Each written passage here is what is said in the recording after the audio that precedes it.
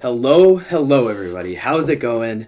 This is Hubsy Wubs, or Mark, as you may know me here, and I'm here with Barnabas, good friend of mine, and the resident draft expert in the room, and we are here for the NFL 2022 post-draft spectacular. Barnabas, how are you doing? I am tired, is what I will say. We work all year for we work all year for these 3 days of the calendar, and then we wait a couple months and for the tape to generate again, and we're back at it. So it was an exciting weekend, and I'm looking forward to talking about it. But I'm also looking forward to sleeping on Monday. So Yeah, I can only imagine what you went through, because, even for me, I guess I call myself a casual NFL draft fan, I was tired waking up this morning, and I didn't even watch any of the film or keep as much track as I think you might have. So I can only imagine where you're at right now. But yeah, yeah, for sure. I mean, I will say got started late on the film this year because the Cowboys were actually in the playoffs, and like last year where oh Dak broke his ankle in October, so I got an early start on that. But yeah, yeah. But anyway, I think we can welcome in our first guest. Um, we're really yeah. honored, I Go for it. think, to have Tej be able to join us. He does R&D for Pro Football Focus, and he does sports analytics up at the other Block M school. That welcome Tej. We're going to talk about some data analytics and maybe some Michigan and some Lions football as well. So. Mm-hmm. Yeah, come on Yeah, in. no, thank you guys so much for having me on today. I'm really excited to talk about the draft with you guys. Nice. Oh, there you are. Oh, so happy I can see your Yeah, for beautiful sure. face. Yeah, I wa- I'll start. Go ahead, Mark. Oh, I was gonna say I watched some of the Pro Football Focus draft stream. How much were you keeping track of all the Pro Football Focus guys? Like, how much interaction do you get with them? So I communicate with them basically every day. I think, Eric and Austin and Mike and Anthony and the rest of the PFF team do like a really good job with covering the draft and, mixing in both like the analytics and the PFF grades and then also just like their own opinions based off film too. They do a really good job of blending them together and everything. Mm-hmm. Very Yeah, nice. for sure. I mean, I'll start off by saying, Tasia, I've seen what you put up on like Twitter and stuff. Your models and analytics. I'm a former political economist, and so I think about questions in a similar way in terms of like data driven and modeling and such. So I've always really respected the work that you put out, as well as a lot of the Michigan team. And so Yeah. I really wanted to get you out here to get your opinion on how what's coming next in terms of data and player evaluation, right? Because PFF, obviously I don't always agree with the PFF grades. I will, full disclosure, right? But but they are, you guys are the cutting edge essentially at this point, using your machine learning techniques and whatnot. So I guess I'll start off by asking you this, Tej. How this is kind of a broad question, but how is the addition of data science into football changing the way we evaluate players, in your opinion? Yeah, no, I mean that's a really good way to start off thinking about the way analytics can kind of change football. And so, like the thing about analytics in football is kind of looks at football from a very broad view. So like it's a lot of things involved with team building and positional value and different stuff like that. The the draft is a little bit of a rougher area for analytics to get into right now because college data just isn't as available as in the NFL. And so it's much harder for, analytics to really evaluate draft prospects. That's why a lot of analytics people during draft season will use consensus big boards done by people who really grind the film and Mm. stuff like that. And Is that's the way that they kind of get, like a feel for the draft class. But, analytics from a team building perspective gives us a better idea of, when you should draft certain positions. And then also, kind of the ways to manipulate the draft with trading back and accumulating more draft picks because, one of the main analytics like points is like, oh, the draft is a crapshoot. the hit rate is lower than what people actually think it is. So if you're trading back, getting more draft picks, you're giving yourself more dart throws to hit on a player. Like that's like a good thing to do for the future and everything. Yeah. So when you say that it's harder to find data for college players compared to the NFL, is that like an AWS like data type thing, or is that just literally because the film is harder to find and there's more of it, and so you just need people to scrub through and actually make those evaluations? Yeah, no, it's a combination of both. It's like it's just there's so much resources that go into tracking the NFL. There's a lot less games and a lot less teams than there are in college. Right. So it's much easier to have like a place to go get the data. There's a lot more research being poured into it and stuff like that. But then when you go to college, you have guys coming from different divisions, different conferences. Like it's a lot of adjustment that the analytics people have to make during the draft process.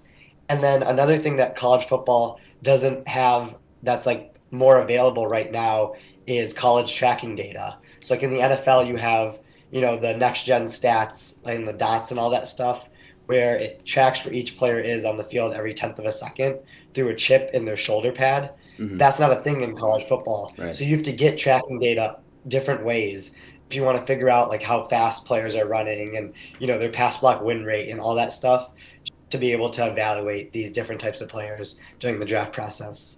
Sure. And if you don't mind me asking, how does this framework actually translate into what you do day to day? Does that kind of affect what you're actually doing in terms of your R&D? Yeah, no, it definitely does for sure. It's a lot of different there's different processes that you have. A lot of the models that we've built in R&D are more like NFL specific. And like one of the things that you kind of learn during the draft process is you can't take a model that's trained on all this NFL data and that's set up the way you would set up an NFL model where you do adjust for team strength and stuff like that, but you don't do a ton of other adjustments because in the NFL when you play 17 games over an aggregate, you end up playing basically the same competition and all that stuff. In college, you're just playing a wide variety of competition. So you have to make a lot more adjustments when you look at someone's data and you try to compare someone who's playing in the FCS compared to someone who's playing, an SEC schedule. Yeah, I imagine, part of it, implementing even like the chip and the shoulder pads is kind of an equity issue, right? Where we already have very good evaluative, procedures on guys from like Alabama and Clemson and, Georgia or whatever, because we just have so much information on them. And they're likely the ones that get the chips and the shoulder pads first. Right. But really, who we want to know about is Tariq Woolen and Zion McCollum and, Ali Marpet and these guys that like we have no idea who they are, and Quinn Miners, and we're trying to figure out, how to evaluate these guys that we are watching them play against, no offense, people who are going to have jobs outside of football within a few months, right? And so, it's an interesting thing as well. I have kind of a interesting, this may sound like a job interview question, right? But like, what are some individual variables you think that might be super helpful for your process, right?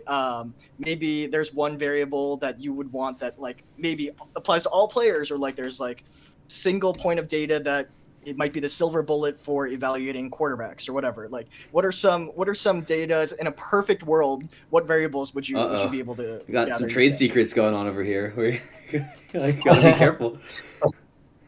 No, I really love that question. And the way I try to think about the draft is if in a perfect world, if we were able to create one metric to evaluate draft players, it would be projected wins above replacement. Like if a player, comes out in the draft, Sure. In the first 4 years, like when they're on their rookie contract with their team, how many wins above replacement do we think that they're going to add to that team? Because that solves a lot of debates that happened during draft season, like the Penei Sewell versus Jamar Chase debate from 2 years ago. If we had a, in perfect world, again, like you said, if we had a metric that gave us the projected WAR of Jamar Chase and the projected WAR of Penei Sewell, like that would we would be able to figure out who the Bengals should have taken at that spot. And then it also solves, when you debate in between positions, right? Like if we have a score of a player coming out, or like a grade or whatever, can that translate to having a higher projected WAR? And then you can take Evan Neal over Ekwonu because of that, or just different stuff like that when you're comparing between positions and comparing within position. Yeah, and to me, that screams a lot about also like projecting that change in war over time, right? Where you see the distribution. Dalton Miller is coming on later. He is one of the biggest preachers about never draft tight ends, right? Tight ends take 3 years to develop minimum to be any effective in any offense, no matter how good they are, right? Even Kyle Pitts, like he was really good, but he was only doing one thing last year, right? And so that's what that screams to me. And I agree with you. That's baseball's figured it out for years now, right? Yeah. They've had for decades. They like to claim that they have, stuff. but yeah. Right, and what it comes down to right now, without that metric, is okay. What is your team building philosophy, right? I'm a Cowboys fan, in case you can't tell by this little star over here. But I guess your opinion, if you were building a team, right? Who knows how you're doing? I was watching clips from Major League, the movie. I don't know if you've seen that movie earlier. But they have, they build their own team essentially, right? So if you're building a team, what's your philosophy? What are some foundational pillars you stand by? Yeah, and so if I'm building a team, something that I would put into place right away is process over results, which is something I strongly believe in football and in like other areas of life too, right? Like, so when you're approaching the draft, there's just so much randomness that happens, and so much of it comes down to your coaching staff and how they develop players and stuff you might not even know about players when you're drafting them. But as long as you have a good process in place, where in the first round you're taking premium positions, right? So you're taking, a general rule of thumb is you're taking quarterbacks, you're taking receivers, edge rushers, and then cornerbacks. If you're taking a guard or a running back in the top 15 or top 20, that's like generally not a good rule to follow unless they're generational at that position. You see that with the Quentin Nelson selection from a couple of years ago with the Colts. Like they definitely don't regret selecting him there, and like I was all for that at the time, and I still am. It was a good decision for them to take him there because you knew you were getting basically a perennial all-pro guard at that position. And then another thing I would do in the draft is like I mentioned earlier, like always looking to trade back and not really looking to trade up often unless there's a quarterback prospect I really want there. If you look at the history of trading up and trading back in the draft, the team that usually trades back and like when there's no quarterback involved in either selection, ends up winning the trade more often than not. So like that's just been something that I would follow when I'm building a team, and it comes to the draft process. Man, music to my ears as a Ravens fan, so I appreciate you, Tej. Yeah. Yeah, for sure. And it's crazy that we still use that Jimmy Johnson trade table right during the draft. That thing is decades old at this point, and we're still using that thing to a large extent. And so it's kind of wild that, frankly, we're still living in the 80s, 90s in terms of actually going about this draft thing. As an economist, I think about, this is essentially just an auction model. But, not everyone likes to think about the variables like that and stuff. Yeah. But yeah. And to mention the Jimmy Johnson chart, like a thing that I noticed that teams are doing this year, if you look at like the Vikings-Lions trade, where the Lions trade up to number 12, on the Jimmy Johnson chart, it looks like the Lions won that trade. Like it was like plus 10% in their direction.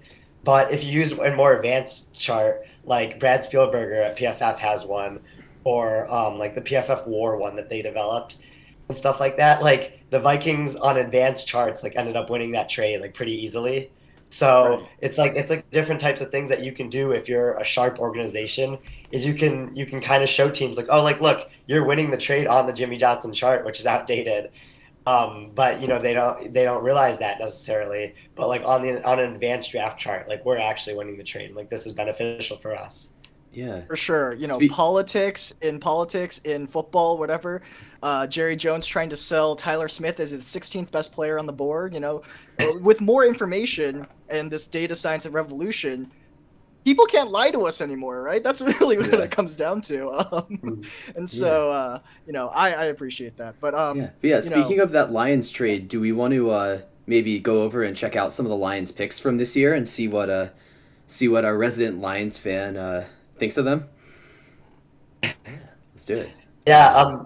Oh, sorry. Go ahead. Oh no, I'm good. Go ahead. Oh, okay. Yeah. No. I mean, I think. So I think the theme of this Lions draft class was athleticism, right? So Aiden Hutchinson, I think it gets kind of forgotten in the draft process. And he's actually a really athletic prospect. He's maybe not as athletic as like a Myles Garrett or like the Bosa's or whatever, but compared to all edge rushers, like on the aggregate, like he's an athletic prospect. And then they also take Jameson Williams, fastest receiver in the draft. So, we talked about the tracking data earlier.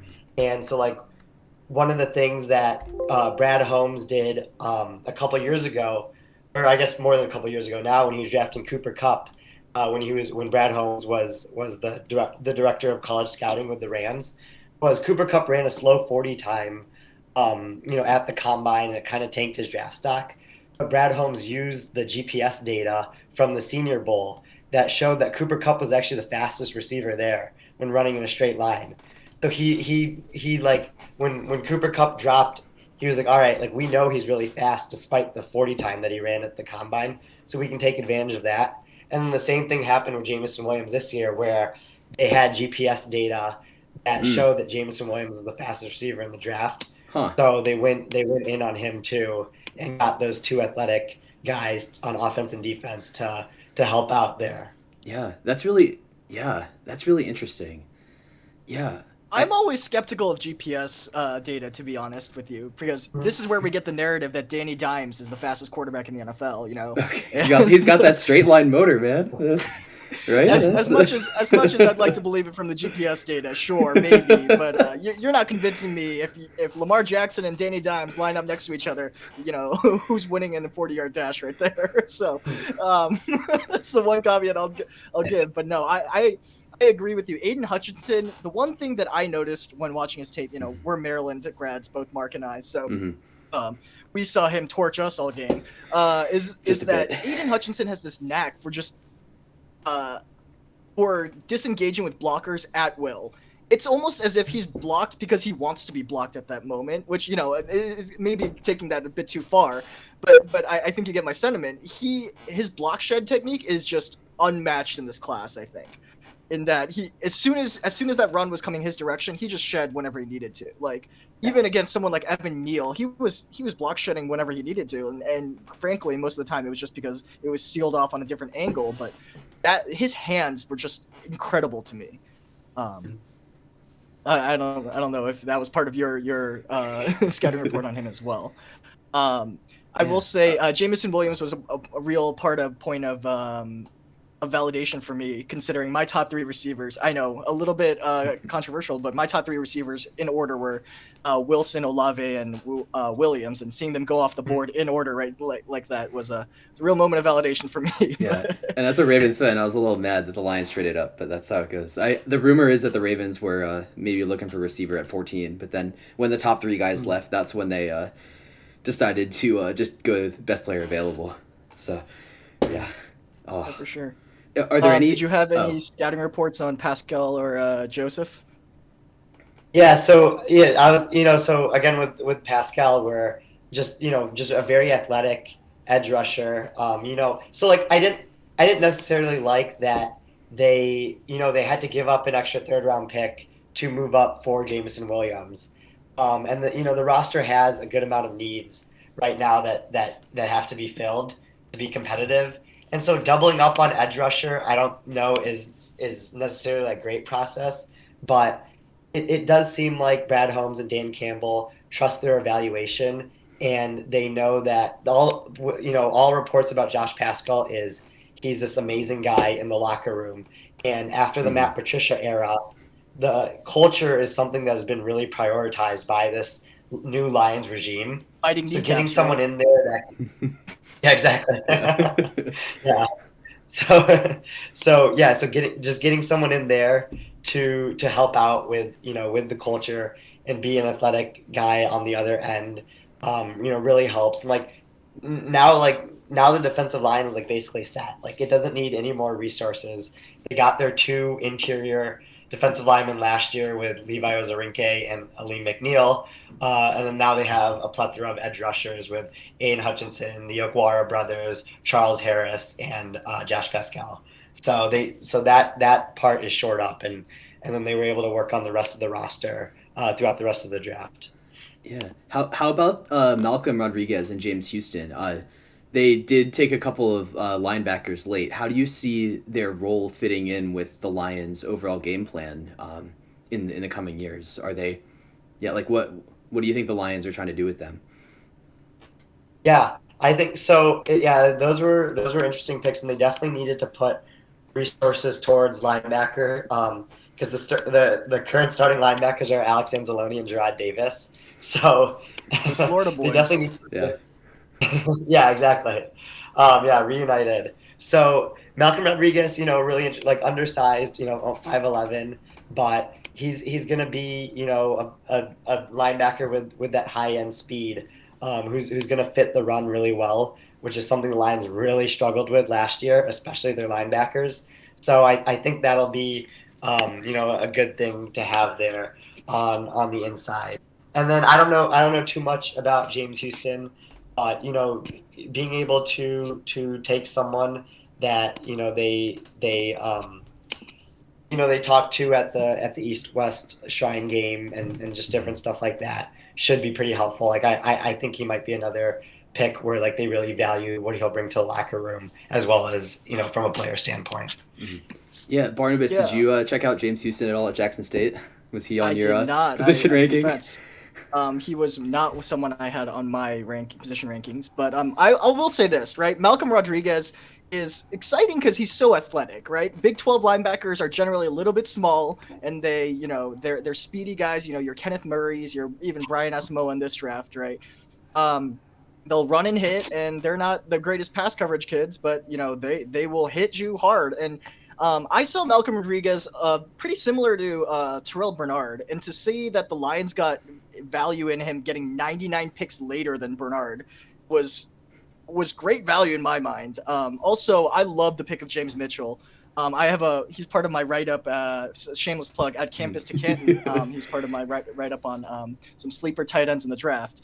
But I love the fact that I was watching the UNC tape, and there was just that one touchdown pass where he has a defender all over him. There's a corner literally hanging onto his shoulder pads from behind in the end zone, and he just shrugs him off and catches that ball on out of structure. And that's just like the type of athleticism that I see in James Mitchell. He's not refined by any means, but he is an athletic kid who's going to work hard. As long as he can get past those injuries, I really like James Mitchell's tape, and I thought he was a value at 5 as well. So, Yeah. So I guess before we maybe move on to some other teams in the NFC North, Tage, do you have any more comments about the Lions draft as a whole? Like any maybe, I don't know if you've been following UDFAs or if there's anything that you think, yeah. If you have any thoughts, feel free to shout them out. I'm glad that, and yeah, thanks for that explanation on James Mitchell. That was really insightful. I'm just glad they went after positions of need and didn't go I don't like the term best player available, right? Because it just doesn't work. What if the best player available is a kicker or a punter or something? Then you make an exception, stuff like that. So, but Kyle Hamilton though, but Kyle Hamilton. Well, yeah, no. So the thing about Kyle Hamilton is, the Ravens obviously see that as they switch to their too high structure with new defensive coordinator Mike McDonald. Mm-hmm. All right, safety is going to be really important. We're going to send Marcus Williams $70 million to go play with us, and then we're going to make Kyle Hamilton be, complimentary with him, and the safety is going to be the backbone of our defense. And I think that's something that you as a Ravens fan should be pretty excited about. Absolutely. It seems like they have an edge there. Yeah. Yeah, I'm even hearing some rumors about maybe shipping out Chuck Clark, which I'm not sure I agree with, but rumors are out there, but I'm just giving you a hard time. I don't mean to stray too far away from the Lions. Yeah. Yeah. But if we could do quick Michigan hitters, Tej, I know we need to let you go in a second, but yeah, good call. Some quick hitters on like maybe just like Ooh. quick thoughts on what you got on your alma mater boys. There it is. All right, we're in there, right? Yeah. So the Dax Hill pick to the Bengals, I think, was one of the most underrated picks of day one. I think there was so much craziness happening with like our NFL record 9 trades, on the first round and everything. And like the Bengals just stayed where they were and took a great player who is gonna be a really good piece for their defense, which was already pretty good last year. He's versatile. He can play the nickel spot. He can play safety if he has to. 5-star recruit, like did well when he was at Michigan. I think that wasn't really talked about after the first day because of everything else that happened. But it was a really good move by the Bengals, who've just been really good at team building these last couple of years. Yeah, for sure. And people see that safety and say, "Oh, you drafted a safety in the first round." People don't realize he played a lot of slot, and frankly, there's nothing on his tape that says he can't play outside corner either. Like I had him almost as a slot corner on my rankings. I ended up at safety, but still, he was playing so much down in the box there that it's a value pick no matter where you put him. Frankly, maybe he lets some of those corners that let down the team a little bit in the Super Bowl take a break every once in a while. So. Exactly. Yeah, for sure. And Haskins was a little higher than I expected, but hard runner obviously. Ojabo with the Achilles was a lot higher than I expected as well. But early second round is that lottery ticket time where everyone starts picking those. As a Cowboys fan, we know better than anyone, right? With Bruce Carter, Jalen Smith, all those boys. So, but yeah. Any final thoughts? Any plugs before we let you go, Tej? Yeah, no, I want to talk about that Ojabo pick a little bit, or just maybe the Ravens first couple picks as a whole. So when we talk about analytics, and if you've ever seen the movie Moneyball, they talk about these players that look like misfits, like they don't look like baseball players, right? But there's the line in Moneyball where he says he gets on base. So like, why does it matter, right? What does it matter if he looks like when he gets on base? That's exactly what the Ravens draft class was. Kyle Hamilton ran a slow 40 time. Doesn't matter. He's a great player. Easily the best safety in the class. Linderbaum has 1 percentile arms. It didn't matter in any of his college tape. He was still the best center prospect to come out in the last couple of years. And then Ojabo had the torn Achilles. The Ravens are like, okay, that's fine. Ojabo was a top 15 talent when healthy, right? If he didn't get that injury during his pro day, he probably goes in the top 15. And the Ravens again, like we don't we'll ease him back in. We don't need him week 1 or anything. We still have a good roster. We're going to take Ojabo, basically another first round talent right there that they're getting, in the second round. So it was just really great execution all across the board for them getting like really good players, even though other teams might have been out on them because of like concerns that don't really correlate to NFL success. So I was really, really like, impressed with the way they handled everything. Yeah, Aussie and Aussie by proxy, but DaCosta strikes again, right? So yeah, and I don't mean to harp on this, but I will admit I got a real kick out of seeing the PFF guys piss themselves at the Hollywood Brown trade. I don't know what your what your perspective is on giving up a first rounder for Hollywood, but I guess that it's in that same vein where it's like I guess you were talking more about the actual talent that you were drafting, but still, it's just like knowing the value of your draft picks and knowing how to execute them. But, well, the Cowboys traded Amari for a 5th, so yeah. That's another thing where they drafted Hollywood Brown, with a lower spot than what he ended up getting traded for, and they got all the years of him on the rookie contract. With they got all the production they needed out of him, and they shipped him for a better first round pick than what he got drafted for. Like that's just like real. It was just really smart all across the board. Like very great weekend from the Ravens. For sure, and continuing that trend of college quarterback and receiver pairings being reunited. Oh yeah. It'll be interesting to see how that goes. I mean, I guess the Cardinals have like D-Hop and Hollywood now, and do they And still have the ghost AJ of Green? AJ Green. Yep. Ooh. Andy Isabella's in there too. That's fun. I think he's actually he? off the team now. Oh, is he? Oh, okay. Well, but anyway, regardless, I know yeah. we need to let you go soon, Tej. So Yeah. do you have any final plugs? Any things you want to share about what you're working on and stuff? Oh yeah, for sure. No, again, thanks so much for having me on. Yeah, thank you so much for this coming is- on. this- It means the world. Yeah. Yeah, no, I really appreciated having this draft conversation with you guys. It was a lot of fun. Yeah, but if anyone wants to follow me on Twitter, I'm at TEJFB Analytics, so Tej FB Analytics, and I put out most of my stuff there. And then if you want to read any of my PFF articles, I recently wrote an article about the completion percentage over expected of this year's quarterback class and like how that compares to other years. So it was like kind of a deep dive into this year's quarterback classes, like accuracy and like what that usually looks like when they're coming out of college. Little spoiler, this quarterback class was the worst since PFF has started charting college data in 2014. I'm shocked, I tell you. Shocked. So yeah, if you want to go check that out, you can just Google, PFF Tate Seth, and it'll pop up. Mm-hmm. Yeah, thanks for giving me that time to promote my stuff, guys. I appreciate that. Yeah, absolutely. Yeah, for sure. You're... Thanks for coming on. I really appreciate you, Tej. Like I said, I really like your work, and I will pick your brain eventually about some of the stuff that I see out there, because the economist in me is fascinated. So, anyway, thanks for joining us, and I'll talk to you soon, I guess. Yeah, thank you so much again, Tej. Looking forward to having you. Bye, guys. Have a good rest of your night. Thank you so much. You too.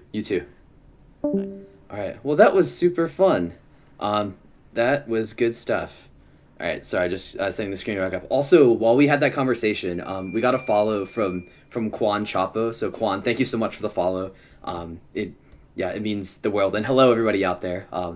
That was Tej. He, I guess Barnabas might be able to explain it a little bit better, but he works for Pro Football Focus and specifically in their research and development department. So it was really an honor to have him on, and we really appreciate his time. And yeah, I guess shortly we're expecting Dalton Miller from PFN to come on, and that'll be super exciting. But in the meantime, I guess Barnabas, you just want to get started and just start whipping through some NFL teams and start talking about what our thoughts are? Well, actually, I think I guess we can start with. Give me 1 second. I have a message from Dalton. Okay. Yeah, and also Arjun Ballers during that conversation also said bet the Bengals under though. So we'll see. We'll see about that one. I don't know. Yeah, for sure. Quan, I don't know if you're still in here, but yeah, did you hear me trashing the Amari Cooper trade? Anyway. Yeah, so Dalton's going to be on in a second, so I guess we can start with the NFC East, and then whenever he gets on, we can pick his brain about some stuff. Okay, perfect. But let me just do that. Oh, wait. Did I not fix this? Okay. Sorry, chat. Give me a sec. Just going to fix this real fast. Boop, boop, ba-doop. Cool. Got that. Bring that down. And we're in there. Okay. NFC East, right? Yep. Okay. So, I guess first on my list here. Oh. There's a Dalton. Are we yeah, Dalton, hey, how's it going? Yeah, can you hear us? And also, are you thinking of doing video? I can do video if I can figure out how to do it here. Okay, no worries. I think there should be a video thing at the bottom left above the icon. Sorry, I don't know how to describe it. Got it. Cool. I think I got it now. I just have to get back and. Yeah, cool. Let me just go here. Yeah, so I guess while we're getting that figured out, Barnabas, do you want to kind of introduce Dalton? Do you want to introduce him? Yeah, for sure. So Dalton is, I'm once again cashing in social capital I built through parasocial internet relationships.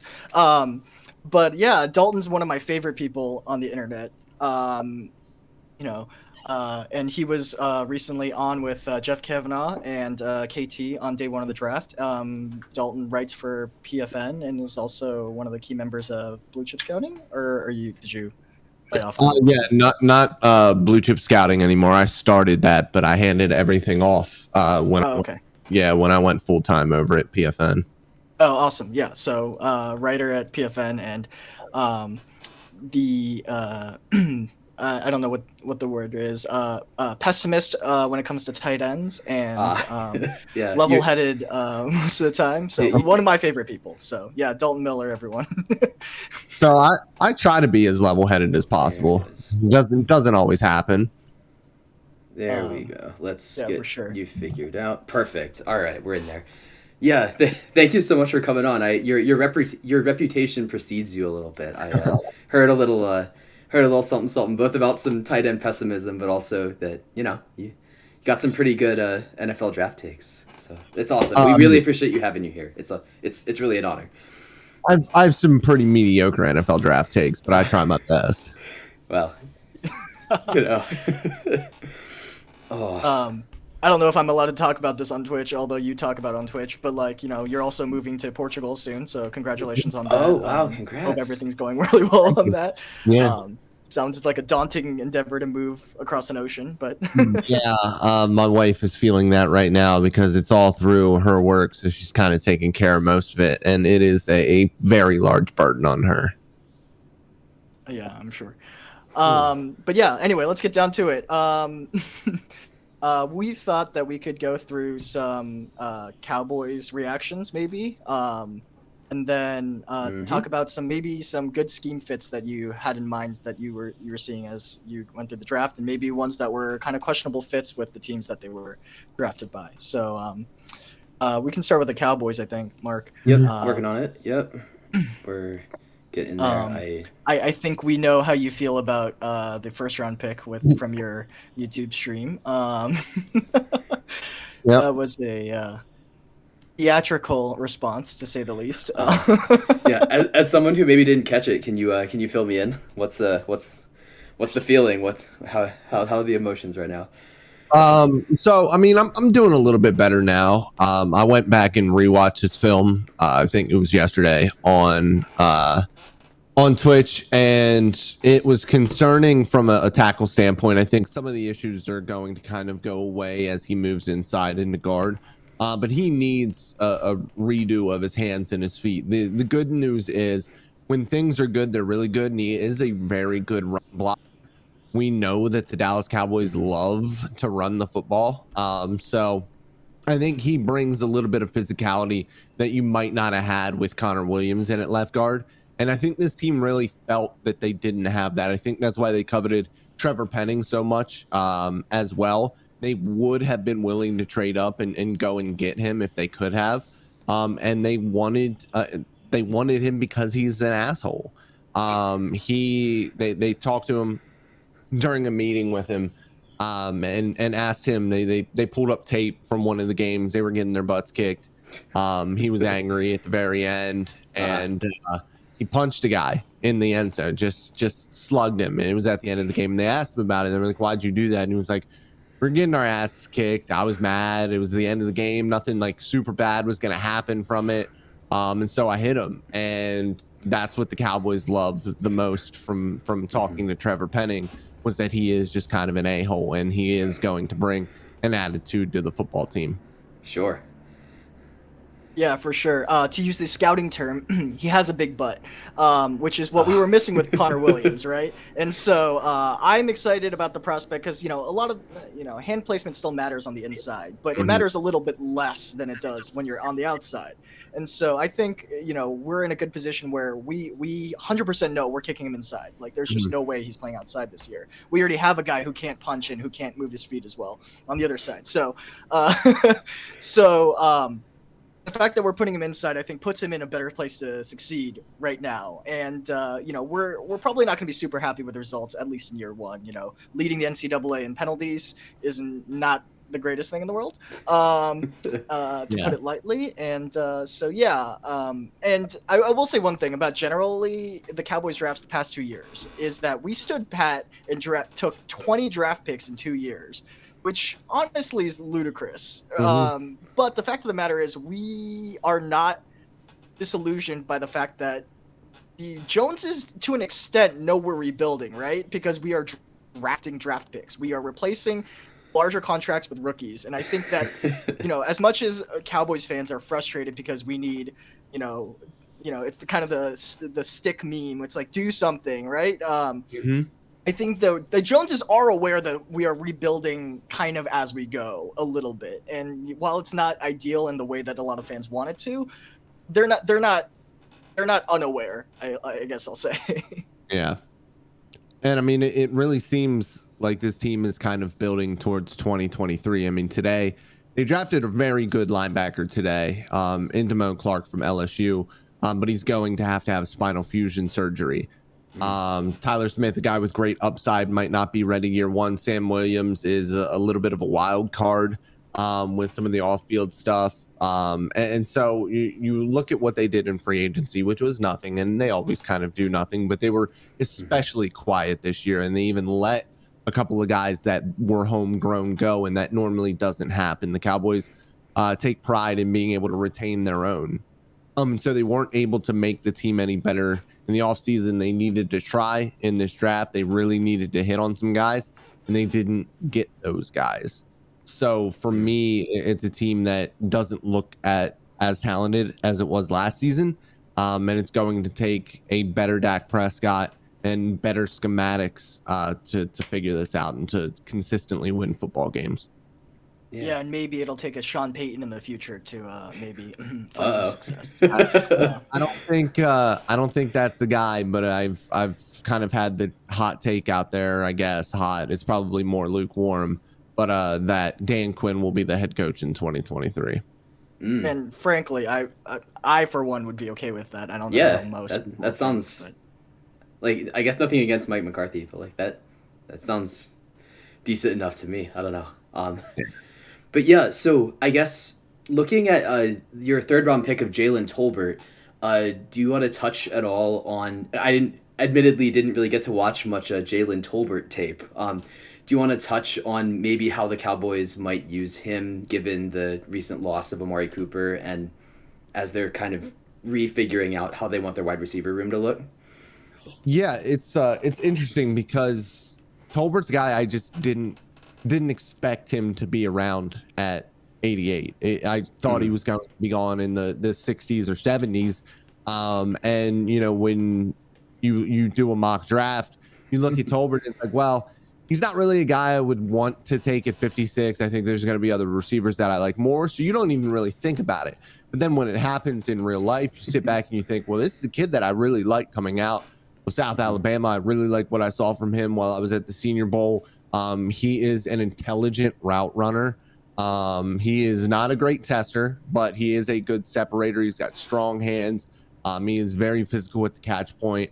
And he can play inside, outside, either outside spots. It really doesn't matter. He can be a little bit of a downfield threat. He is a nice pickup, and it is very reminiscent of what Michael Gallup was a couple of years ago. Now, I like Gallup coming out a little bit more, but Tolbert is a very good football player and a very nice pickup at 88. Mm-hmm. Yeah, I noticed from his tape that whenever they need a long first, like they need 20 yards, it's third and 20 or something, they are 100% of the time going to Jalen Tolbert. Like it was kind of this alpha thing, and he plays so much bigger than he actually is listed. You might have seen in the Discord chat yesterday. Like I was confused because I thought he was a big guy. I couldn't believe it, and then I saw him in person. I was like, yeah, he's like 6 foot. I mean, I think he's a little bit taller than 6 foot, but like usually when I'm looking at these dudes that are big receivers, like I have to look up a little bit. I'm almost 6 foot, but that's still a significant height increase. And I was almost looking him in the eyes, and I was like, okay, Tolbert's not as big as I thought. Okay, all right. But you're right, he plays that big, and I really enjoy wide receivers that play a lot bigger than they are. Mm-hmm. For sure. I also confess I didn't have North Dakota tape from Matt Waletzko, although the DallasCowboys.com guys were all over that one. Oh yeah. Yeah. But talk to me about your tight end. We've been hinting at how you are against drafting tight ends, but talk to me about tight ends and why Jalen Ferguson might suffer from that exact same problem. So I want to bring up Let's Go real quick because I actually did watch a little bit of him just on the side watching Christian Watson. So he is a really athletic guy, but a lot like Dylan Radins, he's going to have to take a little bit of time to get into an NFL mindset. And so I think that there is upside there to be kind of a swing guy in the future. And I hope that he can be because the physical profile is there. Now, tight ends. I just don't like spending the draft capital on a position that is such a hard transition to make from college to the pro level. And when the guys that are there that can do it, the OJ Howards, who we all thought was going to be a fantastic pro, when you find that first round tight end, you can go out and do that.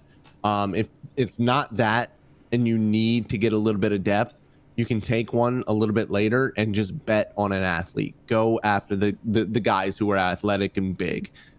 Because as we've seen recently, that position more than any other position in the sport is reliant, the rate of success is reliant on athleticism.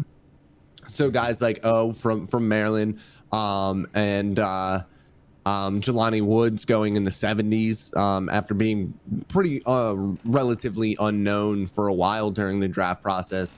I think it goes to show how important that is. Now, Ferguson isn't a fantastic athlete on tape, but it's okay if you're not expecting them to have to start. As a tight end too, that is absolutely fine. I just don't like trying to draft a guy and then having to insert him immediately because it almost always does not work out. Yeah, I might be misremembering, but didn't Jake Ferguson kind of profile more as like your run blocking tight end more than an actual like receiving threat?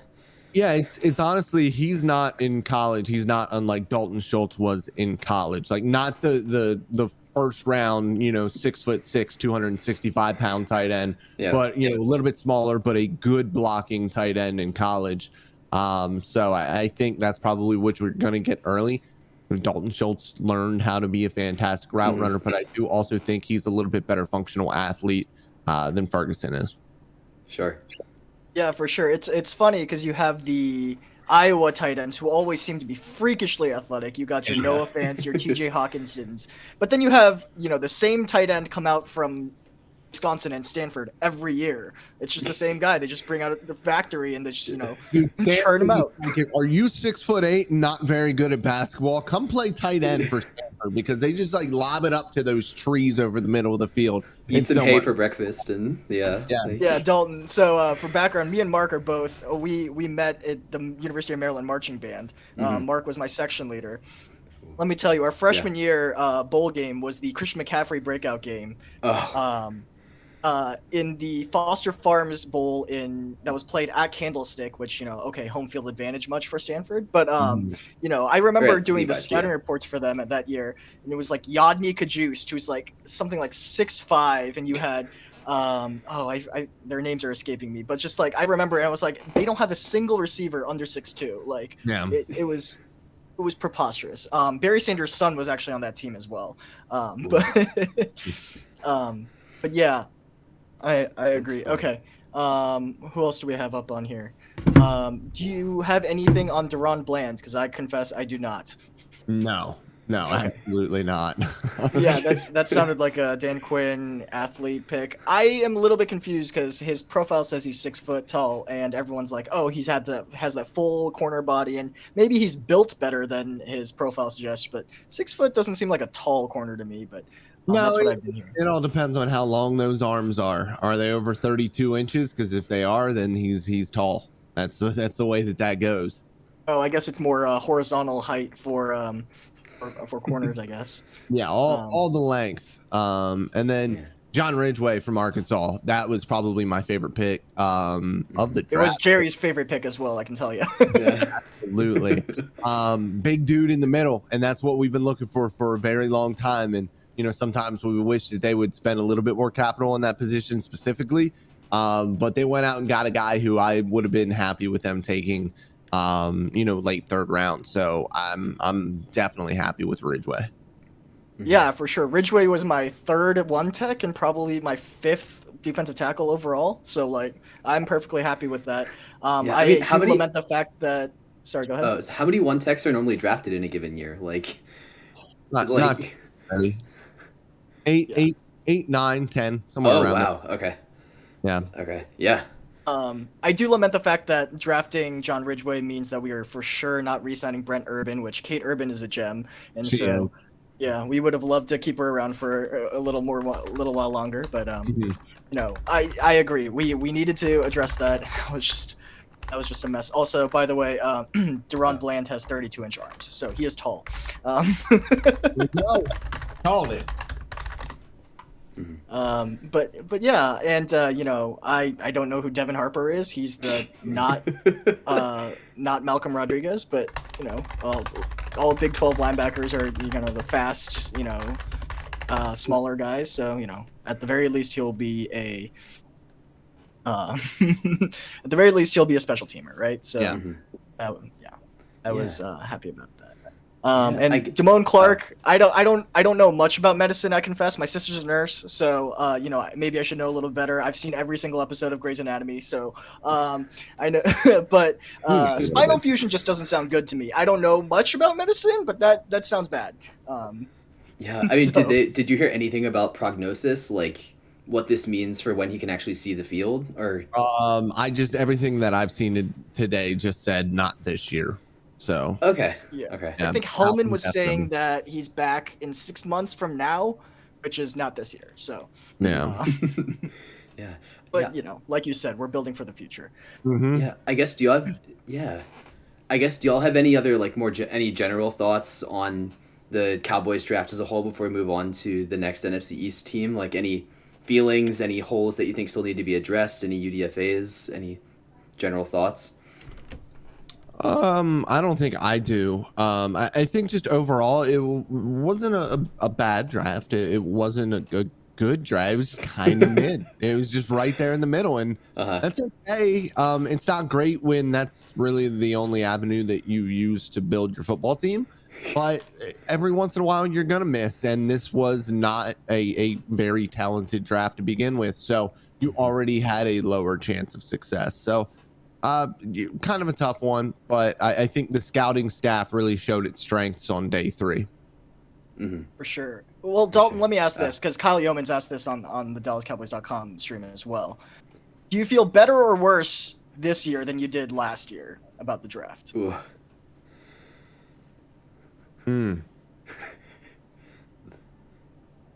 Worse. Just because I knew. So I know a lot of people kind of soured on Micah Parsons, and I would be lying to you if I wasn't worried about the Penn State stuff.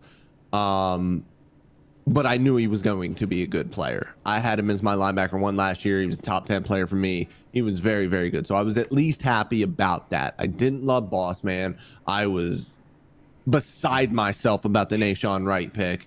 But they did okay outside of that. And so I was okay with that draft last year, a little bit more than this year. What I will say is I really like day 3 this year. Mm-hmm. Yeah, I sorry, yeah. In my very limited look at other people's reactions to day 3, because I have to admit I haven't seen a lot of the tape on a lot of these day 3 Cowboys guys, but I saw a lot of positive reviews. I guess I'll put it that way. So I don't blame you. And I think we're knocking it out of the park with UDFAs as well, which once again is the strength of our scout team, right? Day 3 is for the scouts, and we have good scouts. Alec Lindstrom. Wait, Alec Lindstrom didn't get drafted? Nope. He did not. No. Oh, okay. Yeah. But we picked him up. Yeah. Alec Lindstrom, Garibay, the kicker. Marquise Bell, which, as former Terps, Ooh. Mark and I have a certain soft spot before, but he's going to be your curse backup, right? That's exactly where he fits in, and that fits that tape to the T. We have both those problematic Indiana guys, because Indiana had that weird offense where they had a receiver that was just like a tight end and a tight end that was just like a receiver. Yeah. And so I always at least confused Hendershot and Freifogel. They were the same player to me, but yeah. Just go out, just fuse them together and make them one position. Right, exactly. You have a athletic white guy that's going to run around in the field. Okay, sure. Dalton, did you want to go through other NFC East teams, or do you have some thoughts on some scheme fits that you especially liked and scheme questions that you have? Let's go through the other NFC East teams, because I think that we have a little bit to worry about at this point. I agree with you. Because we need to count. If you want to, go ahead. Sure. Yeah. Eagles. Yeah. Yeah. Let's. There's an unlisted draft pick here that we need to talk about, right? Wait. Did I? Wait. No, yeah. Sorry, you're right. 'Cause you're talking like AJ Brown. Yeah. Sorry, my graphics don't show some of the players that went to different teams based on trades. But yes, AJ Brown did in fact go to the Eagles. I don't know. Go ahead, Dalton. Give it to me. I mean, we're just going to talk about it. They got very much better during this draft. They kind of knocked it out of the park, which is tough. And they didn't have a lot of picks in this draft. They ended up only making 5, I believe.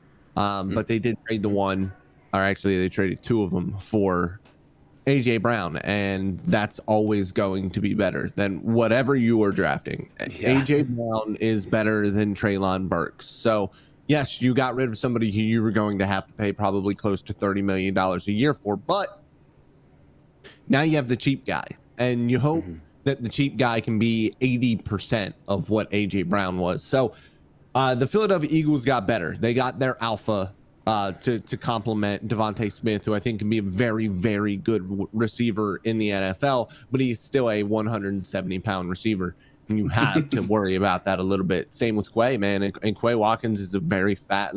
They're all incredibly fast, and they can all make big plays. It is scary to have to go up against that, and then you sit and you think, well, still Jalen Hurts throwing them the football, so hopefully they'll be okay. Now to their draft, Jordan Davis, Fletcher Cox, Javon Hargrave, Josh Sweat, and Hassan Reddick now too. It's disgusting. Their defensive front is outstanding. They still don't have great linebackers, but they got one very good one in this draft, one that shouldn't have been anywhere near the 3rd round, but fell because of an unresolved injury.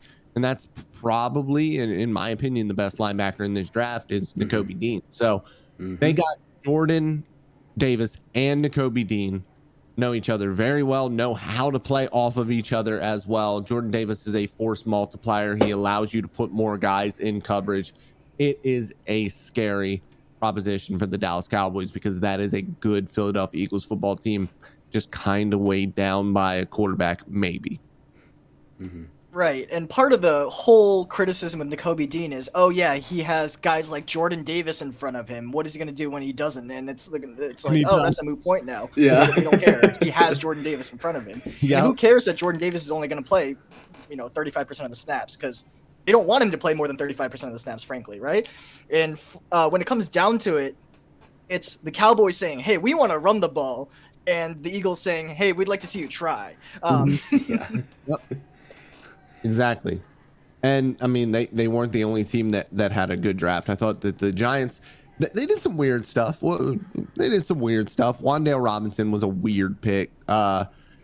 Azudo was just kind of okay. I thought he was going to go on day 3, but he ended up going in round 3. I didn't watch Cordell Float. He's an LSU corner, so I should know who he is, but I didn't watch him, and I think that kind of talks or speaks to how good he was, or at least how good people thought he might be. But getting Kayvon Thibodeau to pair on that defensive line and that defensive front is fantastic as well in New York. And then to add Evan Neal at right tackle, those are 2 superstars or potential superstars going forward. Yeah. You needed to address the offensive line. They did that with Neil, and I think they tried to do it again with the Zudo, and we'll see how it goes. But they already got Mark Lewinsky in free agency, and Andrew Thomas has really improved at left tackle. So that's a team that could be improving a little bit. We'll see what they have for Daniel Jones in the future. But they still don't have a quarterback. So as good as they do, and it's a good sign for Giants fans because it shows Dave Gettleman is gone. Like this thing isn't completely lost anymore. But I think they had a pretty decent draft overall.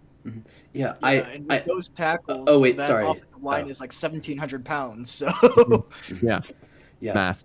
Sorry, I don't mean to interrupt real quick, but we got a comment from K Web in the chat saying how many Georgia defense guys were drafted this year.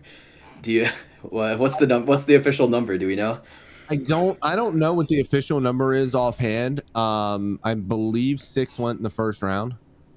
That sounds about right. I don't know about defense. I think Dane tweeted that there were 15 Georgia players overall drafted. Because they also had like Jake Camarda also drafted, which I don't know how often he punted this year, but sorry, I'm let's see. We got 1, 2, 3, 4, 5. I see 6. I think I see 6 Georgia defensive guys drafted. Just in the first round or total? Hold on. Unless I'm like, oh, sorry, that's stupid. I had the wrong year. Here we go. All right. That's a number I'm more used to seeing. All right. 1, 2, 3, 4, 5, 6, 7, 7, 8. I mean, do we count Darian Kendrick? He didn't play a snap for them, right? I see 8 defensive guys and like 1, 2, 3, 4, 5, 6, 7 offensive guys. So it's like 15. Wow. Yeah. They broke the record according to Dane. So. Oh, did they? Okay. I mean, that makes sense. That was the best defense I've ever seen in college football.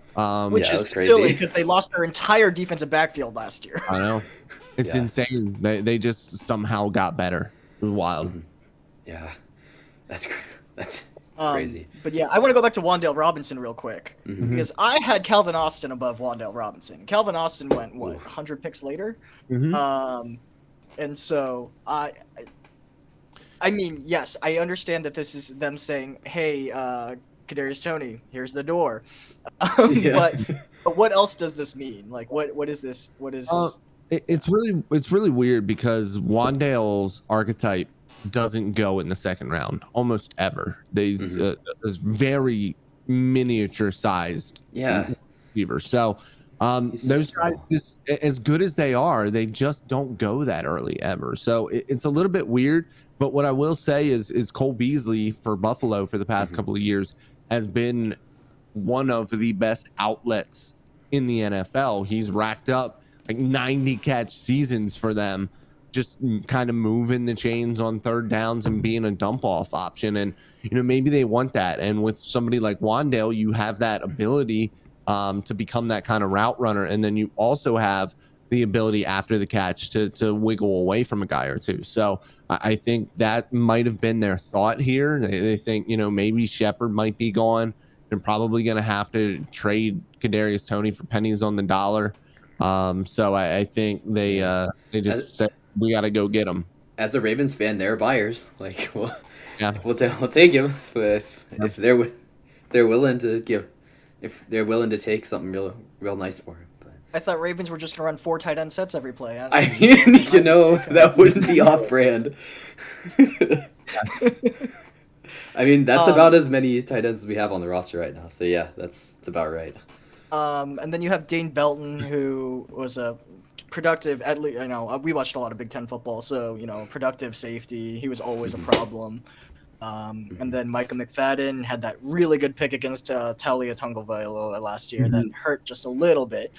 And rounding it out with a couple guys that I didn't have on my radar, DJ Davidson, Marcus McKeithen, and Darian Beavers, who I heard couldn't run. So He can't run very well, but he's like an old school. Like he's really fun to watch because he's kind of run downhill and hit you really hard, and he's got the high jersey cut uniform, and he'll tuck in his uniform like so his shoulder pads are popping out. He's kind of old school downhill hitter, and he's decent in coverage for being a not great athlete, but a good 6th round pick, I would say. Yeah, when I was watching him, I was thinking like Scooby Wright, Tyler Matakevich, like the stereotypical, I mean, he didn't play in the Pac-12, but Pac-12 linebackers that are just like, they racked up 150 tackles, and you don't know how they did it, but they did. Do we want to go to Commanders now, Mark? Sure, let's do it. I'm gonna have to get used to saying that. Yeah, sorry. I'm working a slide deck, Dalton. That's my bad. And so, sorry if that's okay, we're good. Yep. All right. So what do you got for me on this? Oh. Dalton, I think you're muted. Sorry, I forgot. I was pushed to talk. I think the first thing I thought was I was surprised they traded out of their pick. I thought that once they got wiped out of the 2 Ohio State wide receivers, I thought they were just going to take Kyle Hamilton. They ended up not doing that. They traded out of that pick. Kyle Hamilton goes to Baltimore, and they have to, kind of go with what I believe to be a little bit of a reach in Johan Dodson. I love the player, and I love the person. I went to Penn State's Pro Day. He was one of the most well-spoken athletes I've ever been around, and I've been around some really great ones for public. So I was really impressed with him, and I knew he was going to go a lot higher than a lot of people thought because of that, because teams like those sorts of people to be on campus. They also like the guys like his teammate Quan Brisker, and they might say it very, very poorly to the media that the guy really likes football, but Brisker is the type of guy who, when you eat, sleep, and breathe football, teams are going to like you. If you have interests outside of football, like building your own brand, like Kayvon Thibodeau, they'll talk down about you. And then they'll go out on the football field and kick your ass. So I think that the Dotson pick was a good one for the culture, because we all know Washington's culture is so-so and always has been. And especially now with Carson Wentz on campus, they're going to have to keep things really even in that locker room, and I think Dotson can do that. Hey, maybe Sam Howell will be the emotional leader that binds the team together. I love Sam Howell. I was absolutely shocked that he lasted until round 5. Yeah, same. I totally agree with you. I think that he could play this year if he had to. Would it be top 20 quarterback play? Probably not, but he would survive. For me, he's already an upgrade on Taylor Heineke. So I think that would be a decent shot to go for if Carson Wentz just completely flames out. But getting to Vidarius Mathis, Washington cannot see an Alabama defensive tackle around the value that he should be taken and not draft them. Doesn't matter how many they have. They now have an entire defensive front in the middle, at least, consisting of Alabama defensive tackles drafted in the top 2 rounds. So fun little interior there. He will take over a role that Matt Ioannidis kind of worked for a long time. So it'll be interesting to see that. Brian Robinson, another Alabama player, one that I thought was actually going to be a Dallas Cowboy. He doesn't really fit the mold that I thought Washington was going to go for. Antonio Gibson, athletic guy, was a wide receiver in college.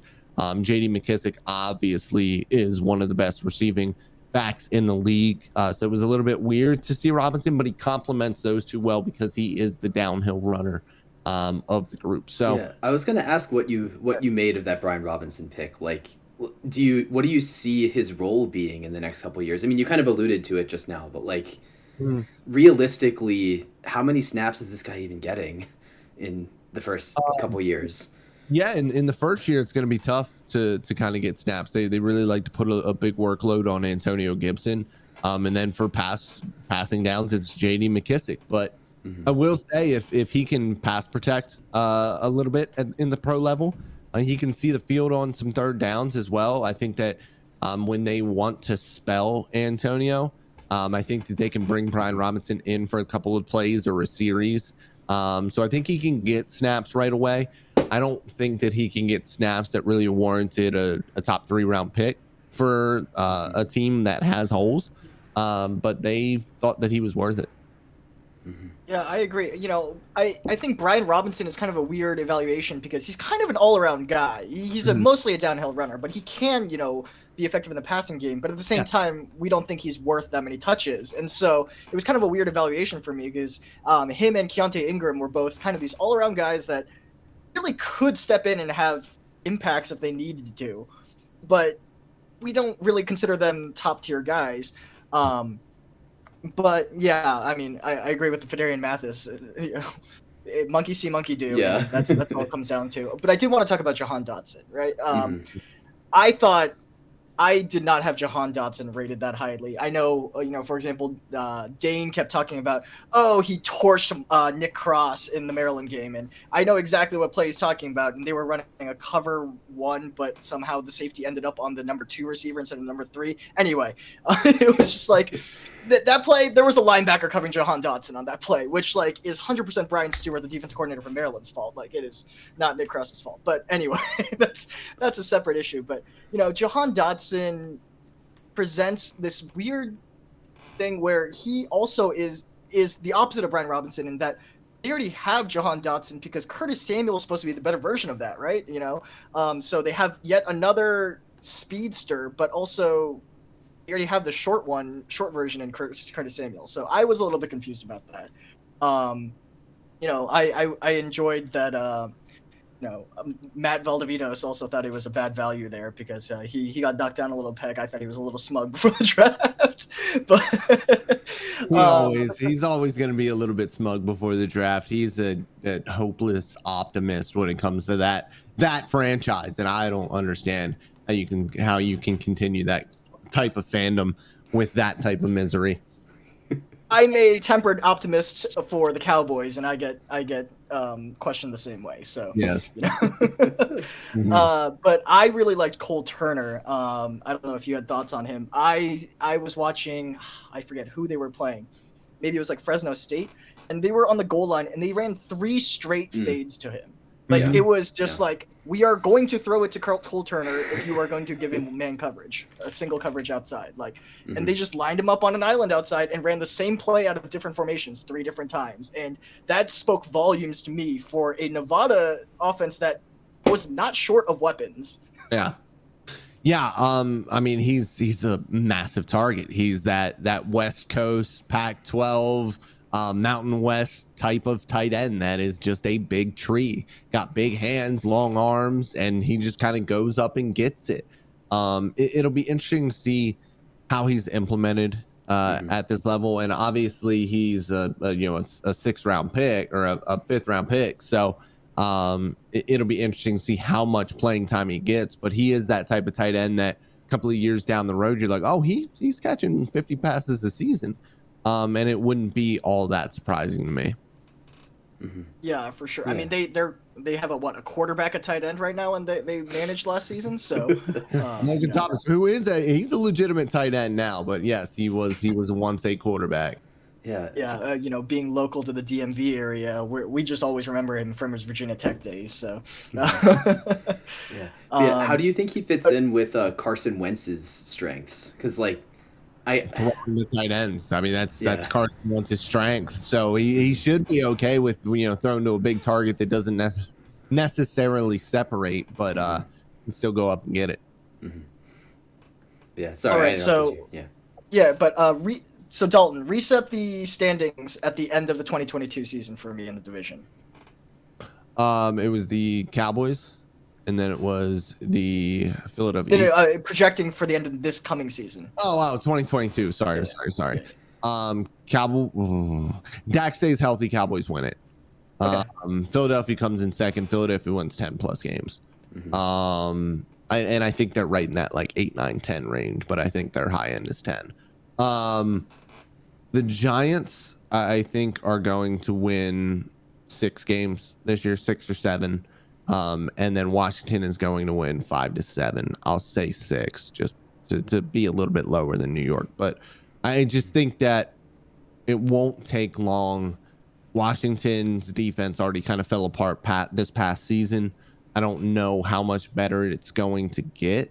And Carson Wentz, I think he's a better quarterback than Taylor Heineke is, but I think he's going to fall apart a little bit with Heineke and now Sam Howell on his back.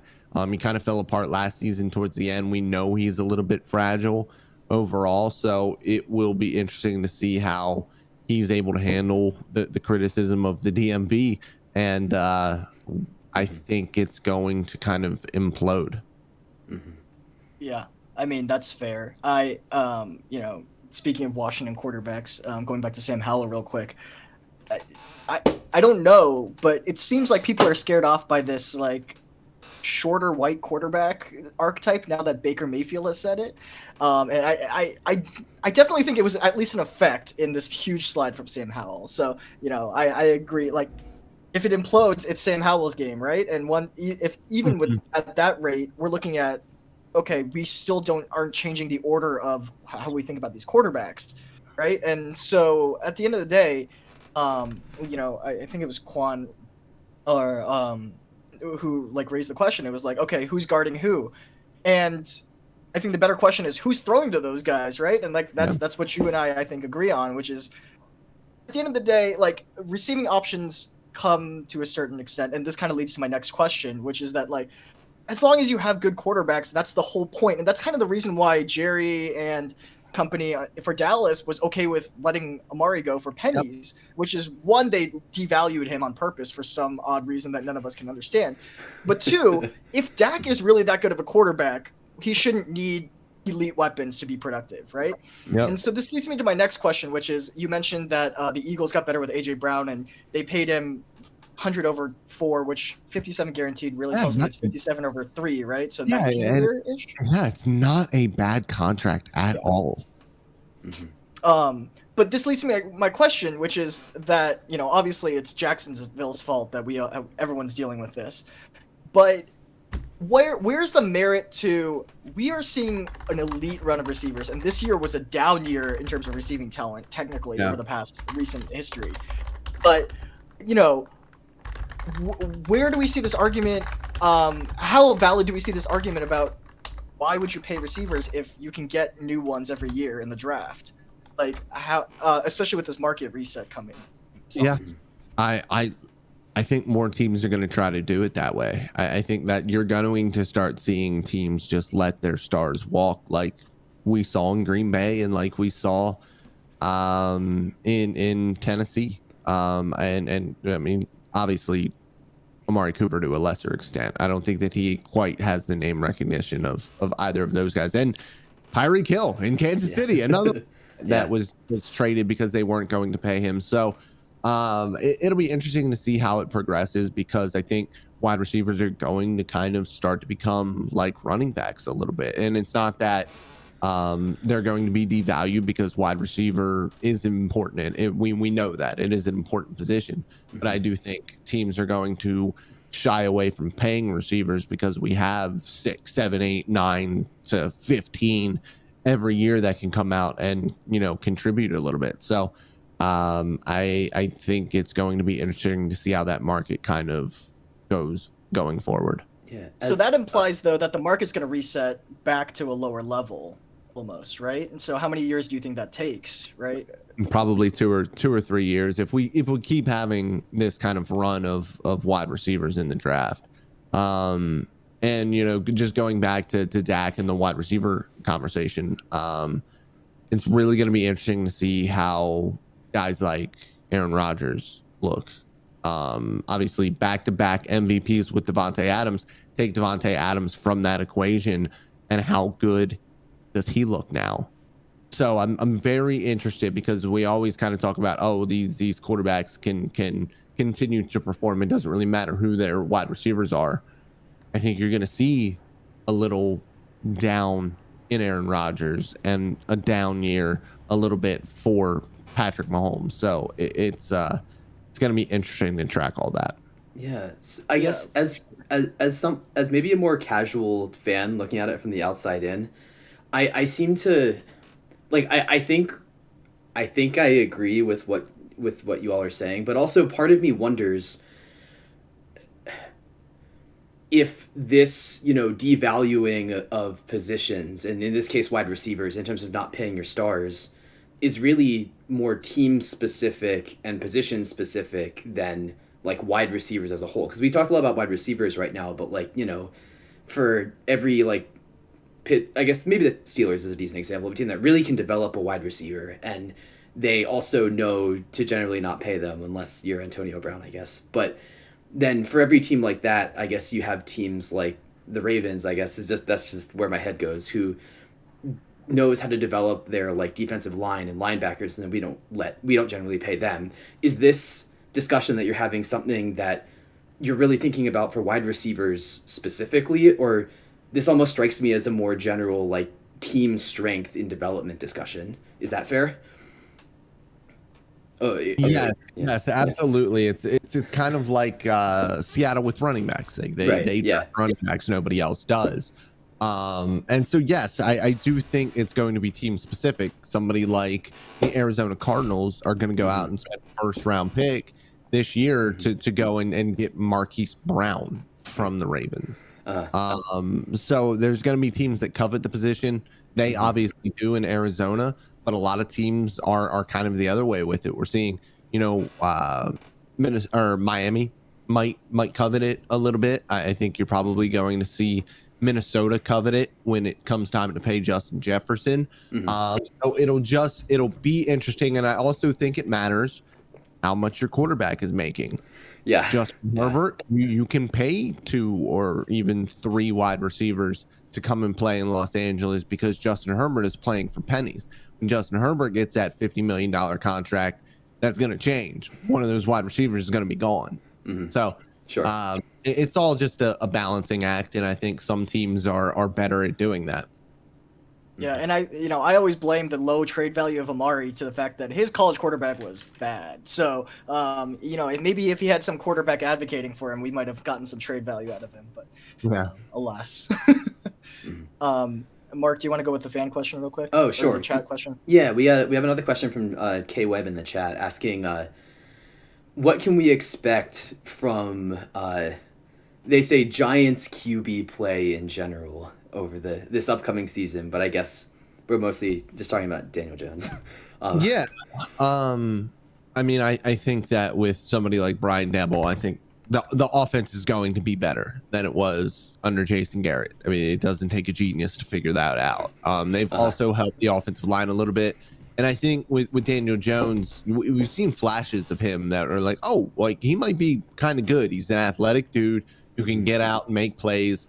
It's the turnovers, it's the fumbles in the pocket, the poor pocket management, and things like that. If he can grow and show that he can play behind what's an improving offensive line, but still not a good one, I think that you see the flashes for him to go on and do things at another stop after the Giants. Now, I don't expect the Giants to pay him. I don't expect him to be highly regarded after this season, but I think there are enough flashes, and I think he'll provide enough this season as well to where teams are going to take a second shot at him on a second contract.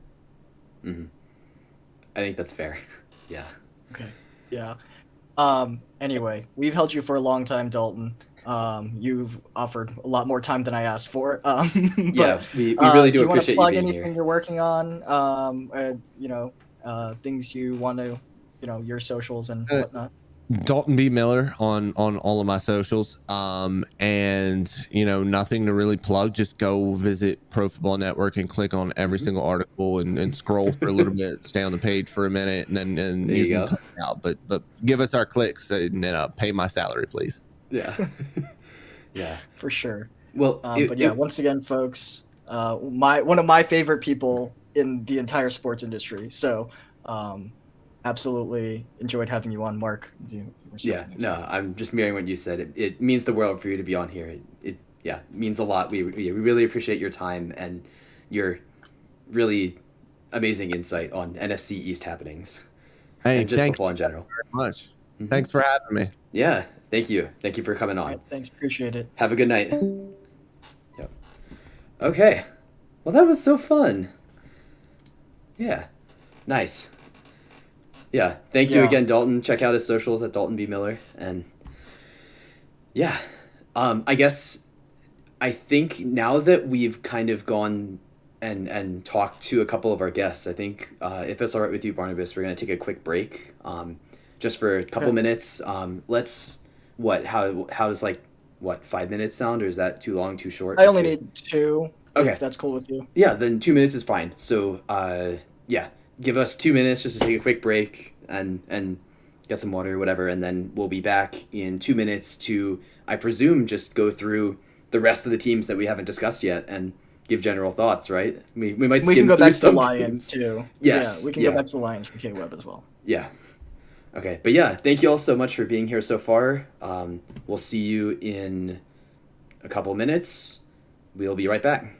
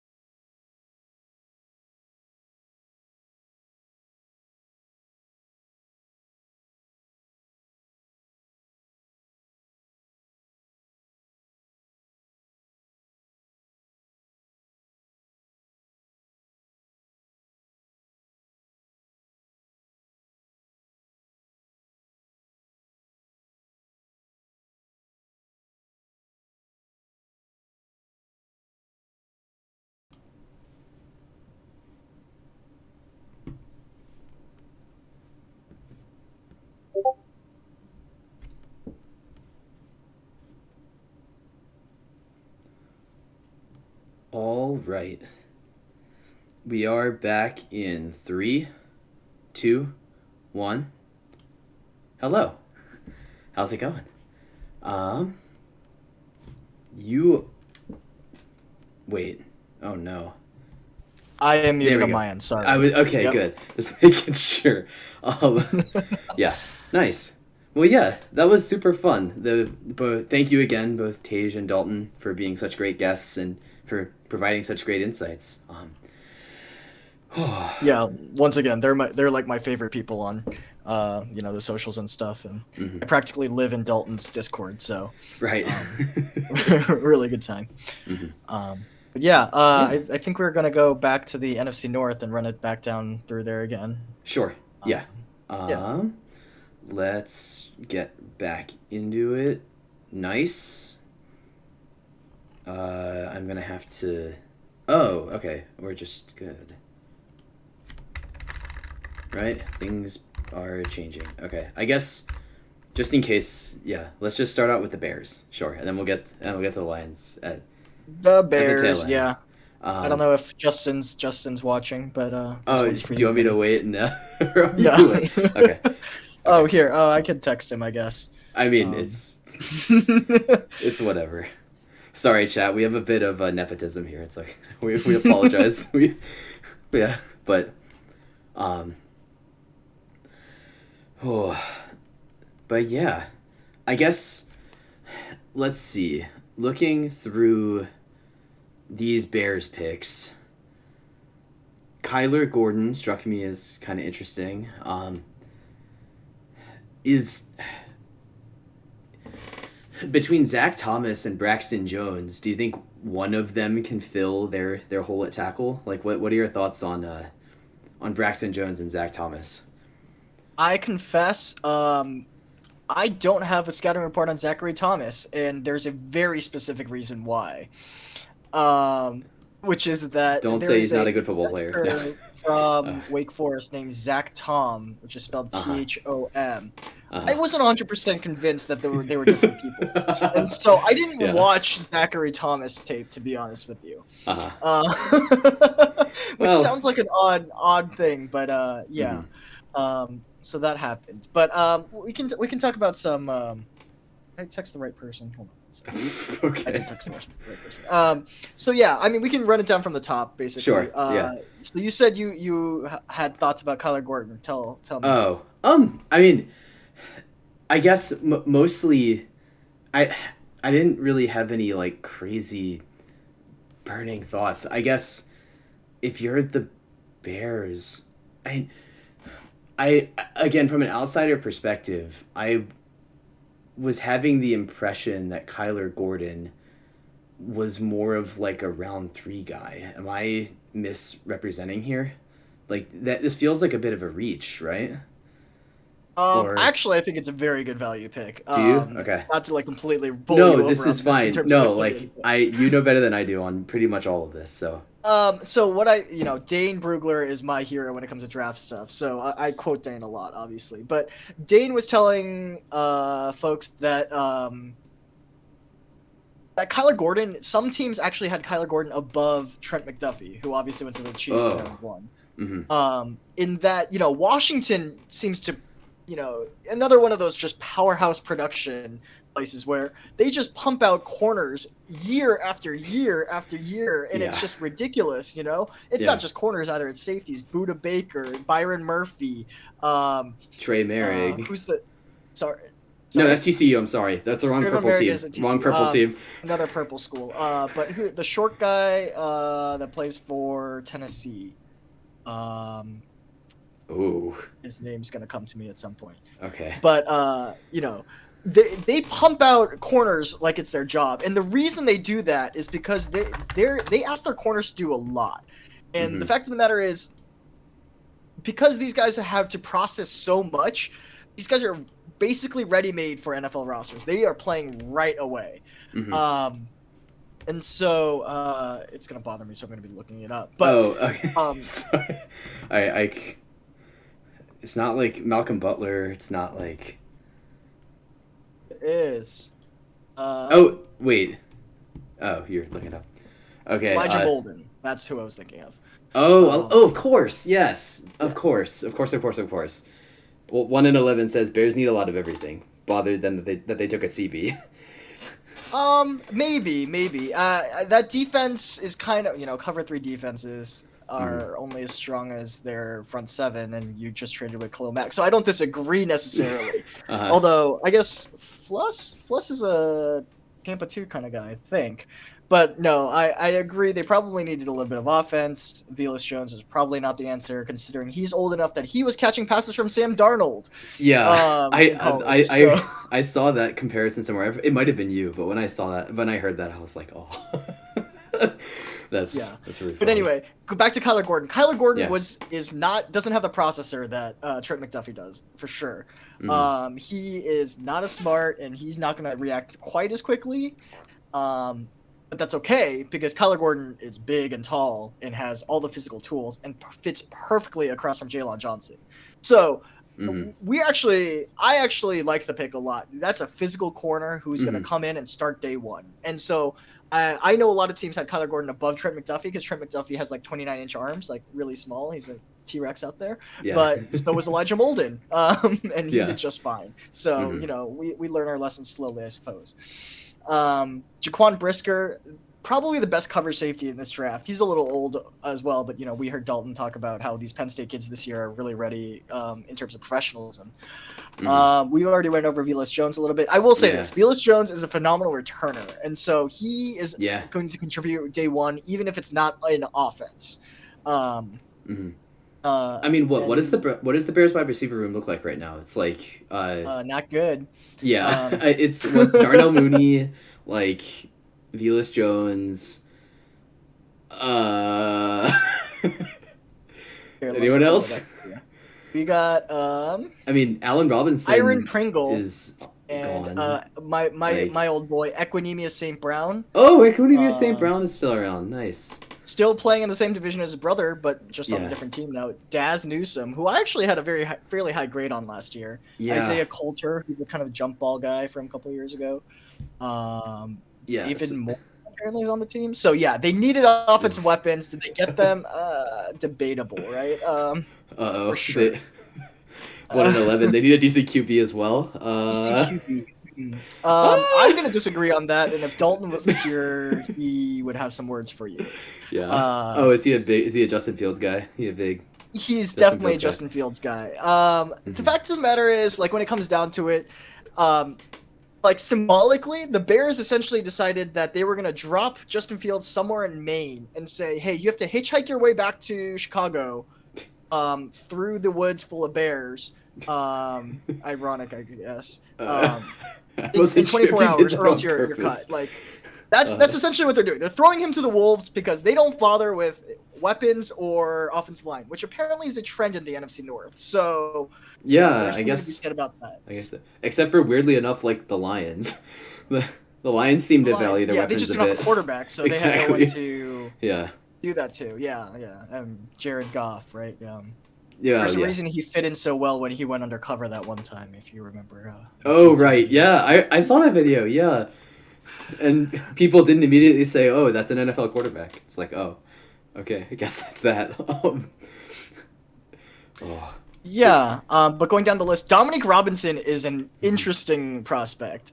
In that many people were taken aback when they saw the stat that he has never started a football game at edge in his entire career. And it's because he was a receiver until last year. Man. There is success stories of turning edges into receivers. One might argue that a certain Hall of Fame snub this year is one of those success stories in DeMarcus Ware, who his sophomore, I don't know, sometime during his college career at Troy, decided that he was going to go from this middling receiver to defensive end. And we know that coaches love fast defensive ends, right? Oh, yeah. Look at Amari Barno got picked. I've watched tape on him. Man has no tools in terms of pass rushing. He has zero tools, but he ran a 4.340, and he has the best get off I've ever seen. So that just makes him like a 5th round pick, so it's fine. Yeah, he has no clue what it means to get to the quarterback. He just runs upfield and goes, "Oh, now what?" And that's his entire game plan. He has no idea what he's doing out there. And Dominique Robinson has a little bit more idea than that, so I will give him credit. But man, there is just he didn't test well either, so that's not a good thing. He's a receiver. He should run fast, right? And he ran in he didn't test as well as he should have. So I mean, part of that you might blame they put too much weight on him or something. Mm-hmm. Coaches like quick boys. Yes, coaches do like quick boys. That's why Darnell Mooney and Byron Pringle are your starting receivers right now. Which Have fun with that. Byron Pringle's Kansas State career was phenomenal, but that's probably not who you want as your starting. But yeah, I guess for in terms of trying to keep pace, like I appreciate the amount of in-depth discussion that we've had on these top picks so far, but unless we want to go to like 2 a.m., do you have any other like general thoughts on some of the lower guys? Just like any quick throwaway thoughts before we move on? Sure, I wasn't aware that the Bears needed a punter, so good for nice. Trenton Gill, I suppose. Trenton Gill. The interesting thing, actually, it's kind of weird because most of these picks are the lower guys. That's like half their draft class. Yeah. But I will say this: Tristan Ebner getting picked is an interesting thing because he actually lost the job to Abram Smith coming out in college, and so That's he really was the funny. change of pace back his senior year because he lost the job. But apparently the Bills liked him better because Abram Smith didn't get drafted. So there's something to be said there about that. I don't know if it's a good thing or a bad thing. Maybe less tread on the wheels, technically. Just a but thing. That's an interesting pick, but yeah. Mm-hmm. Overall, they filled some holes, but they weren't working with much draft capital to begin with, so Right. that's what it is. Yeah, they have so many fifth and lower picks. It feels like that's been the theme with. I guess we'll discuss this maybe when we get to like the Rams or something, but like this feels like a theme with a lot of teams where you're seeing this weird divergence of some teams that are like, give us all of the draft picks, and then some teams that are just like, any draft pick that's above like a 4th round pick is basically we could just give for a player anyway. And like, it's a weird, it's been interesting seeing how that's developed over the last like 5 years, because I feel like this is something pretty recent that teams hadn't really tested out before. And is that fair? Like can you think of an example of a team that's tried that more than like 5 years ago? Tried what? Sorry, tried just like giving away their top 3 draft picks consistently for proven players just to like get the talent and actually won with it. Like, so I will say this. Up until recently, people valued draft picks way more than they did players. Part of the reason was that draft picks often weren't tradable. It wasn't until a couple years ago that compensatory picks could be traded. Before that, you couldn't trade it, which is why we're coming up with so many more trades in the NFL draft now. Gotcha. Just because there are more picks to trade. Right. Right. That being said, the thing is, most teams are not willing to throw away their future to, win now. And frankly, winning now mentality has never worked before. To put my own personal spin on this, I think that building a team that will compete in the playoffs every year is really what matters, right? At the end of the day, you want to get to the playoffs, because once you get to the playoffs, anything can happen. There's just too much luck involved that you can't consistently say, oh, this is a team that is going to win the Super Bowl. Because mind you, the Bengals beat the Chiefs twice last year, right? And no one expected the Bengals to be there. Frankly, they were a year early, and that's why they lost. But The Rams too, they went all in. They got Von Miller and Matt Stafford, who, by the way, they're going to get a comp pick for him, but they also lost Von Miller again. They are back to kind of where they started, and people forget they were a dropped pick away from not making the Super Bowl, and San Francisco's Cinderella story would have continued. They were a dropped pick away, and so could you have imagined a 49ers Bengals Super Bowl? Oh, yeah, that was already a snooze fest, frankly. But, it was my Super Bowl is the draft, so there is that. But yeah, the Rams were not going to make it, and somehow they did, and they broke through. But this has never worked before. Look at the Eagles a few years ago, where they picked up like Vince Young as a backup quarterback, and that was one of their big spending moves of that offseason. They won the offseason by spending like $50 million. And they didn't do anything with it. Signing veteran players is not a cap-savvy way of building a quality team, because that assumes that you are on a rookie contract of a quarterback. Once you are paying a quarterback, everything gets much tighter.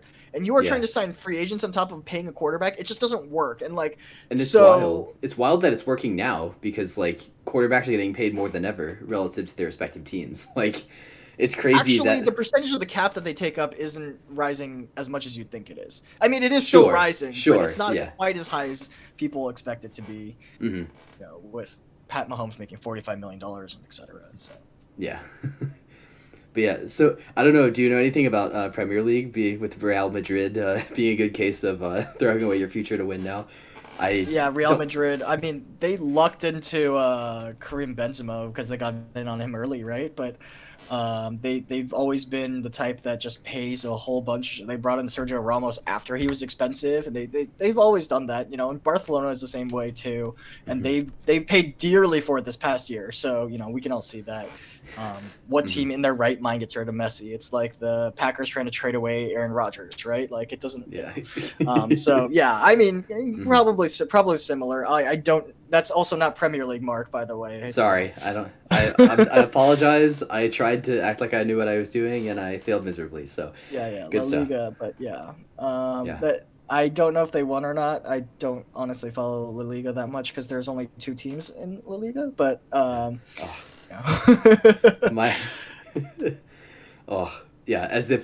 as if I was trying to hide that I wasn't an outside fan before.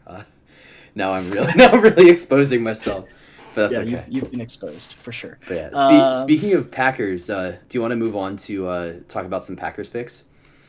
Sure. I thought this was an interesting draft class because they were openly trolling Aaron Rodgers for a good day, for an entire day, essentially.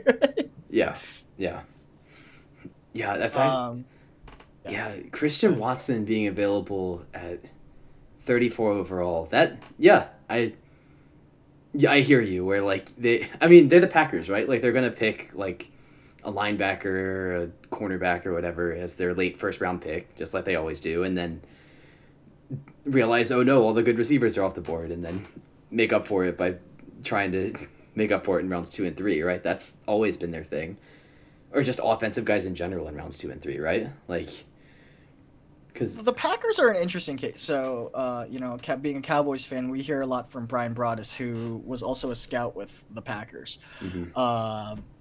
And they have this interesting, they have very interesting benchmarks that they require of their players. And so it comes to pass that their valuations of players often look very different. You know, they do get value a lot. With guys like Kingsley Enagbare, he had no business getting picked in the 5th round. I think there had to be a medical in there somewhere.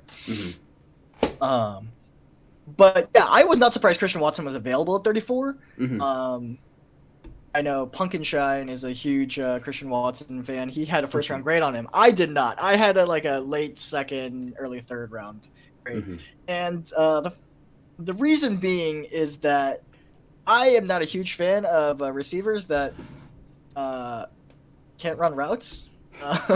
Christian Watson runs in straight lines. He can't really bend. And so when it comes to turning, when you're 6 foot, whatever, 6'3" or something, turning's a little hard when you're long-legged and your hips are that high sometimes. And I thought he didn't play quite as big as he should have, considering his 6'3" against people that are going to not be holding football jobs. I was going to ask how you thought his transition might be against real athletes. Not that, okay, D2 FCS athletes are real athletes, but like against NFL athletes, I guess more accurately. Like I feel like for wide receivers, like, I mean, who's the latest like wide receiver from North Dakota State to be successful? I don't know, maybe that's a bad metric, but like I'm trying to think of athletically, how is that going to translate? I can't think of his name. But basically no one is the short answer. I guess. Yeah. I don't know. So we'll see. I mean, what are they? I mean, what was Christian Watson's 40 time? Like, how fast does he run? I know he's a straight line guy, but like. Let me look that up for you. Sorry. No, it's fine. I am looking. I guess I should plug. It's Kent Lee Platt's tool. It's called the Relative Athletic Score. Oh, and it is sure. Yeah. Far and away the best athletic testing tool out there. Christian Watson at 6'4", 208 pounds, ran a 4.3640. Okay, that's like, that's fine. That's kind of what it needs to be. You expect a lot more from him, though. He had a 38.5-inch vertical and a 11-foot 4-inch broad. That broad jump is 99.5%, 99.5th percentile among receivers from like the past 30 years or whatever. That's ridiculous, right? But you don't see that on tape. He plays much smaller than you think. Like, yeah, and how do you think he's gonna do? How does an NFL team fix drops as well? I don't know that I saw drops, although I didn't watch. The availability of his tape was not crazy. But the way to fix drops is to carry around a weighted ball. Essentially, that's what T.O. had to go through. If you see the clip of Johan Dodson arriving in Landover, he was carrying a weighted ball with him too, which apparently he has fumbling issues or whatever. Like, but yeah, that's Adrian Peterson did the same thing as well. Sorry, that's the rumor. That's what I've been hearing in the rumor mill for Christian Watson is that like he's not like the biggest drop guy, but that given how wide open he tends to be, that he has a lot of focus drops, is what I've heard, which is like okay, I guess. But my biggest concern with Christian Watson is that he can't turn, one, and that two, he doesn't play like a guy who's 6'3", 6'4". Right. He plays like a guy who's 6'1", and for a guy that has those athletic jumping numbers, he should be playing way higher above the rim than he was, and especially against guys that are not going to have football jobs. If for any Apex players, it's like watching Jen Burton out there. It's like, okay, like you should be dominating a lot more, maybe, and then you go and get COVID at LGS land. But anyway, that's a separate conversation. Yeah. North Dakota State's Missouri Valley, right? Sorry, real quick. North Dakota State's Missouri Valley, right? For football. Because 1-11 I don't know FCS conferences. Sorry, I'm almost certain it's. But sorry, go ahead and I'll look it up. Go ahead and start with the next. Yeah, go for it. Yeah, so I mean, just going down the list, Quay Walker and Devontae Wyatt picking two Georgia defenders was straight trolling Aaron Rodgers. It's like, oh, you want a receiver? Can I interest you in a linebacker instead? Oh, you wanted a receiver? My bad. I thought you wanted a defensive tackle. Like, they're good players. Devontae Wyatt might have some legal issues, so that might be something to monitor coming up. Quay Walker's a good linebacker. I didn't have him as my top linebacker, but he's a good player. His processor maybe isn't as fast as Nakobe Dean, but most people's processors aren't as fast as Nakobe Dean. Right. You have Sean Ryan, who's probably going to kick inside. He goes to your school right now. Let's go, baby. Go Bruins. He's going to kick inside. He's going to have good feet for inside. He has bad feet for outside. So, also, North Dakota State is Missouri Valley, just for you 1-11. Yeah. Does Wichita State have a football team? I actually think they might, weirdly enough. Oh, really? Okay. I can list out the teams in the Missouri Valley Football Conference if you want, but if you have any interest, yeah. Romeo Doubs is a crazy deep threat. Once again, from Nevada. Once again, catching passes from Carson Strong, who is literally a quarterback on a peg leg, but can throw it 80 yards regardless. Yeah. He's kind of perfect made for Aaron Rodgers. Aaron Rodgers' best trait throughout his entire career has been his deep ball accuracy, and him and Russell Wilson have always excelled on that category. And Romeo Doubs is going to be able to take advantage of that. He's a deep threat guy. He's not quite as fast as you think he is, but he's a deep threat guy. Zach Tom, super smart. Wake Forest, he's going to play center probably for them. Although it depends on where they put Elton Jenkins, but he's a super smart kid. He played tackle actually for a game for Wake Forest when they needed him to fill in. Oh, interesting. He held his own. I mean, he, for one's disillusioned enough to think that he's going to play tackle, but he's a good interior offensive lineman. I think they're probably going to move whoever's in center. I don't actually know that starting roster, but they're going to put him at center. There's, hold on, let me look it up. Sorry. Also, while you're doing that, Wichita State does not have a football team. So that's the thing. I figured. Also, or at least if they do, it's not in the Missouri Valley Conference. But also, I was interested to see Rasheed Walker as a 7th round draft pick, because I thought he would at least go in like the 5th or 6th round. Not that I'm saying that I love him as a prospect, but also like, I don't know, isn't he like? I guess he's not really all that athletic, is he? Like, he's not really that athletic of a tackle. He's just like a guy who can function okay and played for Penn State, so he gets to get drafted as a tackle. Like, am I... What's your take on Rasheed Walker here? Rasheed Walker, I had just at the top. So I think the way you want to phrase your question is Nicholas Petit Frere got picked at 69. There's no way Rasheed Walker shouldn't get picked, right? And the reason I say that is I had Petit Frere at the bottom of my tier 2 of tackles and Rasheed Walker at the top of tier 3. So yes, I agree with you. He was probably draftable. I had a draftable grade on him. Do I think that he should have gotten that late? I think he's only worth that value, but tackles get overvalued in the draft, so he probably could have gone earlier if Petit Frere is getting picked at 69, for goodness sakes. Sure, yeah. Or Trevor Penning at 19, when his best trait is throwing defensive tackles at the knees of his quarterback. So, as a Ravens fan, I am very glad we did not pick Trevor Penning. I was very afraid, because we had the chance to, or wait, did we? No, yes. Yeah, because he went yes, he went 19, we did, but so you guys drafted Hamilton at 14, I believe? Yeah, we were at 14. So we had the chance, but we fortunately, dodged the bullet on that one. But regardless, did you find what you needed to? Or so Zach Tom, our lads has him listed as a right tackle. He is not going to play tackle. I can guarantee you that. I don't remember who Josh Myers is, to be honest with you.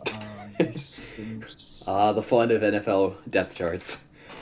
Oh, that Josh Myers. Yeah, he's a young guy. He might replace Royce Newman. I don't know. He's a good player. John Runyon was not a highly rated guy coming out, so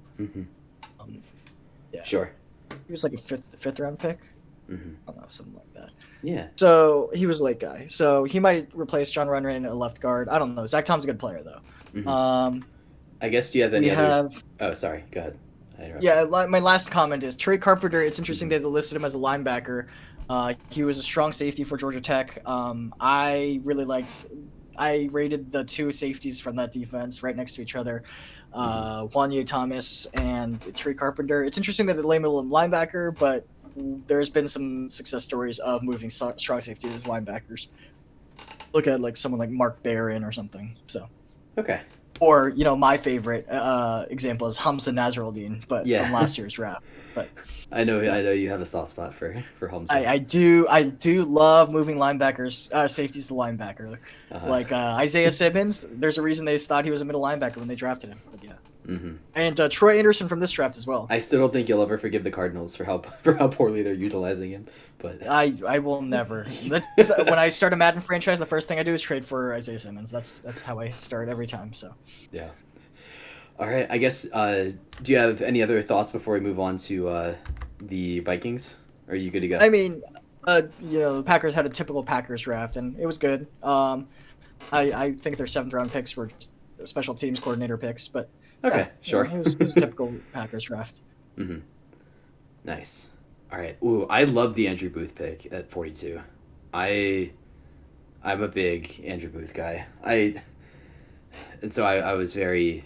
I think that's a really good fit in Minnesota. So I'm a big fan of that. Let's see. Is there anyone else that really sticks out here? I mean, Lewis Cine is I don't really have any strong inklings on Lewis Cine.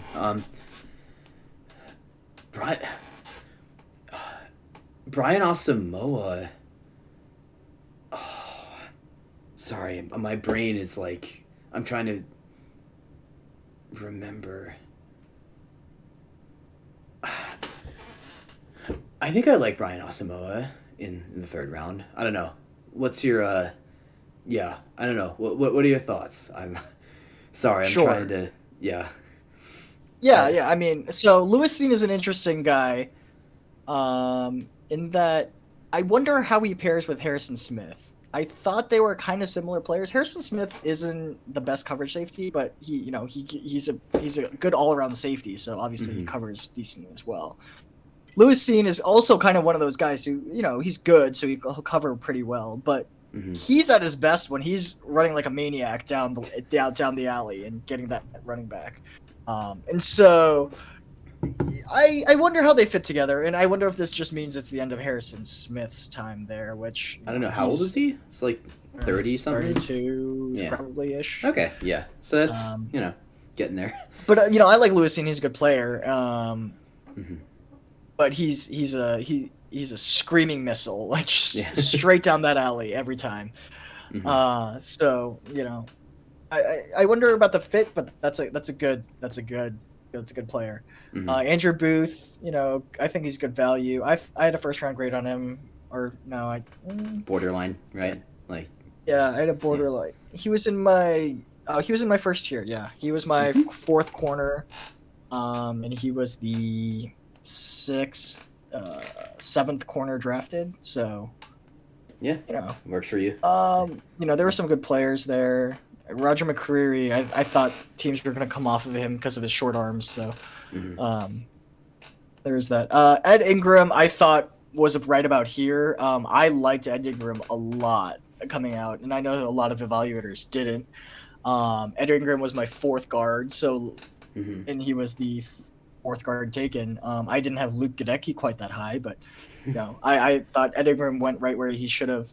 Good player, even on bad teams, but he was also on that good team as well. So he was the last one standing. And then Brian Asamoah is your typical Oklahoma linebacker. He's small, he's short, he's fast. He'll run sideline to sideline, and he'll go and get that tackle. But do I want him to cover? Not really. I want him running sideline to sideline forwards.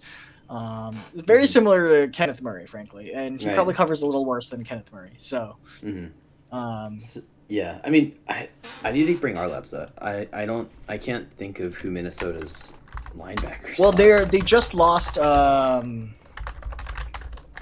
with the brother. The guy with a brother. Kendricks. Oh, Eric Kendricks. Yeah. Eric Kendricks. Sure. Okay. Yeah. Let's so see. They needed a linebacker. They have Jordan Hicks, Eric Kendricks. Oh, Zadarius Smith ended up with them, but he's more of an edge guy. DJ Wanham. DJ Wanham from South Carolina. Yeah. Yeah.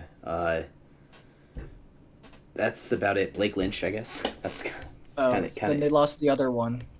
I don't know. They had two UCLA linebackers. They lost one of them. Oh, okay. Well, hey, our lad still has both Eric Kendricks and Blake Lynch on their roster, so I don't know. Yeah, but I don't know who Blake Lynch is, but okay. Oh, okay. Regardless, yeah. Caleb Evans was definitely on the Cowboys' radar at 129. Yeah.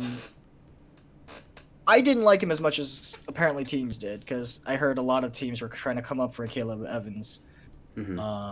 He's kind of a wiry dude, kind of very tenacious, one of those guys. So, decent pick. I wouldn't have picked him that high, but apparently if you wanted him, you needed to pick him that high.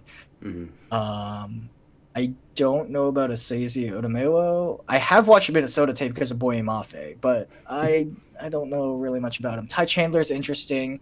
He transferred in North Carolina after, they had their two running backs get drafted last year, Javonte Williams and Michael Carter. Yeah. And so, Ty Chandler was interesting. He's kind of a speedy guy, but also he's pretty well built on his lower half. So it'll be interesting how he fits in here. They've been running Alexander Madison out as the cuff the entire time. That's really all they had. They didn't really have, anyone else as a running back option there. So, it fills a role. I don't know if it was a need necessarily. And then some feeble attempts to address the wide receiver spot with Jalen Naylor. Jalen Naylor was I mean, he's a 6th round, so it's whatever. But Um, I think I mistook him for someone else. Sorry, give me 2 seconds. I can just talk about Jalen Naylor real quick. Yeah, go for it. He's Yeah, kind go of for a it. short speed guy, and not short, but he's like a thin speed guy. Yeah, and so he's fine. Mhm. He's just speed. Like that's his training. Yeah. It's speed. Yeah. Yeah. I guess, do you have any other general thoughts on the Vikings before we go on to the Lions, or what's your feel? They were filling needs. They Yeah. went with big schools early. Yeah. And probably throughout they went Power 5 all the way through, which is generally how a lot of teams look at the draft. So, Mhm. not a bad way to go about it, just probability wise. But Yeah. it was a decent draft. I wouldn't say it's like they hit it out of the park by any means, because they probably should have drafted a receiver early, because Adam Thielen is old and they're gonna have to pay Justin Jefferson their entire salary cap. So, For sure. Yep. Okay. So moving on to the Lions. Yeah. K-Web, sorry, I hope you held on that long. That's okay. That's But okay. yeah, once again, Aiden Hutchinson is. I would, if I was a Lions fan, I'd be much happier with Aiden Hutchinson than Trevon Walker personally, but that's just me. I don't know. I probably disagree, but Aiden Hutchinson's a good player. I'm not saying for the Williams- ceiling. I'm with you that Trevon Walker's ceiling is definitely higher than Aiden Hutchinson's, but like, I don't know. Aiden Hutchinson is probably closer to the player that he's going to be in the NFL than Trayvon Walker is. Yeah, That's what I'll say. I mean, isn't he just going to be like Zadarius Smith, and that's kind of it? Aiden Hutchinson? Isn't his ceiling kind of like Zadarius Smith, and that's what he is, and He's not quite as twitchy, but sure, he's a good player. He's a good player. He's going to be he's going to be a fringe double-digit sack guy. which for a second overall pick's pretty good, I think. Yeah, especially for a hometown boy, it's a feel-good pick. It works. Yeah. Jameson Williams, as long as you're okay with the knee, one of the speediest guys in the draft. Josh Pascal, great run defending edge player. Someone that Mean streak. Actually more collected than you'd think. Dane Oh. Brugler said that he wished he had ranked Pascal higher. The teams obviously thought the same thing as well, because he went really early in the second round. Kirby Joseph has like Spider-Man arms, ridiculous like Oh, long really? arms. Are they? It shows on tape. Yeah, He's like 33-inch arms. Like Jeez. it's crazy. That's crazy. I guess that's fine. Mitchell was one of my favorite tight ends. A super athletic guy. There's What one is- play against USD where literally there's a guy hanging from his shoulders and he catches a ball. So, Oh, that's that guy. You're right. Okay. I mean, how do you think he's gonna fit in with Hawkinson? Like, what's his what do you think his role's gonna be? What? He fits a very different role because Mitchell's definitely going to be your like Y type receiver. Hawkinson's like in line your H back, so it'll be fine. They're not really the similar running backs or not running backs. Or tight ends. So. Yeah. Malcolm Rodriguez is your typical short, can't really cover, but is a heat-seeking missile type Big 12 linebacker, and that's really good value for him at 188 because Terrell Bernard's basically the same player, and he went 99 picks earlier. So there's that. Chase Lucas is kind of a flyer slot guy. They already have a slot guy in Oruwariye, although I guess they could kick him out. So or outside, not out of the team, but outside. So. Yeah. No, they're Lions. They can't afford it. Like. They need every single the piece help. of talent they can get. Yeah. Nice. Yeah, I was really impressed with the Lions' top half, especially. Like, obviously, that's kind of what I tend to be more in tune with because I don't necessarily watch Jackson State film, but like seeing who they got and at the value that they got, like I'm trying to think of what they gave out. What they give like a third or fourth rounder to the Vikings to get Jameson Williams. Like it wasn't. I don't think it was anything crazy to get that, and like I think him aside on Ross St. Brown is going to be really good, and I think it's an interesting team building strategy. Also, they realize we don't have any good quarterbacks in the division other than Aaron Rodgers. So with the Bears and the Vikings, line. let's just pin our ears back and go get him. That's what you get, two edges up front. So. Yeah, Yeah. Hey, yeah. It'll be interesting to see how it turns out for them over the years. I mean, obviously they're still rebuilding, but like maybe 2024 comes around and they could sneak out 7 wins. Like they're I don't think that quite, but they just don't have the quarterback, so sure. We'll see. Yeah. All right.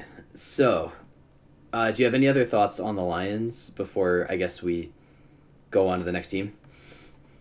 I think I'm probably good on the Lions. Okay. Cool. We'll see them next year. They're they're back when they're relevant in the draft again. So yeah. I guess we already talked about the Seahawks a fair bit. Oh, this is out of date. Interesting. We already talked about the Seahawks a fair. Actually, did we? How much did we talk about the Seahawks with Tage? I guess we did a fair bit. So, do you have any? I don't think it was the Seahawks. We talked about someone else. We talked about the Ravens. Oh no, we talked about the Lions. That's right, the Lions and the Ravens. The Lions and the Oh, I'm confusing with Ben. Okay, yeah. Yeah, Seahawks. Let's go, baby. Yeah, shout outs to Ben Glassmere. Oh yeah. Also one of my favorite people. He has the best uniform takes in the entire Twitterverse. So, yeah. But yeah, this is an interesting draft because they picked 2 good pass blocking tight end or offensive tackles, right, and then picked a running back. Yeah. I am a bit jealous of Charles Cross, but that's okay. Yeah, I mean Charles Cross is a good player. Broadus had him as his first offensive tackle. Mm-hmm. I'm not sure he's that good a player, but I am jealous that they got him at 9. Yeah, it's just when you draft a running back, it's just Pete Carroll going, "Oh, we need a better runner." When you just re-signed Rashad Penny, when you also have Chris Carson, who granted is always hurt for at least 4 games for us fantasy players out there. He's always good for 4 games out on a season. But that's Seattle for you. Yeah. Yeah, I mean that's Seattle. Man, they're like, you know what? We're gonna play football like it's the '90s and just like try to just draft big boys and running backs. Apparently, yeah. Boye Mafi's a good player. He needs to learn how to come up with a pass rush plan a little bit better. Kobe Bryant, actually named after the Kobe, rest in peace. He's an okay player. He's a team captain. He held that defense together. He was kind of a glue guy. If the Seahawks could, Seahawks love them some spark, right? The athletic testing number spark. And so if you could create a spark cornerback for the Seahawks and their defensive scheme, it was Tariq Woolen. He's a 6'4" corner that can run 4.3. His mother could spell. She thought it was disrespectful to actually name him Kobe Bryant, so they went with a different spelling. But it was in honor of the Kobe though. But Tariq Woolen's a good player. Great cover 3 corner. He's like if Nashawn Wright was good. Said like a true Cowboys fan. Cowboys fan that hurts a little bit, but I liked Tariq Woolen a lot, and I got to watch some UTSA tape because of him.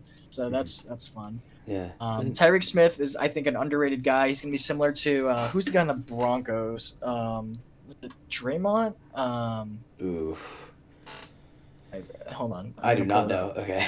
There's a guy on the Broncos that's a similar player from Ohio State, and they're gonna be. I guess while you're doing that, Bo Melton is interesting because I feel like a lot of evaluators had him all across the board. Where like some people were like, "Oh, this guy's like a 3rd round pick," and then other people are like, "Oh, don't even draft him." And so interesting that he fell to the 7th round. Like, I feel like, I guess this was also very media driven. So I think this draft was a good example of how like the media's perception of players and the team's perception of players was very different. But in Bo Melton's case, I'm surprised that there wasn't at least one team that looked in the 5th round and was like, we like him, we'll take him. Like, just to get him somewhere. I don't know. I'm not surprised. I'll say that. Bo Melton is a good player. He was like a 4.5-star guy. Like I think he was above 90. Like he was a good player in high school, and he went to Rutgers, and that was probably the worst career decision he made because he broke records. Like he was one of the most productive receivers Rutgers has ever seen, but that also meant he never learned how to run routes. He was just always hero balling it all day. Like it was not good. And like, so he's going to come into the NFL. He's going to come into an offense where, without a quarterback, because they're not. So there was a report that came out during the draft that the Seahawks have decided that Geno Smith is probably starting the year. Let's go, Geno Smith. Career natural resurgence thing, of Geno Smith. Yeah, no, they'd be lucky if they get two wins with Geno Smith. Yeah, you know, and I love that. neither of those might be against the division. Yeah, I mean, that division is. So, like, you know, Bo Melton. I'm not surprised to see him that late. I'm not, but you know, he's if someone can teach him how to run routes correctly, he'll be a decent player. Yeah. Nice. And then Lenore Ryan has shutouts to Kyle Duggar. Oh, true. Yeah. Anyone knows where that is. Oh wait, that's where Kyle Duggar went. Yes, that is where Kyle Duggar. Okay. So. Good stuff. Good stuff. Decent class. I mean, a little. Why are you picking a running back? Yeah, but I mean, otherwise, yeah. decent class. I mean, Russell Wilson's probably, you know, tossing in bed tonight, going, "Why couldn't they do this when I was there?" But you know, sometimes it takes a breakup to know what you need. So I guess maybe that's it. Russell Wilson was like, "Oh, can you draft a tackle maybe once every 5 years?" And they were like, "No." But once he's gone, they're like, "Oh, we're gonna take 2 in the same year." Yeah, like we can't. Yeah, you don't know what you have until you lose it, I guess. Oh. Yeah. Sure. All right. Unless you have any more thoughts about the Seahawks, let's move on to the 49ers. Let's see. What do I see? TDP. That's fun. Shout outs to your Campus Canton article. He's, you know. Wait, he's not Vulture guy. He's. No, he is a touchdown vulture. He is touchdown vulture. He's like single cut, just like once you do his single cut, he just like goes. And you can't ask more from him. It doesn't matter who's in his way. Teammate and defender doesn't matter. He's just gonna bowl everyone over. It's just a bowling ball. Yeah. Yeah. Yeah. You know, they had to pick a receiver early because they're about to trade away Deebo Samuel. Yeah. Which, Danny you know, Gray being that guy is a little bit questionable. I thought he would go a little later. Also, one of my Campus Canton guys. He has fumbling problems, but I mean, he's a good player. He's fast. He has track speed. Right. He's raw, and he could have like Dane said, Darnell Mooney like production maybe one day. I mean, I guess. But like, yeah, I thought he was a little bit later, but he can be a producer eventually, just not soon. And it's kind of not a great place to go because they kind of do have a crowded project receivers in their room. So also, David, what's up? We'll see. But yeah, Drake Jackson, I was not a huge fan of. He can't bend. If he learns how to bend, he'll be okay. But he doesn't know how to bend. Similar to Sam Williams for the Cowboys. And then, you know, TDP is a bowling ball. Spencer Burford, he's okay. He's not. He's got that mean streak, but he's not even as good as Will Hernandez was coming out as a prospect. So we'll see. No. And then I don't have a whole lot of opinions. Us Maryland fans are a little resentful for Tariq Castro Fields, but that's a little rough. But and a lot of quarterbacks went in that 7th round because people didn't want to have to compete for these camp arms. So well, you're saying Brock Purdy's not knocking on the door? I mean, well, wait, who do the 49ers have behind Jimmy G? Who's their backup? Do they still have like CJ Beathard or something? Is that still their guy? I don't even know. Shout out to the Trumpets. Yeah. Hello, David. How's it going? I guess you couldn't convince Drunk Jen to put us on the TV, but okay. Okay. All right, give me. Oh, come on. 49ers depth chart. Our lads. I don't even know. Sorry, we're talking about quarterback right now. We're talking about the backup quarterback for the 49ers behind Jimmy G. Now it's Jimmy G.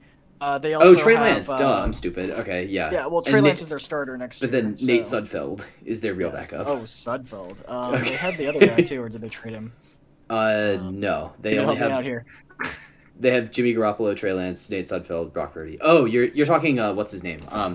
Mullins, right? Nick Yeah, Mullins. yeah. Nick Mullins. That's right. He's not currently on their roster anymore. Um, so yeah, unfortunately, but Yeah, I mean, so it goes. Yeah, they're gonna get a comp pick for him, so whatever. Yeah. But yeah, teams did surprise- not want to compete for those camp arms for some reason because they were, what's his name? I did not have him on my list. What is that? Chris Lodakun? Who? Did not expect him to be drafted. He was not even on my radar. Some people said they had him as their quarterback 7 out of the FCS. So there it is. All right. You got me. You had me for a second. You had me, then you lost me. Had me in the first half, not gonna lie. But yeah. Also, biggest sure. surprise of the draft is that the 49ers didn't draft a running back with a 4th or lower down pick. Like, they actually spent on a running back, which is wild. No, I'm not surprised because I'm surprised they took a running back so early. But yeah, that's what I'm saying. Pick one later. Yeah, that's what I'm saying. Yeah, I mean Elijah Mitchell is a good running back. He's going to be a starter. So it's whoever you want behind him, and it makes sense to a sense. Elijah Mitchell is slighter than you think, and so just having someone that'll just one cut and just. He's going to be a touchdown vulture. His stat line at the end of his first game that he sees real action in is going to be 2 attempts, 1 yard, 1 touchdown. That is going to be a stat line. So, so all this fantasy, he'll be a touchdown vulture to watch out for. Players out especially there, on the 49ers. Good fit for him. Mm-hmm. Yeah, I guess they didn't really improve. I mean, they improved their on the edges, offensive line wise, but like on the interior, I guess they didn't really address it. But I guess knowing them, that doesn't really seem to stop them. So they have first rounders all through that defensive line. They didn't need that much defensive line help. So or offensive line, I meant. Oh, offensive line, yeah. But regardless, Spencer Burford actually might kick inside. That's fair. He's not quite as. Pretty sure he's not quite as big as you think he is. Mm-hmm. That would make enough sense. But yeah, I guess any other thoughts on the 49ers before we move on to the Rams? Oh, the Rams will be a quick talk. So, he's 6'4". He's is he 6'4"? Okay. Yeah, yes. Burford is. But yeah, no, I mean it's a weird value draft. The NFC West draft's funny, so it's what it is. Gotcha. Okay. On to the Rams. Hello. How many picks do they have? They had a lot. Oh, that's way more picks than I thought they were. They had a ton. I think the team with the least picks was like the Dolphins. I think they only had like 5. Oh, I'm surprised they even had 5. Yeah. I mean, none of them. There was a video that was posted on Twitter of one of these scouts who jumped in a pool because he said Logan Bruss wasn't going to be there at 104. And to be honest with you, I didn't have Logan Bruss going before 104. So there's that. I mean, yeah. Didn't people think he was a huge steal at 104? Is that the Rams thought they got a huge steal, but also they suck at this, which is why they trade their picks away. Okay. So okay, fair enough. As Voch Lombardi says, y'all when you do mock drafts, do you take into account that teams just suck at this? Some value players, Kyron Williams' stock plummeted after he ran like a 4.740 or something. Kobe Durant, from South Carolina State, also, home of Javon Hargrave and Darius Leonard, as David and I were talking about on Thursday night. And not the Montana State linebacker you want in Daniel Hardy. It was a weird draft. Darian Kendrick has legal troubles. Not really sure if he's going to actually contribute anywhere, but we'll see. The bigger thing is they traded a 2023 5th rounder for Troy Hill to come back. So reuniting with the old buddy there. Nice. So yeah, it was fine. It was a very Rams pick. They're just like filling their holes and just calling it a day. So yeah, I was gonna say like none of these really stick out to me. Like if I don't recognize the names, then that's probably a bad sign. Yeah, I don't recognize some of these names too. So yeah. Although I guess you can't go wrong with a Big Ten offensive tackle. So yeah, it is what it is. Mm-hmm. I guess. But yep, Rams be Rams. Keep giving away your picks. Keep getting picks, known commodities for them. Move on with your life. I mean, they'll get a 3rd rounder for Von Miller. So okay. Mm-hmm. They gave up a 2nd and a 4th, and they got back a 3rd. And Von Miller, so for a year. So okay. Yeah. Okay. Unless you have any more thoughts on the Rams, Cardinals time. Oh, baby. the Cardinals. That first round pick is actually Hollywood Brown. Mm-hmm. Yeah, sorry I didn't put that on there, but they did indeed trade for Hollywood Brown. They gave 23 for Hollywood and pick 100, which is a choice, but they also picked a tight end with their first pick when they only ever use one tight end at most. So, James Conner was about to have the whole backfield to himself before they drafted Keontae Ingram, which they had a gap between those two picks. Yeah. Myjai Sanders and Cam Thomas are both interesting picks because they both weigh in at like 240 soaking wet.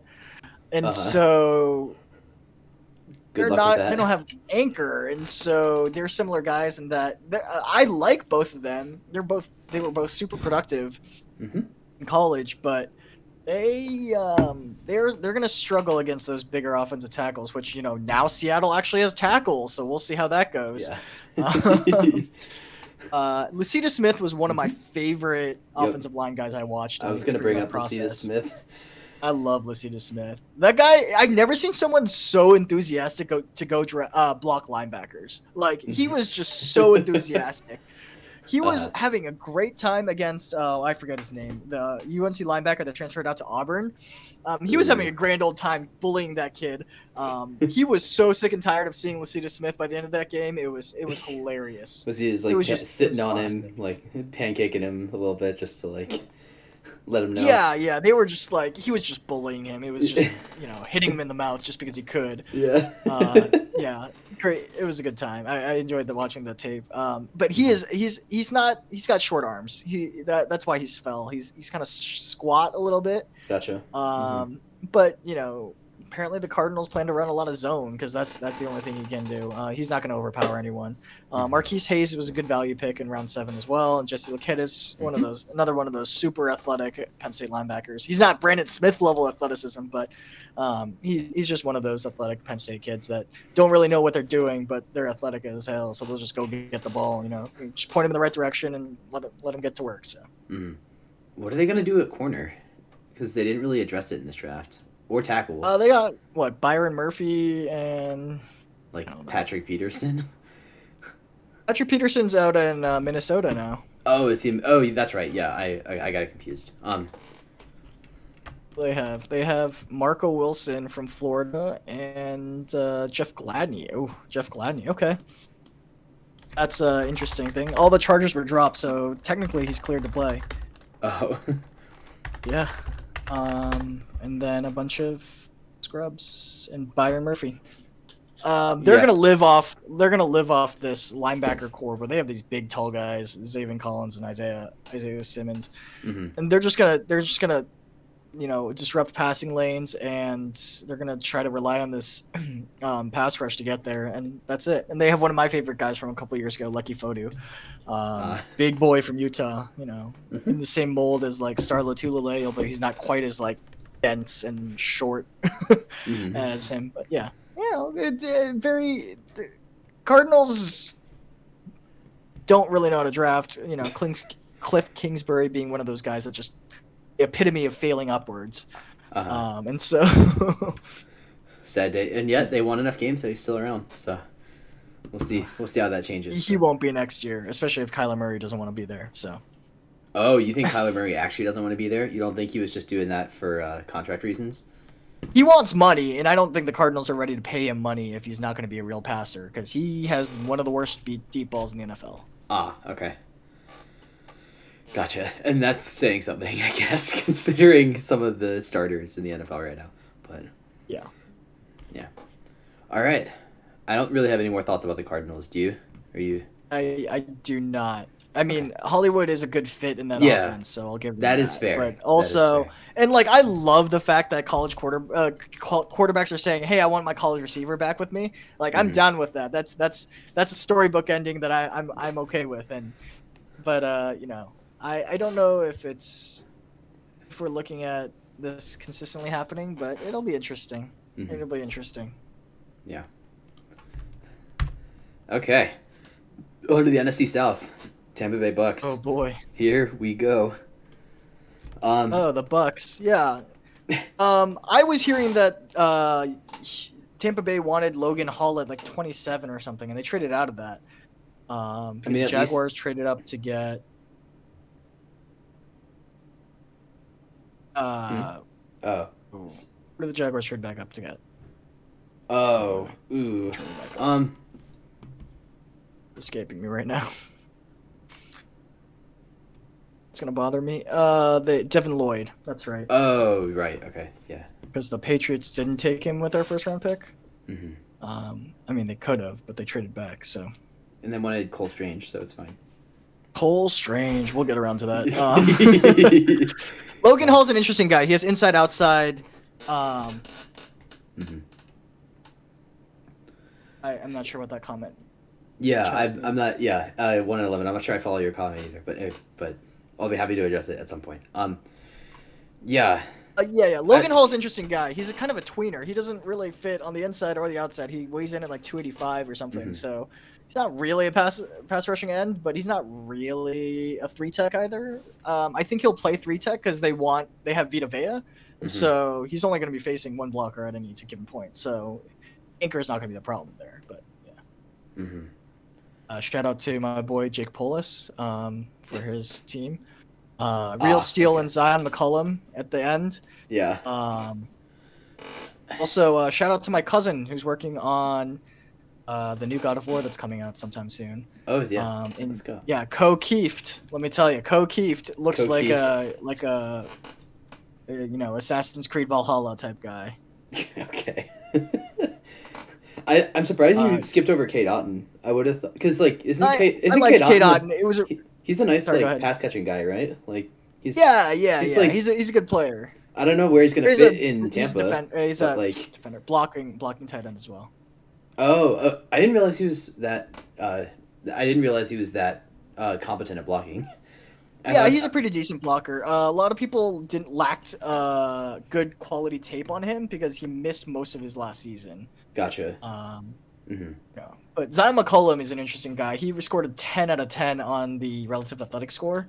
6'2", runs a 4.3. Really athletically interesting guy. Am I thinking of the same guy that weren't some people potentially saying that he could go as early as round 4 or even the end of day 2 if people really if a team really wanted him? No, I mean his tape wasn't that good, frankly. Okay. But having a 10 out of 10 helps. Right. He ran a 4.33 40. His shuttle was 3.94 and his 3-cone was 6.48, which is otherworldly. 11-foot broad jump, 39.5-inch vert, and he stands at 6'2", 200 pounds. That is what you want in a corner. With 31-inch arms is not quite long technically, but he's a big boy. Yeah. Nice. I guess let's see. Is there any needs that they didn't fit? They didn't really fit D-tackle. I don't know what they're gonna do about D-tackle other than Vita Vea. Logan Hall. That's Logan. He's gonna play defense. He's gonna play tackle for them. Okay.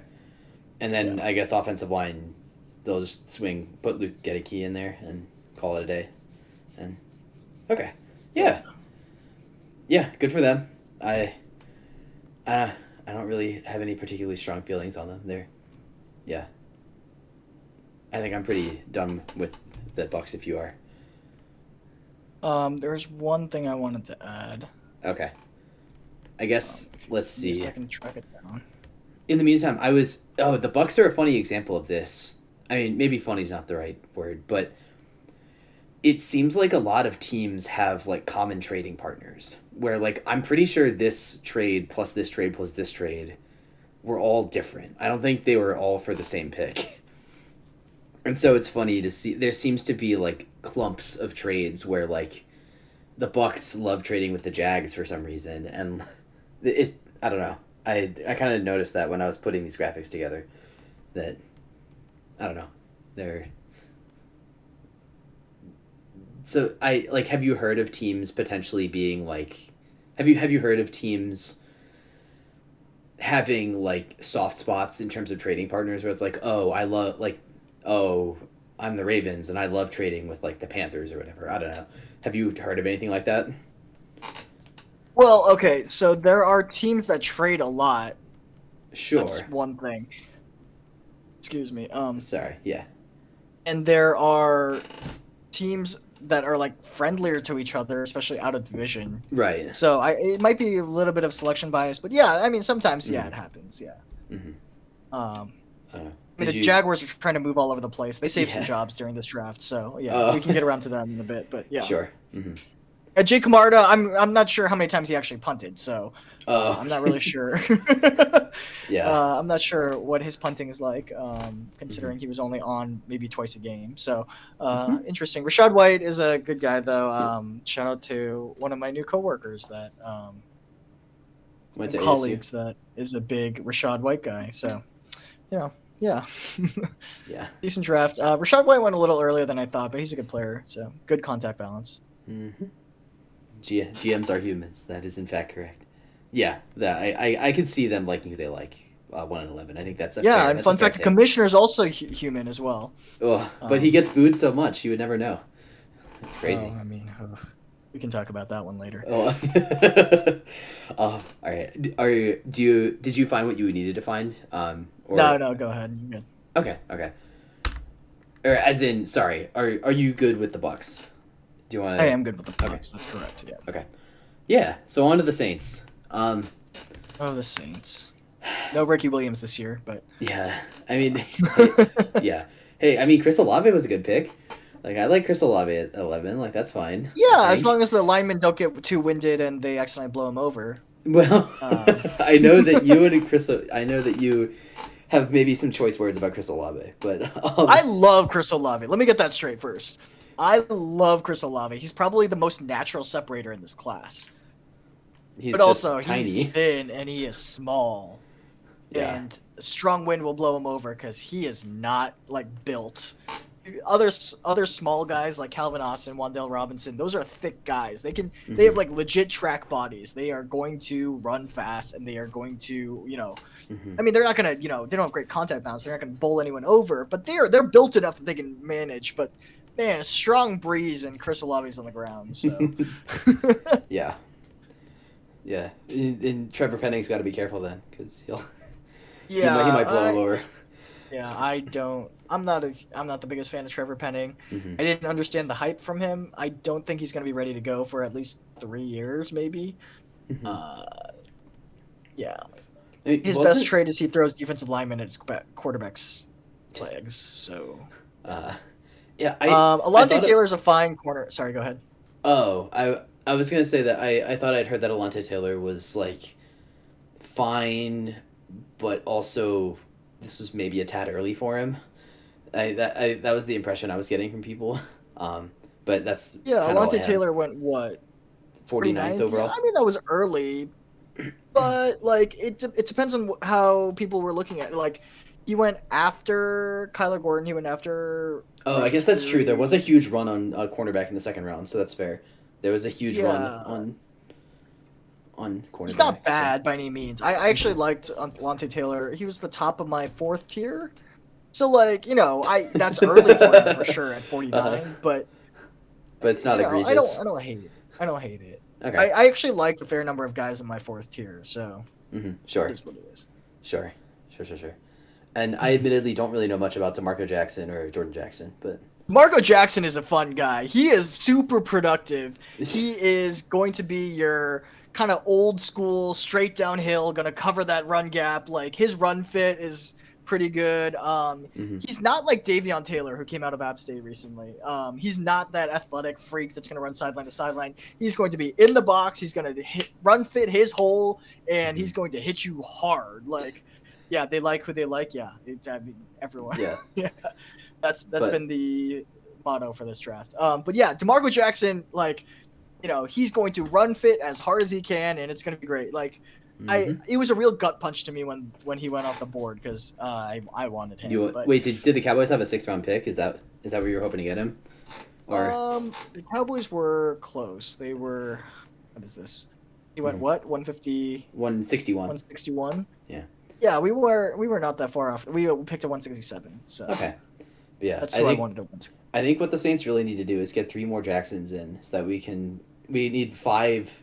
We need all of their defensive line to just be Jackson so they can be the Jackson 5. It'd be very fun. Yeah. I mean, we'll see how Jordan Jackson and DeMarco Jackson actually do.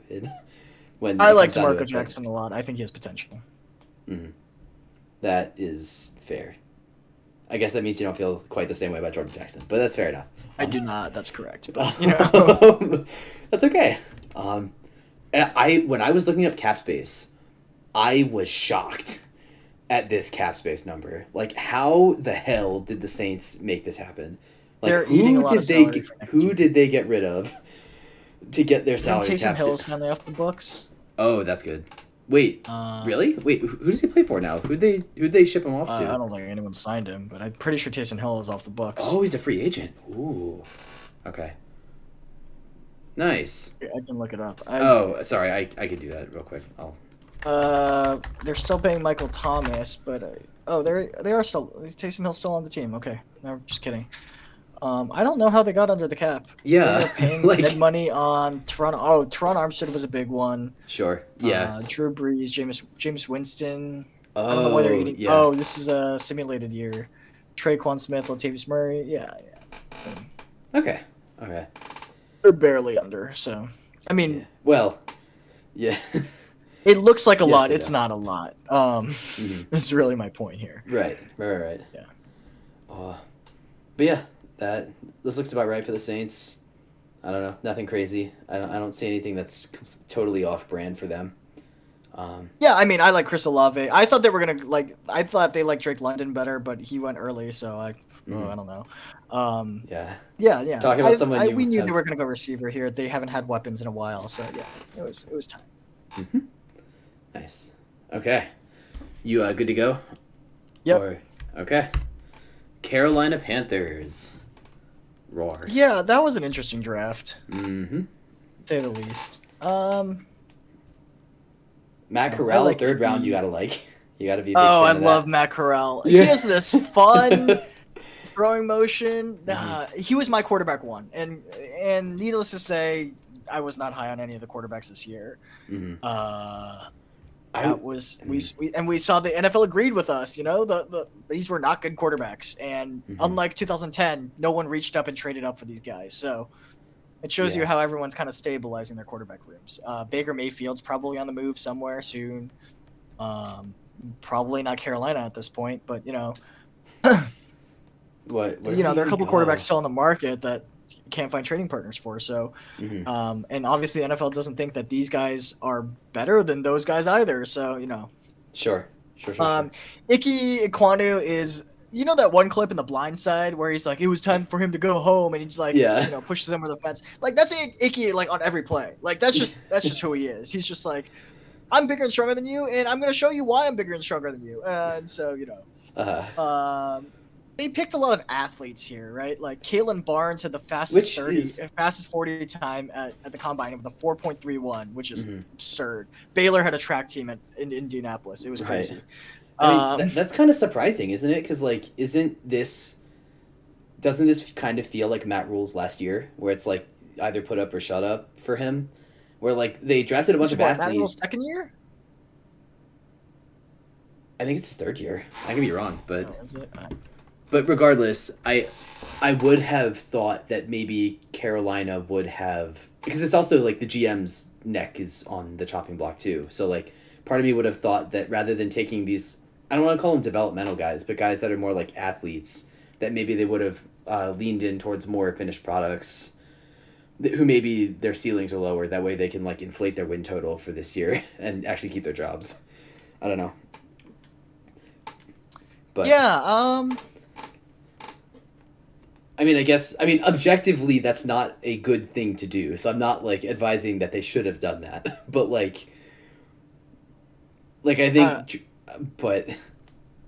Oh, okay, so I'll give you this, right? Like, Brandon Smith, if you want to build a player that looks like an NFL player who plays linebacker in the NFL, you would build Brandon Smith. He's long, he's fast, he's strong. Like, he just has zero idea what's going on.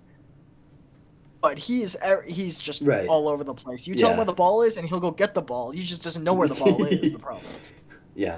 But But that's exactly my thing is where, like, yes, these are athletes, but I don't want to call them projects. It's like Ike Ekwonu, it's hard to call him a project, but like it's he is a project. He requires a little bit of refinement. That's I think the thing that I'm most surprised by is like they're betting on themselves, which I guess I don't blame them for, but also they're kind of going all in here and saying like we're going to develop these guys immediately, and if we don't, we're going to suck, and the owner is going to take notice.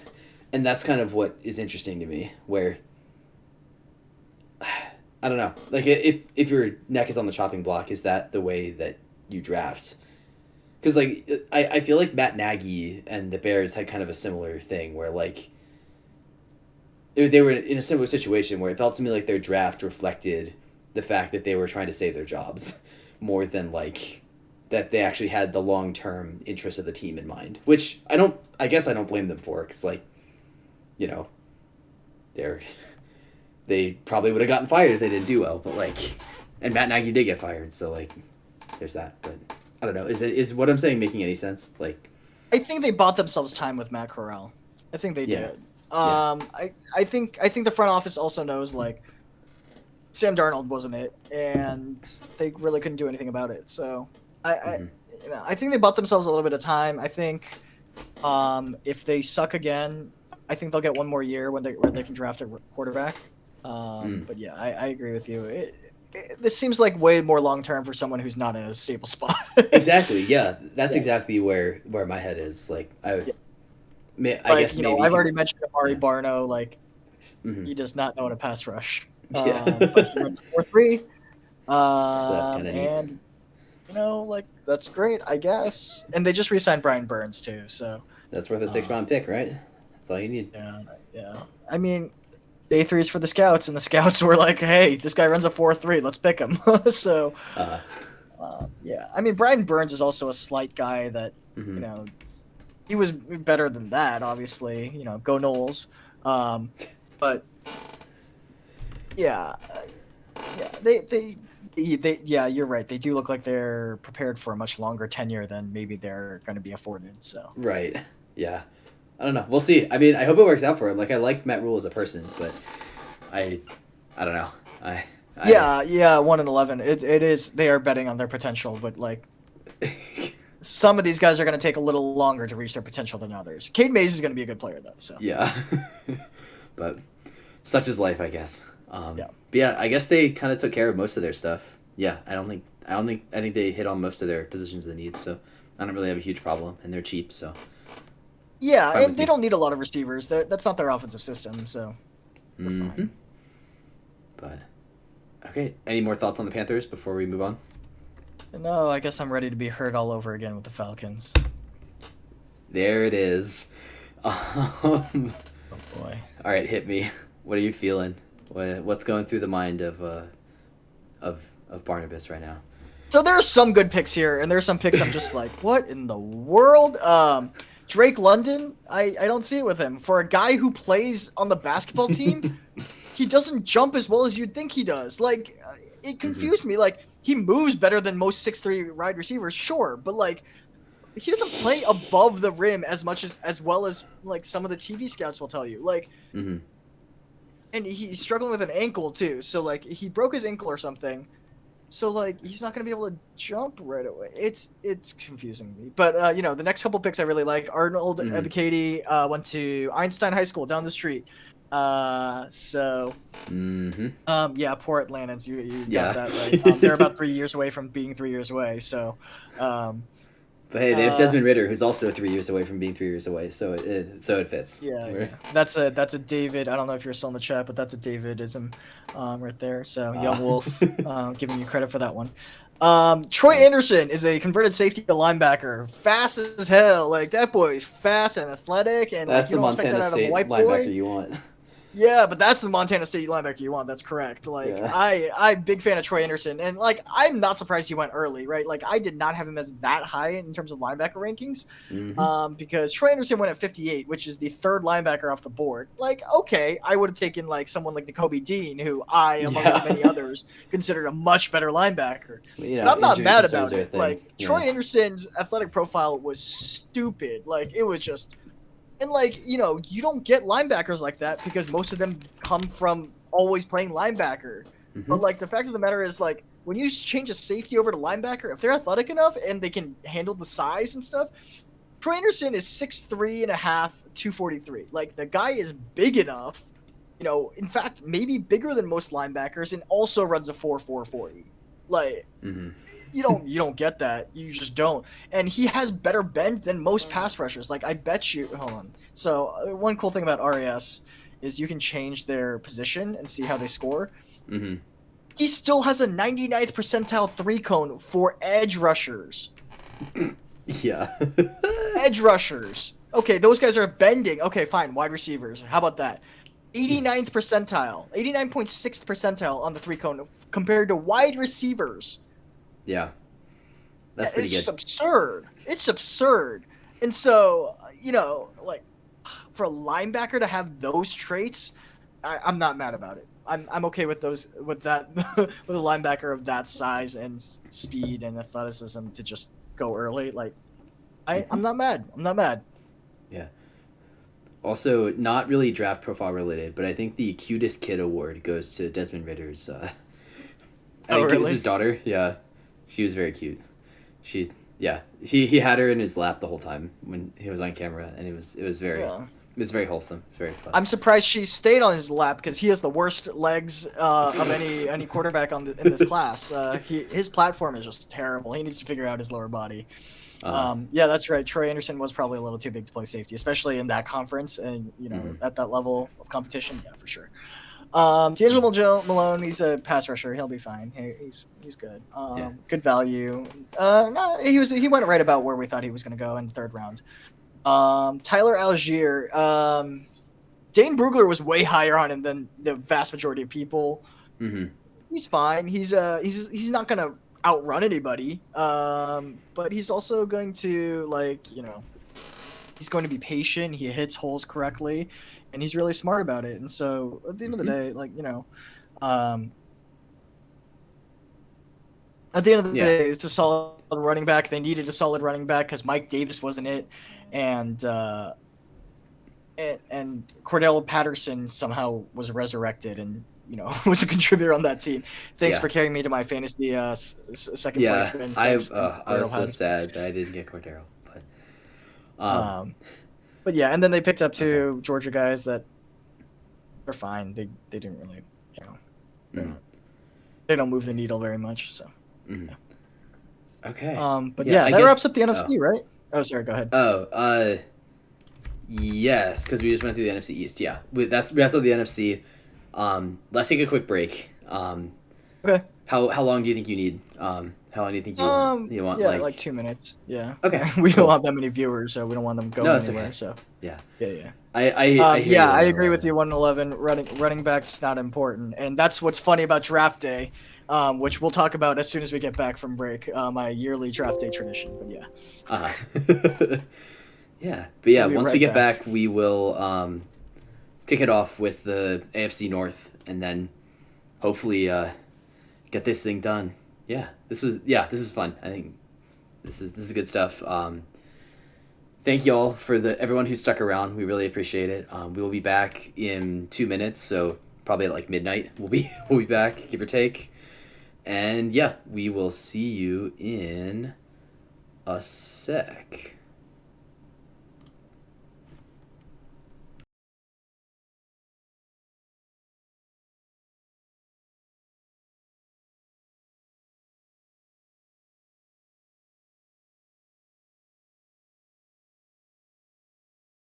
Okay.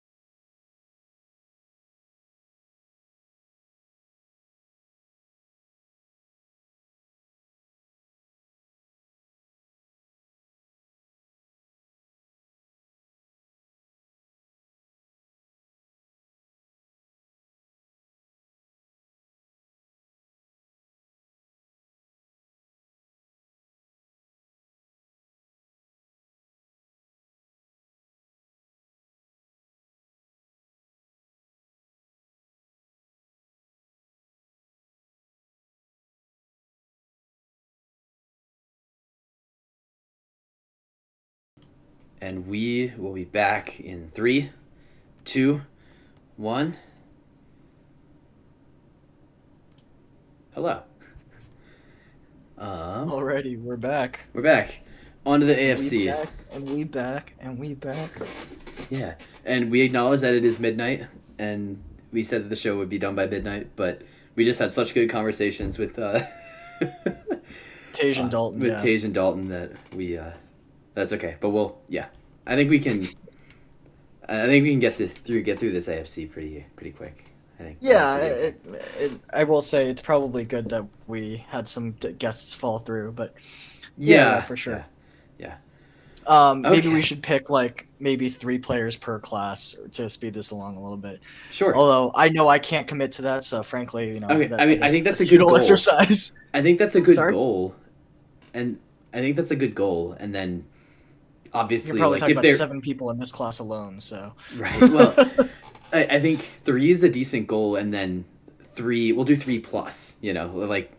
Aim at 3, but then we'll inevitably talk about a few others. But we'll at least have that in the back of our head. I think that'll be good. Okay. Yeah. So how about Dem Ravens? I'll highlight the 2 guys I wrote about on Campus to Canton. Everyone check that out. Campus 2, the number 2, Canton. Uh-huh.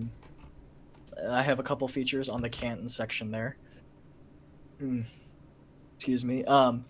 But Tyler Beatty, the Tiger in that article. Mm-hmm. He's an interesting player. He hasn't torn an ACL, which is better than the entire Ravens backfield so far.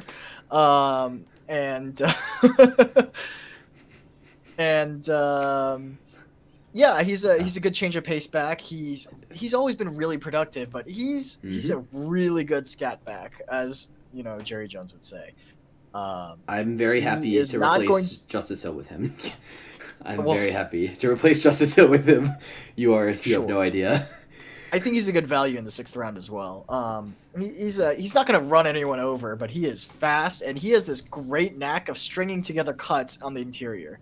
Mm-hmm. I was very impressed by that. He makes about 3 moves inside the hole just to get those extra yards. So he has this slithery nature about him. He's a good player.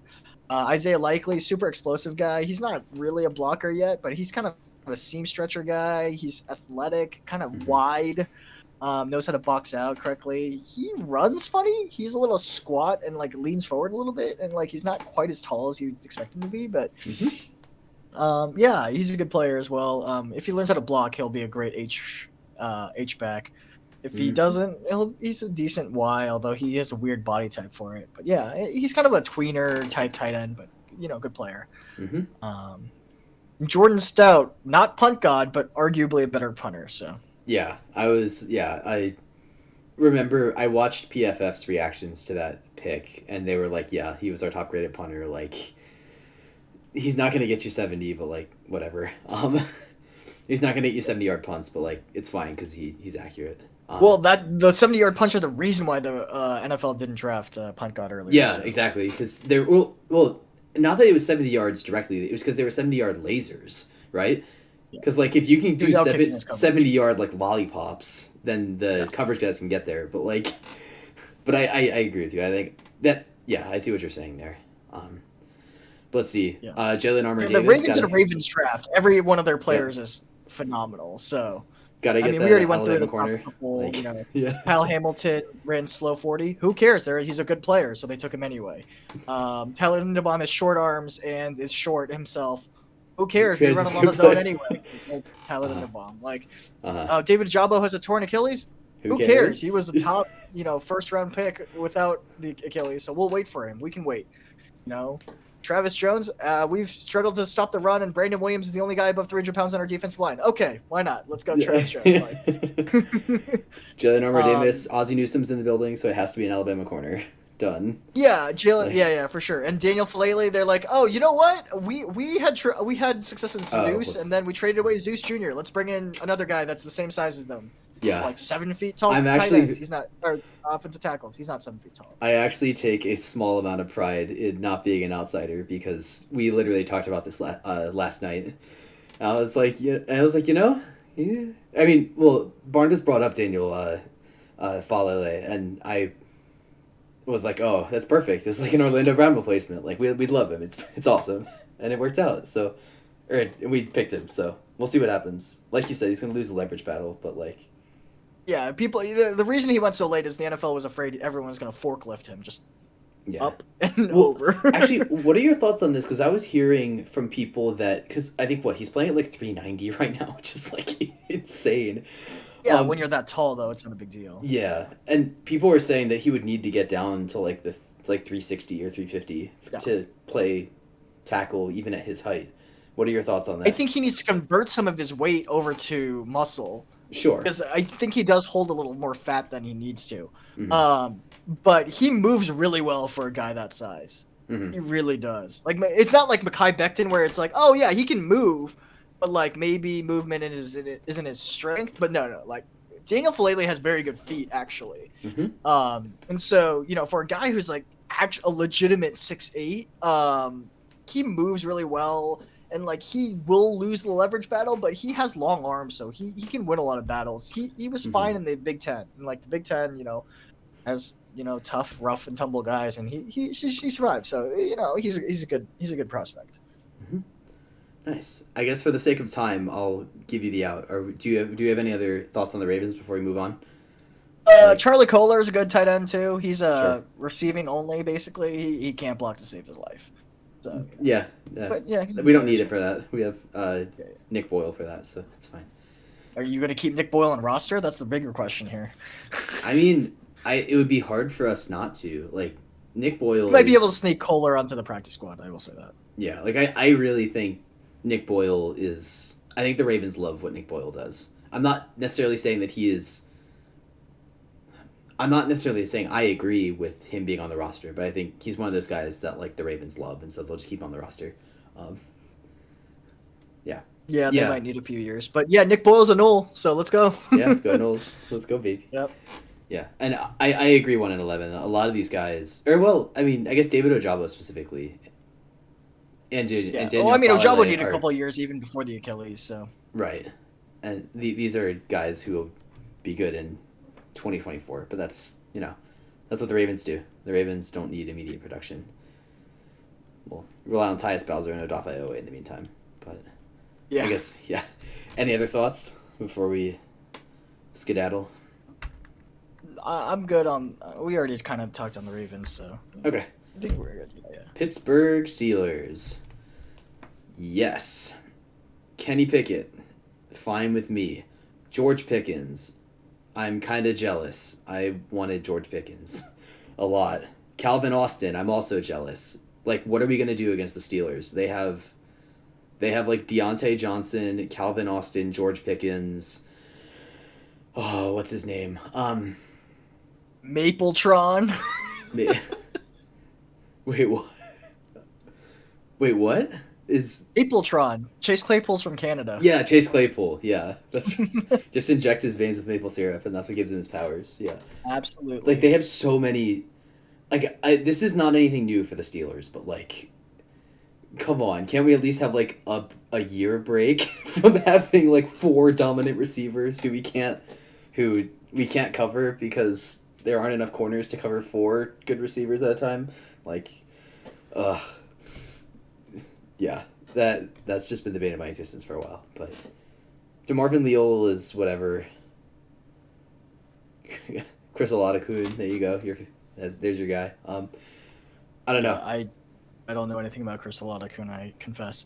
Yeah. Kenny Pickett's an interesting guy. 1-11. You'll appreciate this.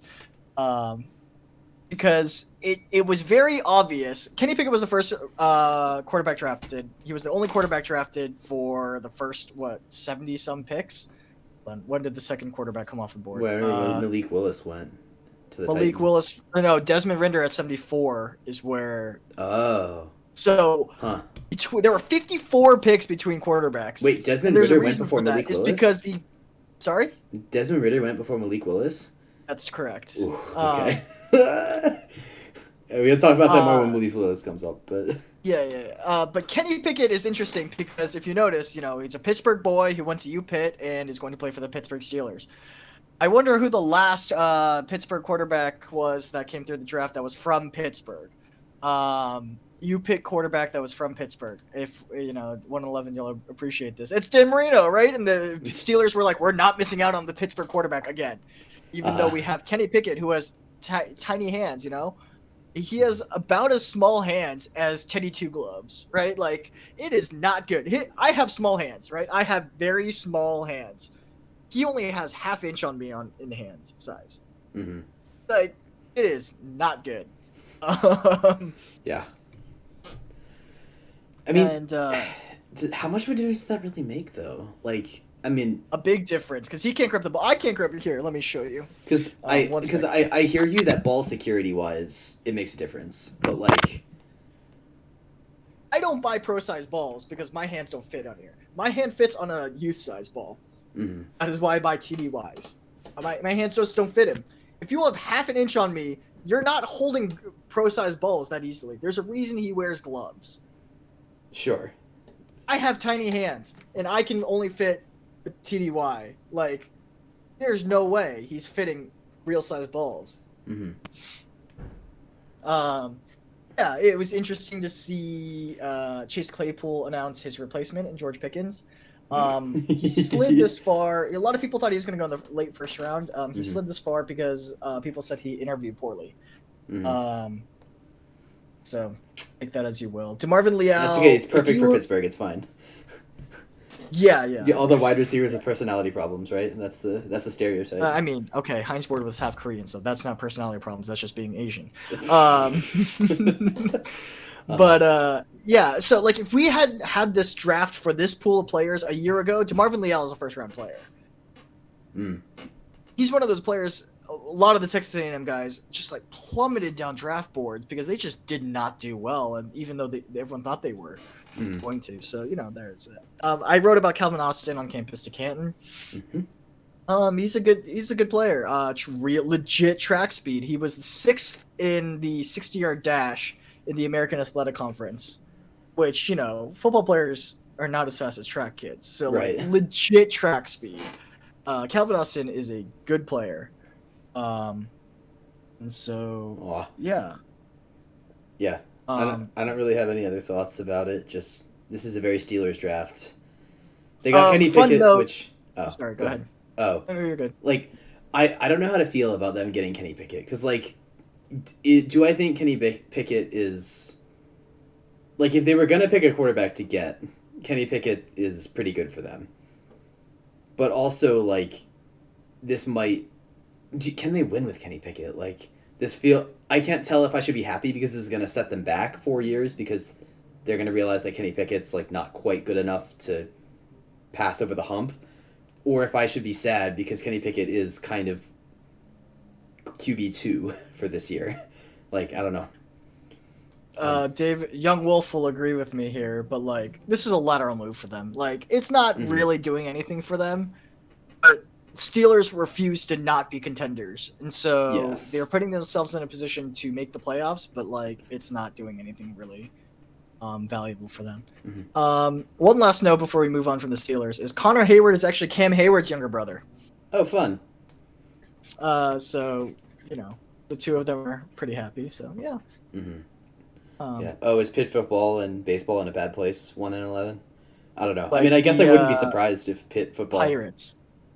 Oh, you mean Pirates? Okay. Then yes,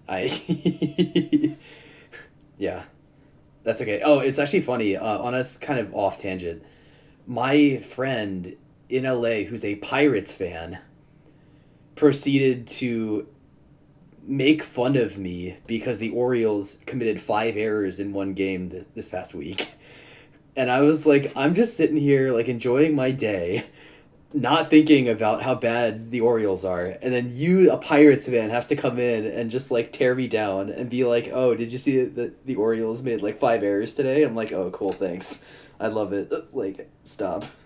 Yeah, forgetting what the Cubs did to them last year, like literally bush league play. Yeah, so so he can relax. But anyway, yeah. I guess. Yeah, this is about it. I don't know what their one offensive note line's is going to do. they might be trying to run Chase Claypool out of town. Really? Yeah. They're not super happy with how much drama he brings, I think. Yeah, which is fair. You know, it is fair, but I don't know. I would say the Ravens want him, but one, that's never going to happen, and two, I don't know if we want him. So we'll see.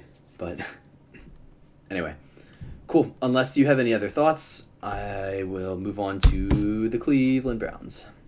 The Cleveland Browns. Mm-hmm. So I think Cleveland Browns is a good time to bring up my every year annual draft tradition, which is that every year on draft day for the first round, I watch the movie Draft Day with Kevin Costner and Jennifer Garner in my dream role. Because just like that is my dream girl, right?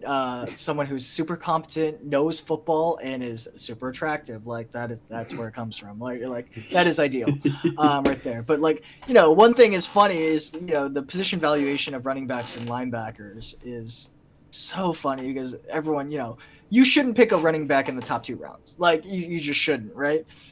And at the end of the day, in draft day, spoiler alert, 1 in 11, don't you dare. He's called her an older lady. What is that? Come on, you got something against older ladies? What's going on? Yeah. Well, what are you trying to say, 1 in 11? You defend the yourself. one that said I'd marry a 30-year-old, thanks. What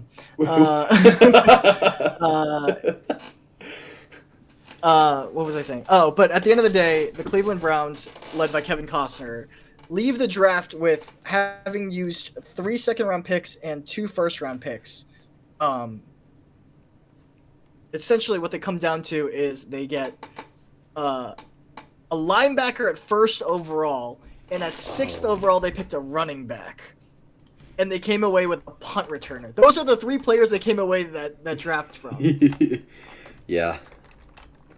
Also, I'm realizing that I may have misinterpreted a 1 in 11's comment.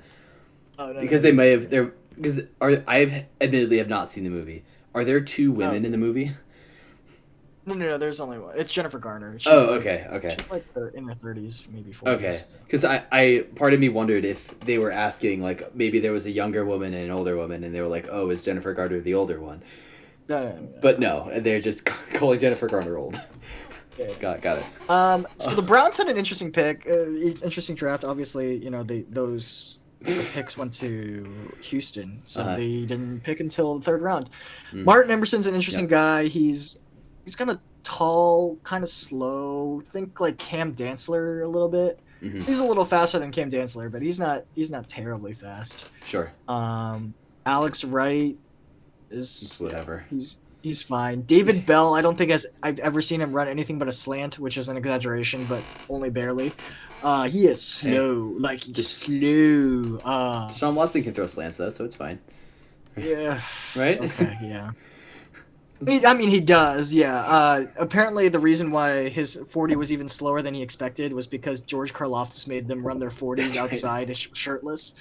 Because, of course, you're in Indiana. Yeah. Perry and Winfrey was a value at 108, you know. Mm-hmm.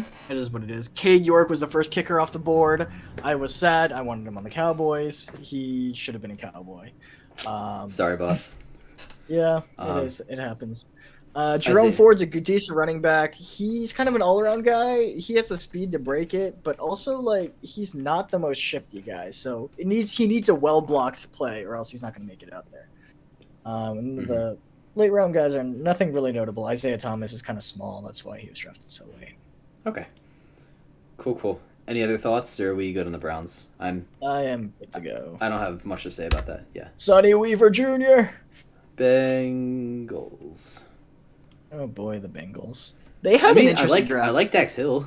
Like. Yeah. Tej pointed it out. Dax Hill was a great pick, and the reason is like I was saying, like his evaluation was super fun because he lists as a safety. He actually played mostly slot at Michigan, and he did a really good job of it. And yeah, he's a little bit small, but he doesn't have short arms, so he's fine, you know. Mm-hmm.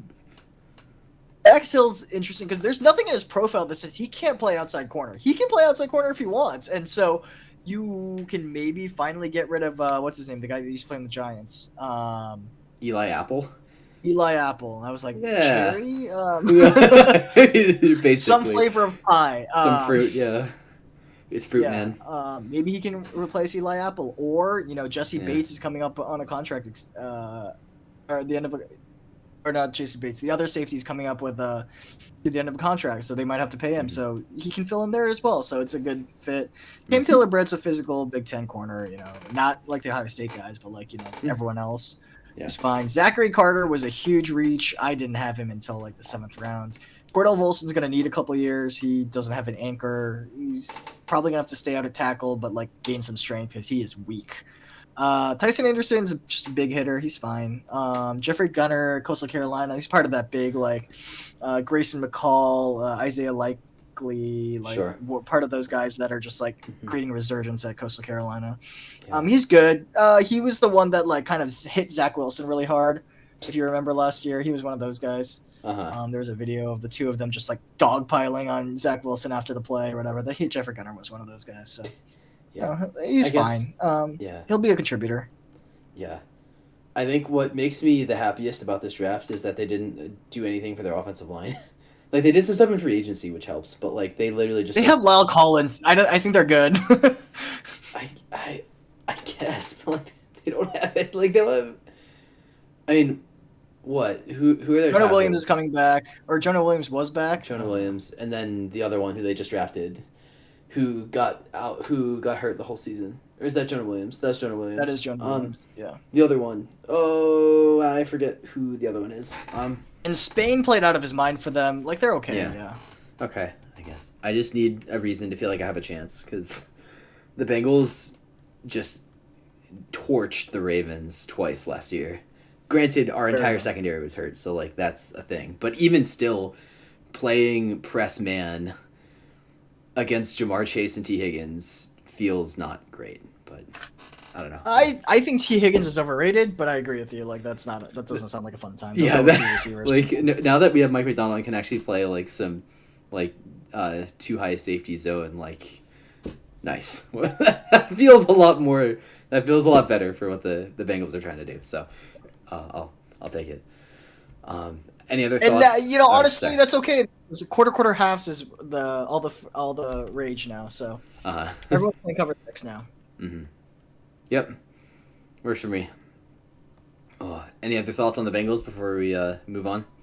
They're a good drafting team, but they like who they like. Yeah, they like it is what it is. Zachary Carter and Cam Taylor Britt were probably both a little early, but that's okay. They're not as they like who they like as a team who I think is next in line. Which is? Oh, never mind. I thought it was the Patriots, but it's not. I don't even know my own slide deck. It is not the Broncos. Yeah, we got some Broncos. Greg Dulcich. They're also picking late because of the Russell Wilson trade. Yes. I have very few thoughts on this team. Yeah, same. Like, yay, Greg Dulcich. I guess he's different enough from Noah Fant that it's fine. No, Noah Fant plays he's for the actually Seahawks. Very similar to Noah Fant. But he plays for the Seahawks now, so never mind. Yeah. Yeah. Nick Bonito. He's directly the Noah Fant replacement. Right. Nick Bonito was a little undersized. He's an edge rusher. I didn't have him that high, but... Yeah, I don't really have any other thoughts either. I guess I don't see any offensive line being addressed, but... I will say Don Apatow did actually a very good job pronouncing Ioma Uwazurike. I was impressed. I will give her that. Yeah. Other than that, Delaran Turner Yell is one of those, heat-seeking missile screamer guys that is just going to run straight through and run the alley, so... Mm-hmm. You don't think the Broncos are trying too hard? Is that what you mean? I mean, they're not going to compete for... they just needed to fill the holes they needed to fill, so, yeah. Yeah. I mean, wait, did you say you don't think they're trying to compete? No, they are trying to compete, but they think they have a solid roster, which I don't disagree with necessarily, so, they're just filling the holes they need. Yeah, but they are also in the AFC West, so they're just going to get hammered. Like, the AFC West is scary, not going to lie. It's scary, but I don't think the Raiders are nearly as. I mean, we can go through it, but yeah. Yeah. Okay. I don't think the Raiders are nearly as intimidating, and the Chiefs are going to go through a little bit of a depression. So. Kansas City Chiefs. We got. They had a great draft. They really did. Yeah, they did. They got so much better in like all of their positions that they needed to get better at. Yeah, it's crazy. Like, just looking at Trent McDuffie, George Karlaftis, Sky Moore, Brian Cook, Leo Chanel. Like, come on. Like, what are we even doing here?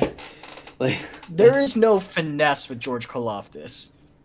He is just going to roll that corner over. He is a bowling ball, and he will turn as much as you can spin a bowling ball, which is frankly more than you'd think, but not that much, So, Brian Cook, he's a former Howard University local guy. Go Bison. Let's go. Great tackler. He has like a 2% missed tackle rate, something stupidly low. That's insane. That's actually wild. Darian Kennard is always very easy to spot on tape because he has this huge towel that he tucks into his backside. It flares out every time he moves. And so you can always tell when Darian Kennard... He's got wings. He's got a wing. Yeah. He's a good player. I heard there was a medical with him because he slid way more than I thought he should have. Leo Chanel is a linebacker that only has 30-inch arms, or 29.5-inch arms. But is just like so strong. So like his block shed is just like shouldering people off of him. Sure. It's his strategy. He's a good player. I heard good things about Isaiah Pacheco too. New England. Sorry. Yeah. I heard good things about Isaiah Pacheco too. Oh, he's fast. He's a speed back. I don't think he has quite as much nuance as Tyler Beatty, but he's decent. Joshua Williams was getting rave reviews in the pre-draft process. I confess I haven't been able to watch him, but he was getting rave reviews. Sky Moore is one of those guys that just like he always just catches the ball. He's not really that tall, but he always catches the ball. It's weird. He somehow finds a way. He finds a way to get the ball. And it's wild. He's just fast enough. He has some inside-outside versatility. He's only like 5'11", but he can play both. You rarely see wide receivers wearing 24, but that was Sky Moore for you. Yeah. And Trent McDuffie, short arms, kind of short, but like he is a Washington corner that is, like we said, like they ask so much of their corners that factory. Like he is ready to go right away, and that defense needed help, so yes, it's a good addition. Yeah, talk about another person that I was sad didn't fall to the Ravens at 23, but that's okay. We'll be okay. Yeah, Trent McDuffie's a good player. Yeah, big fan. Alrighty, any more thoughts on the Chiefs before we move on? I think I'm good. Okay. Raiders. Go Raiders. Dylan Parham, he was a reach, right? Like, no, I thought he was falling. He was falling. Okay, yeah. He was my. Thinking of someone else. Oh, he was my. Let's see. He was my second-rated center. Oh, true. Okay, then never mind. Stand corrected. Let's see. Zamir White is kind of whatever. And also, this is what I was talking about. Like, you see, like, literally every pick was a trade. There was 0 non-traded picks for Raiders. But, yeah, I don't really have a ton of thoughts on any of these guys. Do you have any? Neil Farrell's one of those defensive tackles that doesn't really fit either the 1-tech or the 3-tech mold. He kind of plays in between. He could play like a 5-tech for a 3-4 team. I think that might be his best role. But probably a 5-tech is where I would put him. Zamir White is kind of redundant. He's kind of similar to Josh Jacobs. He just runs angry and like he's not really a pass catching threat. Maybe he's there for when Josh Jacobs gets hurt. Or when Josh Jacobs finally leaves the team. Yeah, he's not going to get paid next year, so he's got to find a contract elsewhere. They're going to run the ball a lot less too, so it'll be fun. They needed offensive line help because they gave away their entire offensive line last offseason, if you remember. Because they kind of mutilated them. Yeah, Gabe Jackson, all of them, yeah. Thayer Munford. Sorry? No, nothing. Go ahead. Thayer Munford is bad, is all I'll say. So, yeah. Aw. He's a Big Ten tackle, right? I mean, he's got to be not drafted. good. He's Anyway. not good. He has no anchor. He lacks a butt. Mm-hmm. And then Britton Brown, go Bruins. I got nothing on him. Yeah. Any other thoughts on the Raiders? I don't know. I'll say this about Britton Brown. He did not get carries this past offseason because UCLA now has Zach Charbonnet. So I think he just ran out of eligibility, frankly. Yep. Yeah. I mean, good for him getting drafted. Like, good for him. Yeah. It's good stuff. Alrighty. Chargers. We're talking rookie contract on your quarterback here. They did Yeah. a good job. Yeah. Zion Johnson is a golfer actually by trade. Oh, really? Yeah. Big boy golfer. Yeah, he's a smart kid. He didn't really play football until high school when the coach was just like, "Yeah, we need you on the team," and so he's a big boy. He's a smart player. I think he's a little too nice, honestly, sometimes. Okay. But he's fine. He's a good player. He's a really good player. I had him as my second guard. Okay. Yeah. That's nice. Do you think that was a little early for him or good? Because I wasn't really hearing much about him. It was a little early. You don't really pick guards that early, but they knew what they needed, and so they filled that spot. I don't hate it. JT Woods is one of that track team kids that they brought with Baylor brought with them to Indianapolis. Just ridiculously fast. He ran like a 4.3, like a 4.4 maybe, 4.4 flat, something like that. He's stupid fast as well. Spiller is an interesting guy. He can kind of do it all, but I know Spiller is a relatively common last name, but he's not related to CJ Spiller, is he? no, he's not. Okay. Zach Johnson, no. Zion is a somewhat recent immigrant. Petito Ogbania shared a year with Osa Digizua on the Cowboys. He's okay. He's kind of penetrating, but he kind of gets pushed around a little bit. And then the opposite of that is Jamari Sawyer, who can't really move and can't really do anything, but he is a brick wall and he's gigantic. Hey. Yeah, and then I don't really have a thoughts on the Chargers don't really run the ball though, so it's like, I mean, do you think he's a good pass blocking guard? Like, it feels kind of rough for that, right? He's okay. He can cut off angles when he needs to. Yeah. He's just a brick wall. Like, you have to either climb over the brick wall or go around the brick wall. Like. Yeah. It is what it is. He's eating his Wheaties. I admittedly don't. Yeah. I mean, I feel like sometimes they're good guard traits because like for example, Tyler Linderbaum as a center, people liked that he was a little okay. I feel like people were a little harsh on how small he was, but like also I think him being as small as he is almost an advantage because I think people didn't expect him to go to the Ravens. Weirdly enough, I think people wanted him to go in more traditional like zone schemes where he could actually move around and like do more stuff. And that to me, that doesn't feel quite so much like a stand your ground kind of guard. It feels more like a puller or someone who you can like, who blocks well on the move. Whereas based on your description of Jamari Sawyer, it sounds like that's not really him. I don't know. Yeah. Jamari Sawyer is kind of more of a power guard. Yeah. Yeah. Sorry, that was mostly in response to 1 and 11, but Xander Horvath actually I think was one of the better blocking fullbacks, but fullbacks. But yeah. Yep. That be the draft. I guess they didn't really get a tackle, which is whatever. They still have Rashawn Slater, so they're fine. And Forrest Lamp probably. Nice. Let's go Forrest Lamp. All name team for sure. They don't need wide receiver. I don't know why. Whatever site I got this from, or I forget. They're looking for a slot. They could have used a slot guy, but yeah. Because I think I picked these needs from like Tankathon or something. Okay, but I don't know. Yeah, they could have used a slot. But yeah, I think they're gonna be good. I think Justin Herbert's good. I think their team is good. I don't know. Their defense is gonna be interesting, but anyway. Do you have any more thoughts on the Chargers? Or are we good to? I'm good to go. Plow through. Okay. Okay. Here it is. This is the team that I thought we were going to before. Feast your eyes on the New England Patriots draft. I like how someone described it. I think this might have been Dane Brugler who actually described it this way on day one, where, yeah, I'm kind of surprised by the cap space too.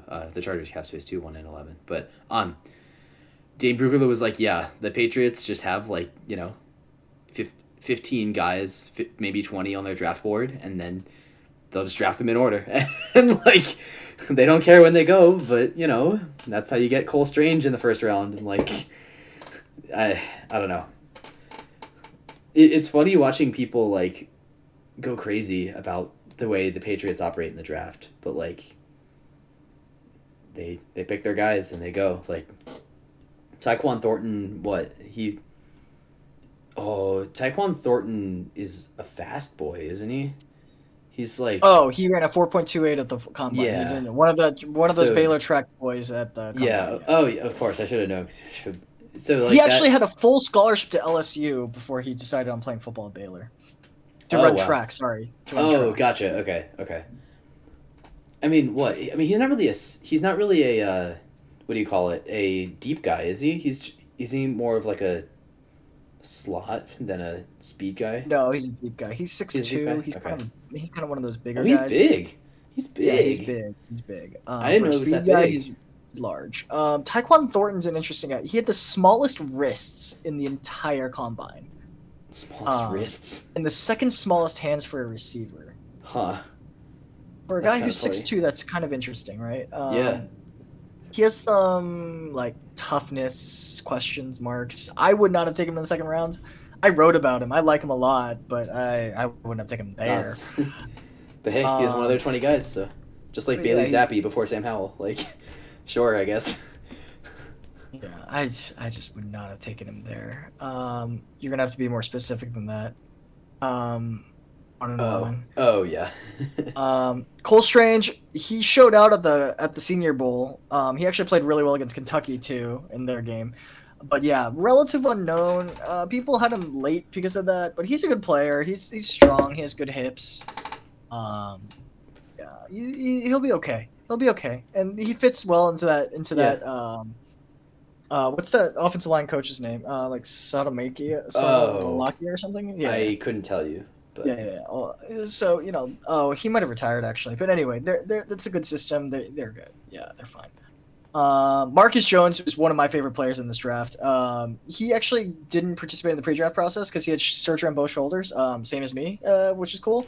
Nice. But So, Marcus Jones is one of those buddies. twitched up slot corners. He's 5'10", 5'9", tiny kid, but just twitched up, crazy. No one catches the ball on him. Just no one. It just doesn't happen. Mm-hmm. Jack Jones is a little bit of a head scratcher. He was probably a little later. He only runs a 4.5, so one of those Pac-12 tough guys. Mm-hmm.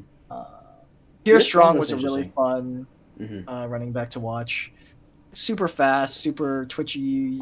He is a jackrabbit. South Dakota jackrabbit. He is like a jackrabbit. He runs around like that. Can he catch passes? Is he a pass catching guy? Passes. Okay. He's okay. Yeah. So James Bailey White Zappi I replacement or wrote about something? as well. Sorry, I missed that. What? Oh, you could fill a James White role kind of deal. Oh yeah. Yeah. He's a James White. Yeah. Sorry, Bailey Zappi. Yeah.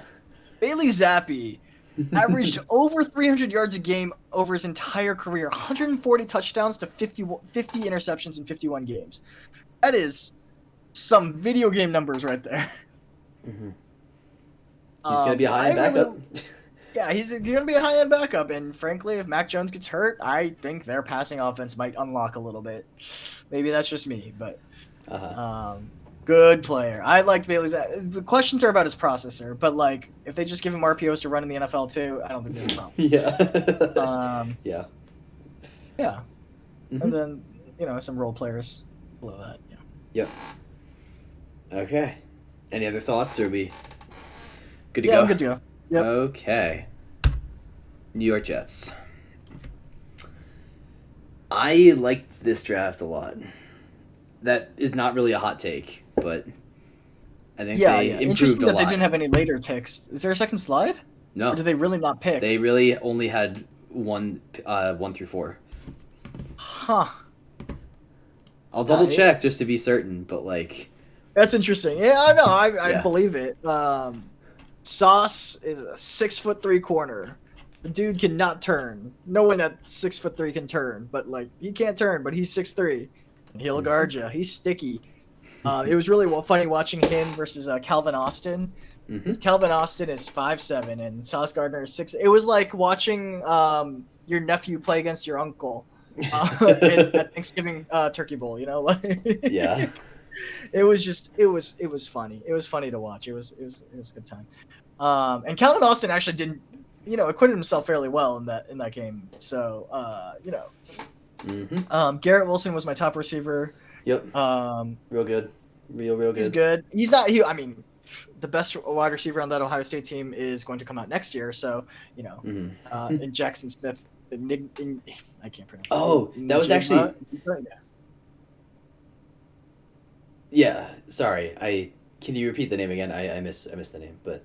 Jackson Smith in Jigba or something. Oh, right. Yeah. But yeah, it's actually funny because the Ravens, I listened to their press conference after day 3 as I was putting these slides together, and the Ravens threw some shade on this wide receiver class this year. They were like, yeah, we didn't really love any of the wide receivers in this class, like, which is insane. Like, don't get me wrong, I think this wide receiver class is worse than last year's. Like, last year's was ridiculous. But, like, can you really call this wide receiver class bad? Like, I don't know. It was bad compared to the past 2 years, which we had, which was insane. Unreal talent in the draft. And so, like... No, I don't blame them for saying that, because especially at the range they were drafting, they weren't going to get any of the good guys. And I get it. Like, Chris Olave has his major flaws. Drake London, I was down on. And, like, Jameson Williams coming off an ACL is the fastest guy in the draft. And it was like, oh, like, this is weird to do this. So, like, sure. Like, I get it. I do. And I think there are some good wide receivers coming out next year, so they'll be fine. But yeah, the Ravens might be looking for some wide receiver help. Yeah, I think it's ironic for them to say that, but that's okay. Anyway, but yeah, Garrett Wilson, good route runner. He tracks the ball really well. In that wide open Ohio State offense, he's a good player. My number one receiver in this class, Jermaine Johnson. So people were surprised he fell all the way to 36. I was not. Jermaine Johnson, for anyone who's watched Florida State football, he can't run defend to save his life. He's fine. He's a good pass rusher, but he can't stop anything on the run. So whatever. Gotcha. Yeah. And generally, I'm against drafting running backs in the top 2 rounds, probably. But Breece Hall was my number one running back. A lot of people had Kenneth Walker above him, but I liked Breece Hall better.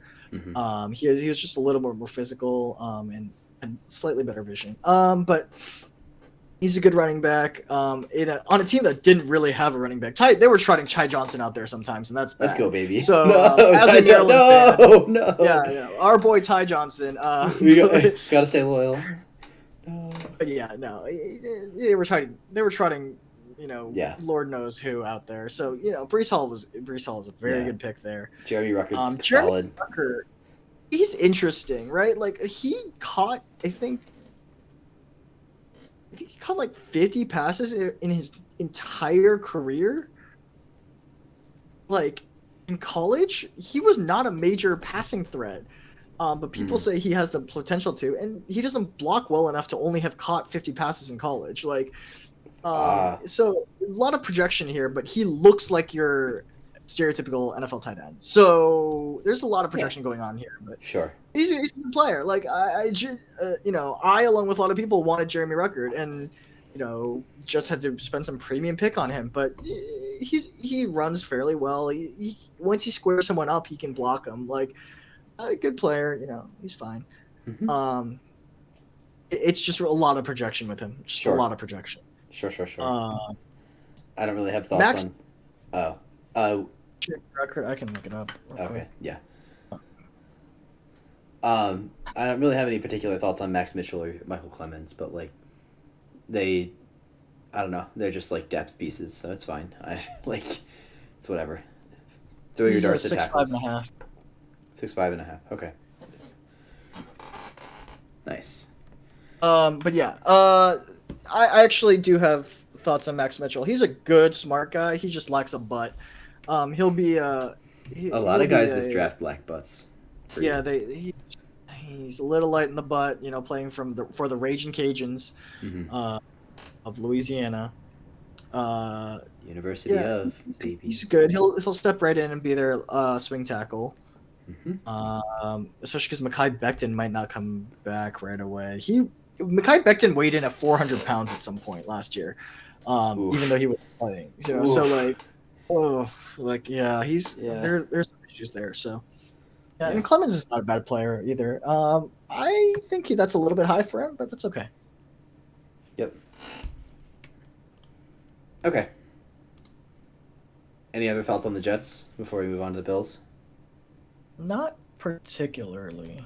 Okay. Yeah, I think they're building. I think they're making progress here. I think this is a really good foundation draft for Robert Saleh. I think this is good. Yeah, they saved some jobs with this draft, yeah. Yeah. Alrighty. On to Buffalo. Kyrie Elam's fine. James Cook is a bit early, I think. Don't tell Tyler Browning that. But yeah. Oh no. Terrell Bernard, I don't have particular feelings about. Khalil Shakir is also early, I think. If I'm thinking of the right player. He's fine, but I don't know. Matt Araiza, there you go. Punt God. And then the other guys, I don't really have a ton of feelings about. I don't really, yeah. I mean, I like Kyrie Elam at 23 though. I think that's solid. Yeah. I think that's about where he belonged, and he'll help them out a lot.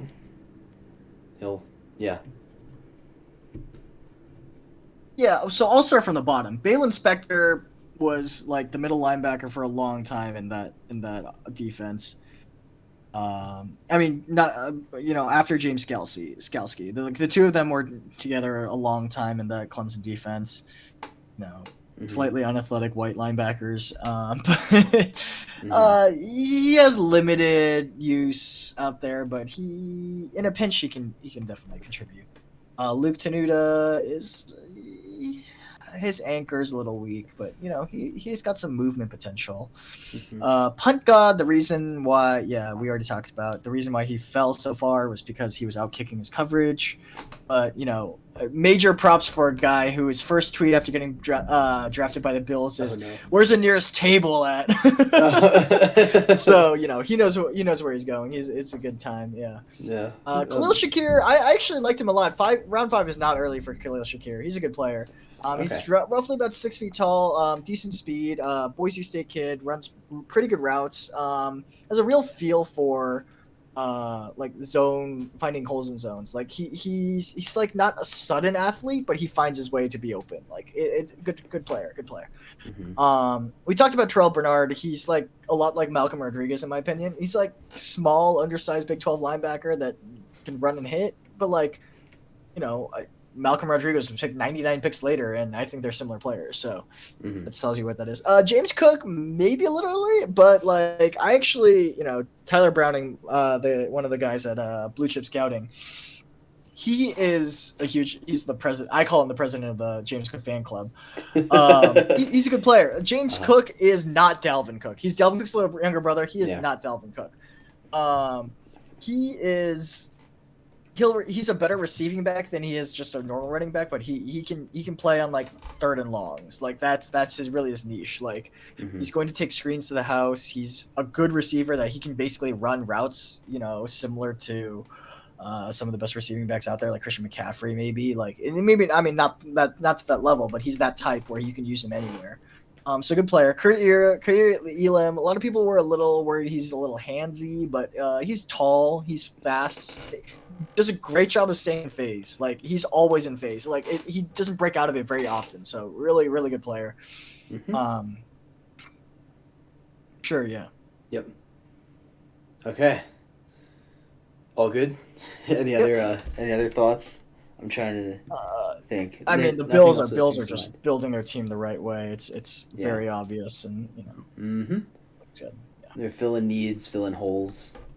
Yeah. They're gonna be monsters. Like they're gonna be monsters for a It's gonna while. be tough. And Khalil Shakir, actually, look for him to contribute pretty soon. That's a Really? good spot. How? Yeah, it's a good What spot. do you? Where do you project him? Do you project him at slot, or do you project him at not the opposite of what Stephon Diggs does? He can play either. But he'll be that fourth receiver whenever they run the spread out. Yeah. Oh, okay. Oh wait. Because they still see, have they.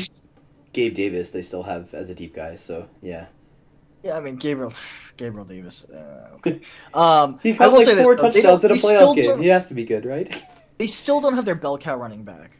Is my point though. Yes, I agree with that.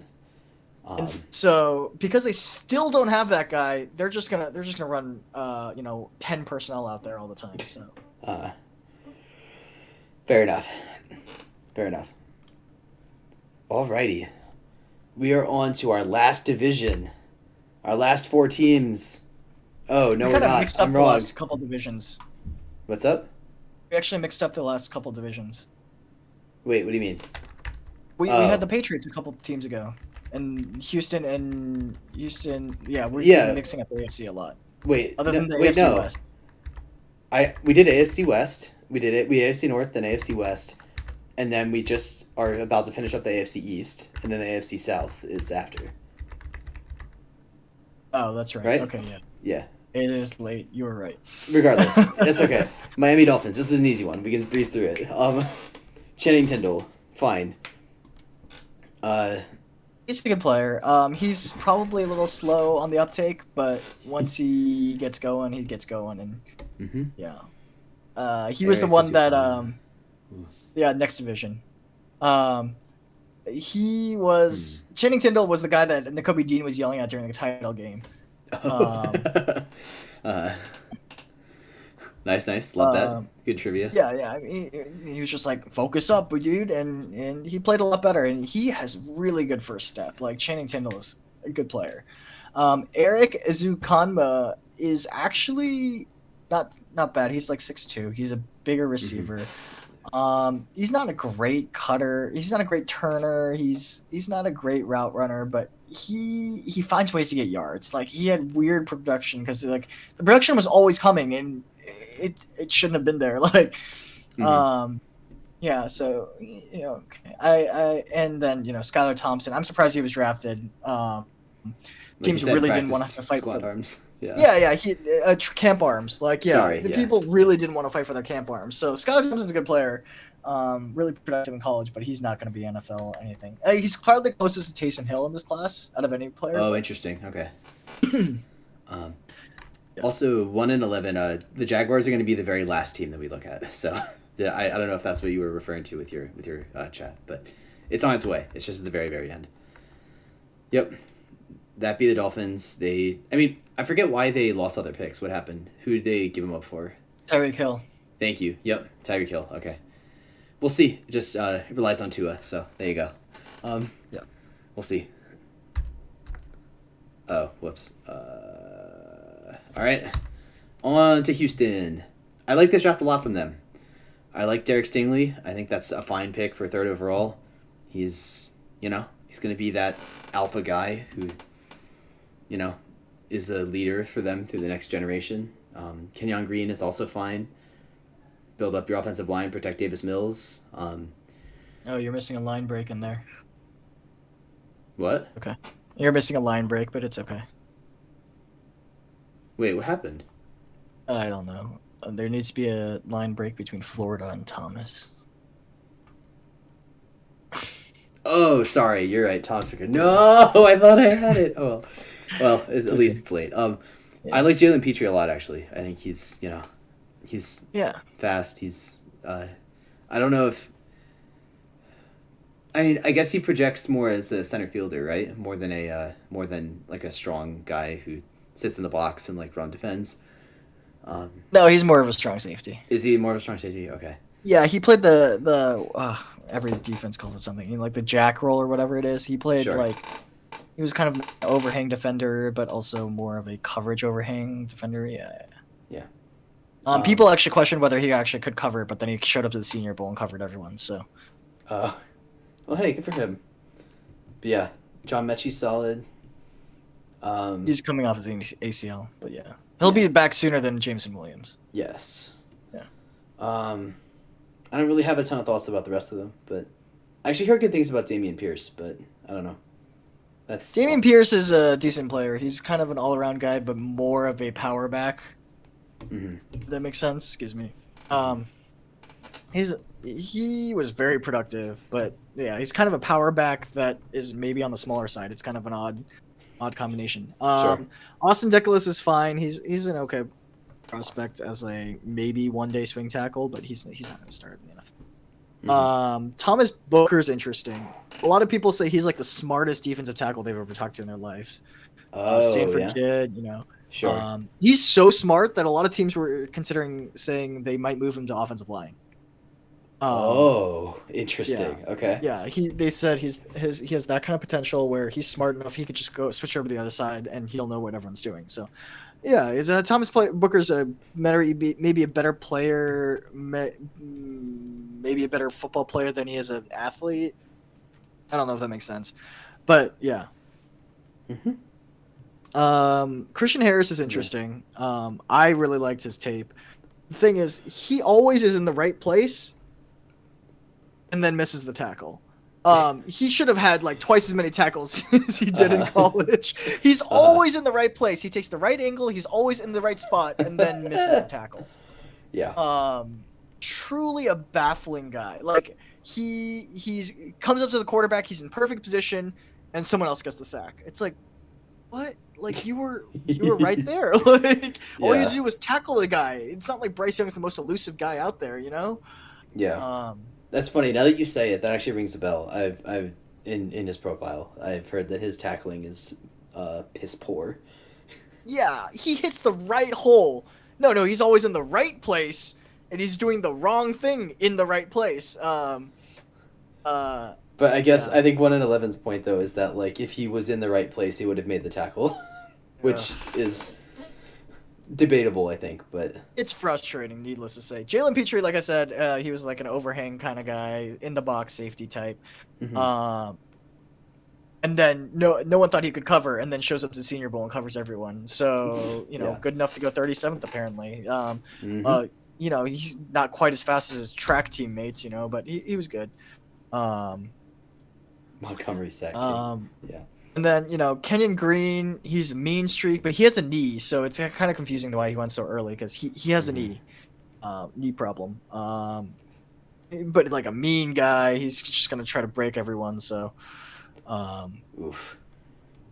Yeah. And then Stingley, he had the foot for a while, but really a lot of people are like, oh, he just didn't want to play the past 2 years. On the 2-year championship hangover that LSU went through. So, he just didn't want to play on a bad team, but in 2020, what was that, 2019? He was just showing everyone how good he was, and it was frankly ridiculous. So, good player. Obviously, his potential is so high. The real question is he going to reach that potential? No one really knows. Mm-hmm. Interesting. It's going to be interesting to see what their wide receiver situation ends up being. Because, they have John Mechie and, Will Fuller. There's Will Fuller not even there anymore. No. Who do they even have? They have, they just re-signed Brandon Cooks. Oh, that's right. I always confuse Brandon Cooks and Will Fuller. So they're not very similar players. I know they're not, but I always confuse them for some reason. Let's see. They also have Nico Collins. Oh, true. Let's go Nico Collins. Chris Conley, Philip Dorsett, Chris Moore. 1 in 11 said motivation questionable. I guess that's for Derek Stingley. Stingley, yeah. Deshaun Hamilton, Penn State guy. Chris Moore is still on a roster? Apparently. The Ravens cut him 3 years ago, and I thought that the Ravens were where wide receivers went to die, let alone Houston. Oh, but Houston had your wide receivers coach for a while. Oh, yeah, that's right. We had David, what's-his-face? Culley. Yeah, Cully. Yeah. So. Not I guess that checks out. Yeah. Yeah. Any other thoughts on Houston? Yeah, I mean, this was a poverty roster, and they added some good players. Oh, I didn't talk about Mechie. He's coming off an ACL. He'll be back sooner than Jameson Williams, but he is what he is, and well, that was super unhelpful comment for me, but yeah, he's a decent route runner. Saban said that he liked Mechie better than any of the other Alabama wide receivers, which Saban saying that is a big deal. Mm-hmm. Right. So for sure. Yeah. Grandpa Nick helped power than the governor of Alabama, so Yep. Probably the he's highest not paid person in Alabama. Who has to run for the Senate, Yeah. I mean, maybe he will. Maybe if he ever retires, he'll have a. He has no interest in politics. Grandpa Nick has more power without politics. Yeah. Yeah. But yeah, I agree. I think Houston really improved their roster a ton with this draft. I think they needed pieces and they got pieces. So no complaints. Yeah, if you went to Pro Football Focus's mock draft simulator, they come to team needs, and for Houston it just said everyone, the entire team. Yeah, it's like there is not a single position that is out of bounds here. That means that they can't get a pick wrong because literally any position they draft will be an improvement. So I mean, they have a really good fullback, so I guess I wouldn't draft a fullback. Nice. Wait, they have some running backs.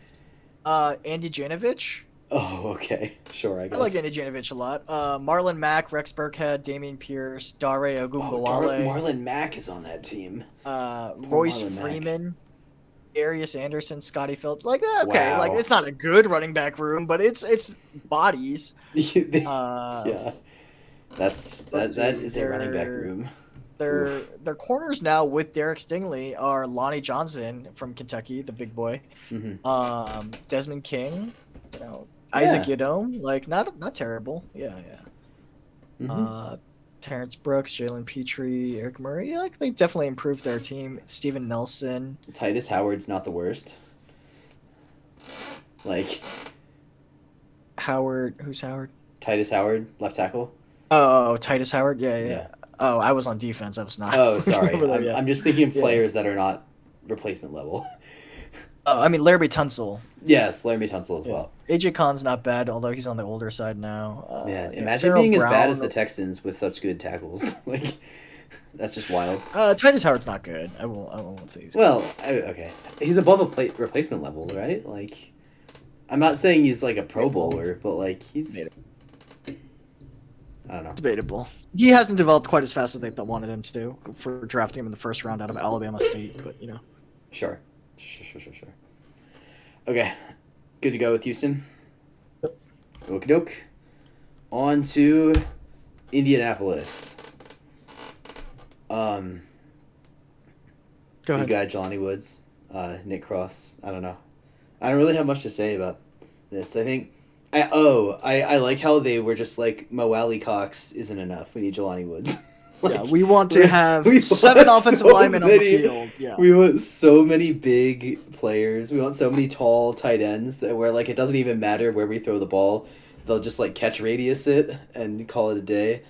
They don't need to be fast. They don't even need to run routes. Just run in a straight line downfield or run a wheel or whatever, and we'll just throw it to you. I love it. I don't know who's gonna throw them. Oh, they have. Wait, who did the Colts pick up? They picked up Matt Ryan. Thank you. Yeah, he's fine. Third rounder. Yeah, that'll be fine. Matt Ryan can throw the ball far enough that they to tight ends, so it's fine. Nick Cross will be interesting. He's a fun, heavy hitter. Bernard Raymond, I am surprised that he fell as far as he did. Because wasn't he projected to be a second rounder? Wasn't he a guy that people were really high on? He was in the top, maybe not top 5 tackles, but top 8 tackles in the class for a lot of people, and he just kind of fell. I don't know. Yeah, for sure. He was just under Trevor Penning, probably. Sure. I had the same tier as Tyler Smith, Abram Lucas, Nicholas Frere, Daniel Falele, and Trevor Penning. That was that tier. Sure. Um, I don't really know much about Alec Pierce, so I don't have a ton to say about him. But yeah, I think overall they're filling holes. I think they did most of what they needed to do. I think the Colts are looking okay. Yeah, I mean, the Colts are just like sitting there like, you know what? We need to have the biggest offense ever with Alec Pierce at 6'3". Yeah. They're going to pick Jelani Woods at 6'7". They're just like, oh, we're just going to put trees out there. It's, Matt Ryan can throw with his eyes closed and he can finally hit guys, like. Yeah. And now that I AJ think Brown with is gone, that's like that actually.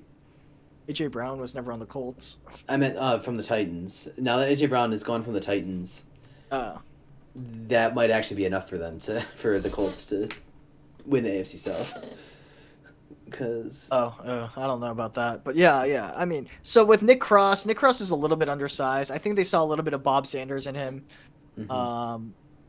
Like he plays kind of. I mean, he's not quite as crazy like maniac as Bob Sanders, but he's a similar big hitter. So yeah. Mhm. Eric Johnson, great, one of the better anchors in this class. Good player, yeah. And I wrote about Jelani Woods. You can check that out on my article on campus2canton.com. Shameless plugs. Let's go, baby. Absolutely. Yeah. Indianapolis is so big. Indianapolis feels like the team that the Ravens match up the best with because we have so many like linebackers and safeties that we could actually cover them all. But like, yeah, maybe. Maybe, I don't know, because I mean they're also like, I guess Mo Alley Cox and Jelani Woods aren't like, they don't light the world on fire receiving wise. So I would like to watch the two of them play one-on-one in basketball. I think that would be a good time. Yeah, that'd be fun. Oh, but yeah, I do think they have a chance to take the AFC South this year. I'm not sure it's more than 50-50, but I think that yes, the Colts are Baltimore, but I don't know. Whew. Do you have any other thoughts about the Colts? Are you? Yeah, I mean, it was a decent draft with what they had, but they.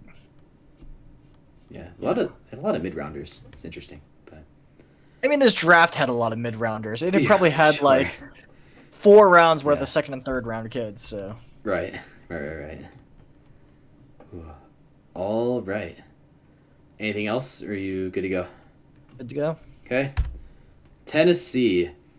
This is something that I wanted to kind of ask when we hit Tennessee, but the fall of Malik Willis is obviously something that I think we should talk about. But also in general, I feel like this class, we hinted before that that NFL teams were not very high on the quarterbacks in this class. But like at some point, like, are you really gonna not draft like Sam Howell at the end of the 5th or something? Like, it feels like even for how bad the quarterbacks were, teams were like so against them that quarterbacks almost ended up in a value spot where they were getting drafted later than they deserved to be.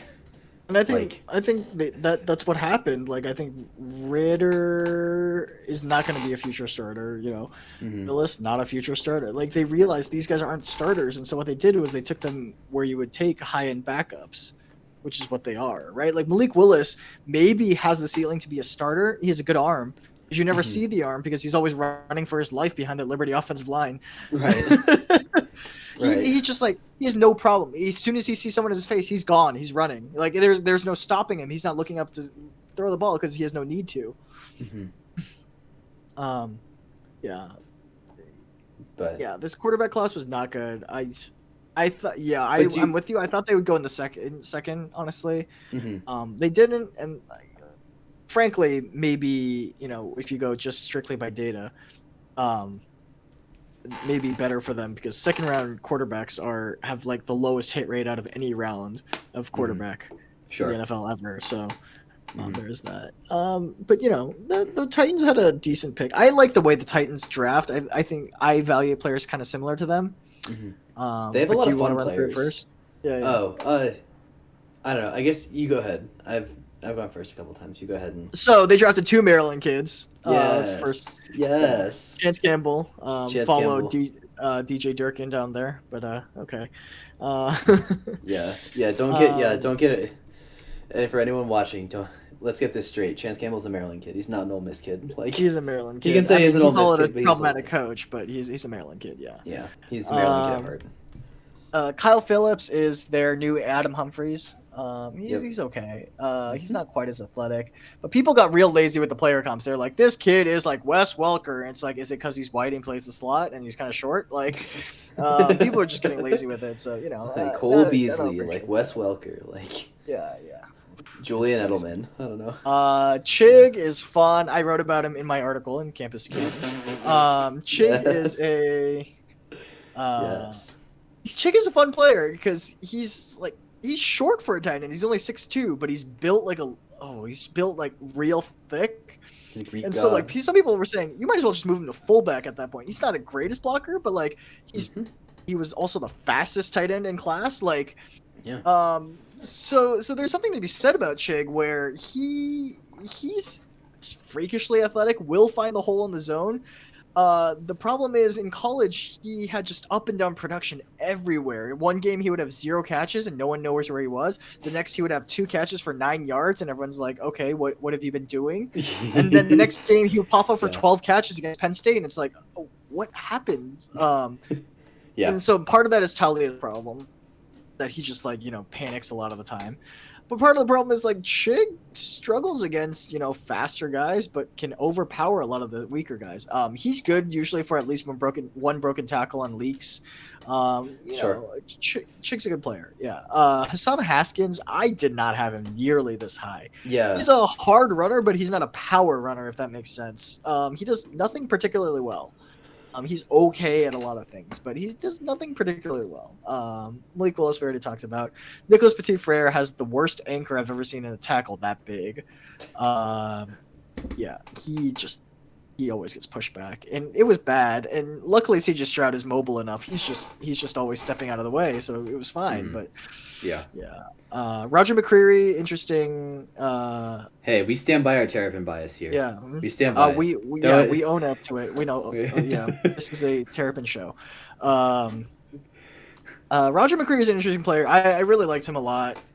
He really shut down those Alabama kids. He was doing well against Jameson Williams in that in the Egg Bowl, not the Egg Bowl, the Iron Bowl.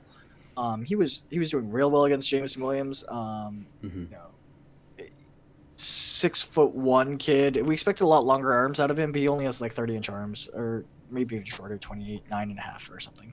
So people were like, "Oh, he has dinosaur arms. He's not gonna, make it." But he's a really good player. I thought any team would be good to have him, and he fits in really well with that Elijah Molden group. So really good player. Traylon Burks, I had some questions about. He was my wide receiver 6, maybe 1, 2, 3, 4, 5, 6. Yeah, wide receiver 6. He's a good player. A lot of his touches were prescribed touches, they screens or sweeps or stuff. So he's a versatile player, but no one really knows what his production is like as a pure receiver. He runs routes fairly well, but not super crisp. He's not like Chris Olave, who's going to be open because of his route. But at the same time, he has some downfield ability, some big play ability. He can make it to the end zone when he needs to. So he's a good player. One concern is that he showed up one time to he weighed in at 240 once for a receiver that's only 5'11" or 6 foot. Yeah, it's not quite gonna cut it. Yeah, not great. And he's built like a much larger person, even though he's only 6 foot. So it'll be interesting to monitor his career. He is not AJ Brown, I will tell you that. And you are hoping you get about 50% of AJ Brown out of him, and he's not going to do that for you. So he's a good player, don't get me wrong, but he was not worth AJ Brown. That's fair enough. Yeah, I also agree with you that Hassan Haskins is wild that he's a 4th rounder, because even just watching him as a casual in Big Ten play, he did not stick out to me at all. Michigan's offensive line was good enough that like he was able to do stuff, but like he wasn't particularly explosive at all. He was just kind of like run straight forward and that's it. So I agree with you on that.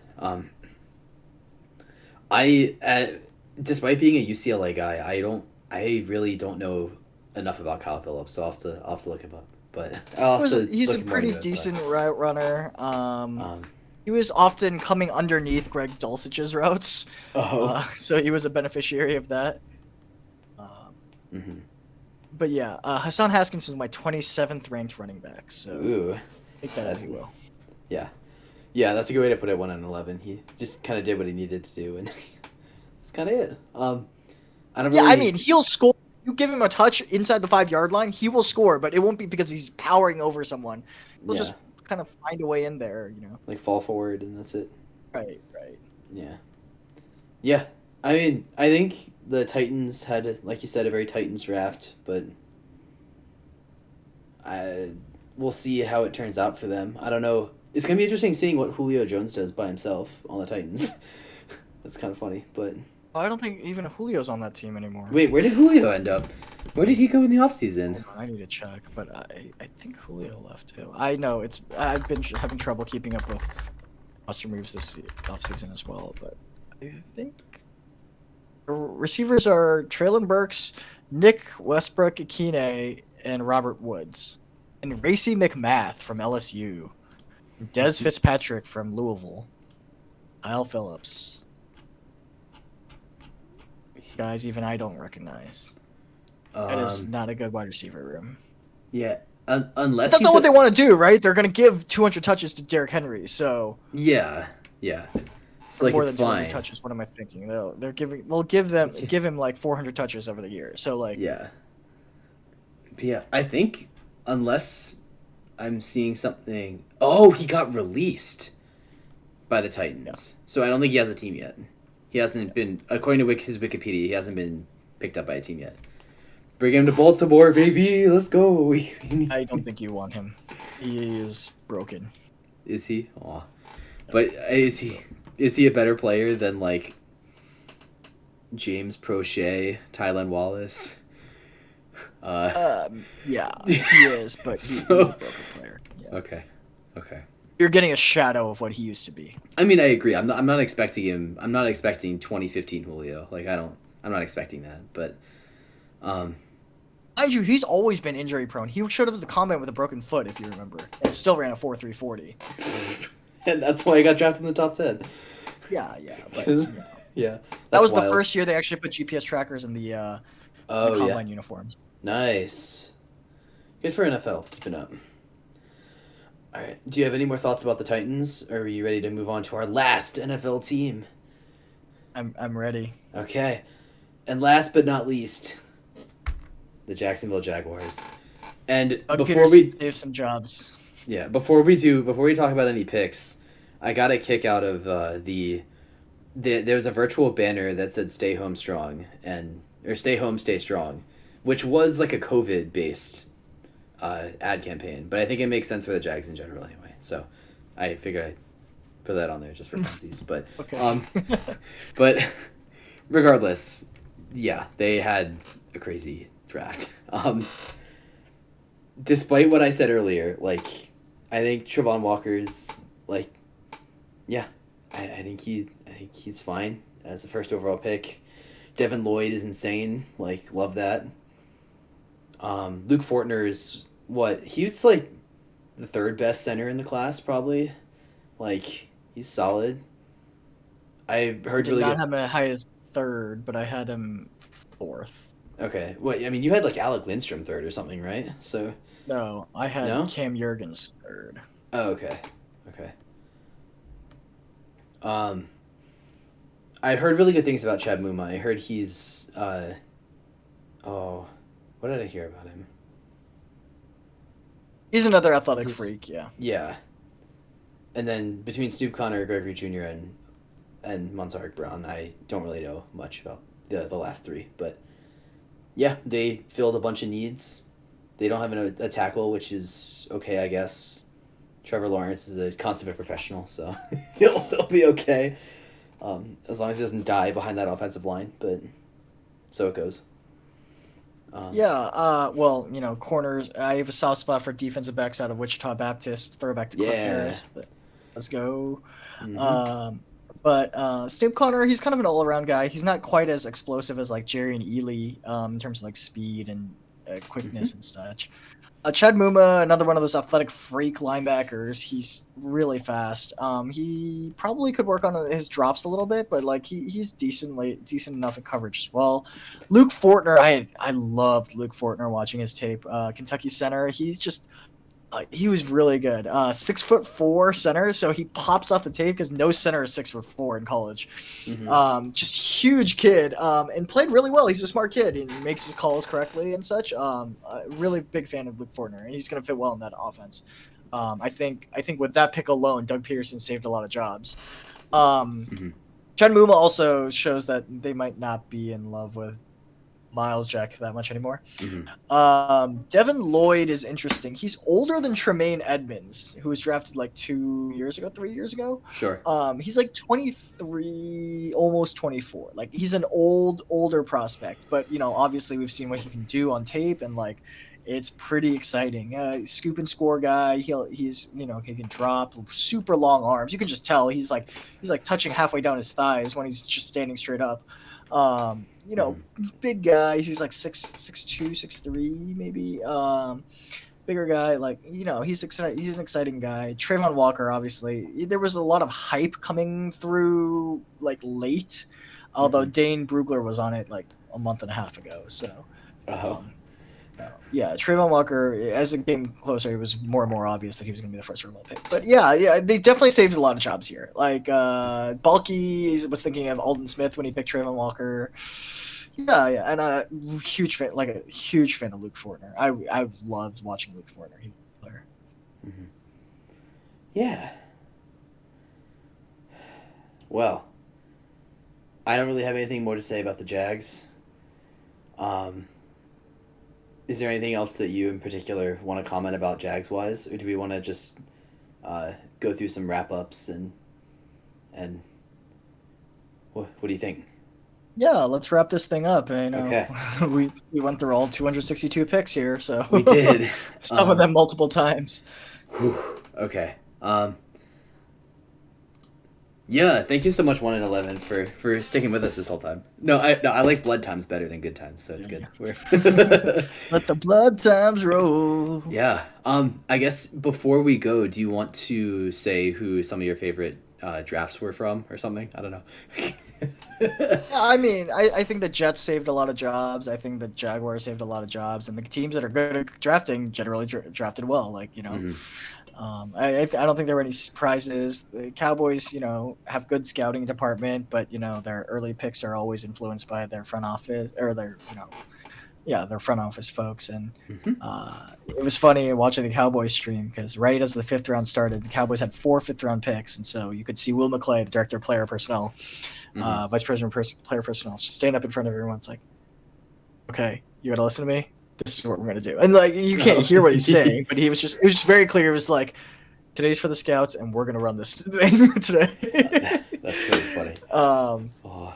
The Bears. Yeah, the Bears might need firings. So it was interesting. It was an interesting draft. Like I said, it was very middle heavy. Yeah.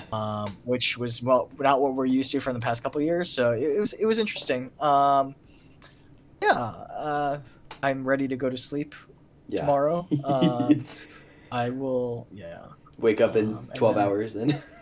We'll give it a couple. We'll give it a couple. Give it a couple months before we start grinding the 2023 tape again. Yeah. And we'll get right back to it. Yeah. Yeah. I guess from my perspective, first off I was impressed in general by I like the Eagles draft a lot. I think the Jets were good, like you said.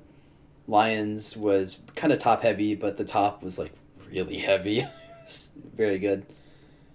I can't help but say I like the Ravens draft. I think they got a lot of good guys. I mean, DaCosta did what DaCosta does. Yeah. So.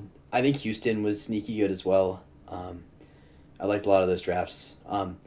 A lot of Bama players. Yeah, hell, I'm a Ravens fan. Like, I gotta let my Bama players. And then I guess I'll finish up with a story that your Cowboy story reminded me of, because you had like 4 5th-round picks, and you had a scout come up and be like, "Look at me, I'm the captain now." Yeah. But which, to be fair, Will McClay is the captain always, yeah. and we just let the Joneses think that they're in charge for a while. Yeah. But the Ravens, with their 6 4th-round picks, had an interesting situation where things were moving so quickly that they almost lost out on drafting a guy. They didn't say who it was, but they almost lost out on drafting a guy because they couldn't find his phone number.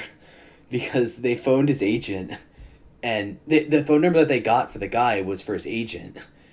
And so they called the agent, and the agent didn't have his number. And so they had this whole thing where they were like scrambling to try to find this guy's number.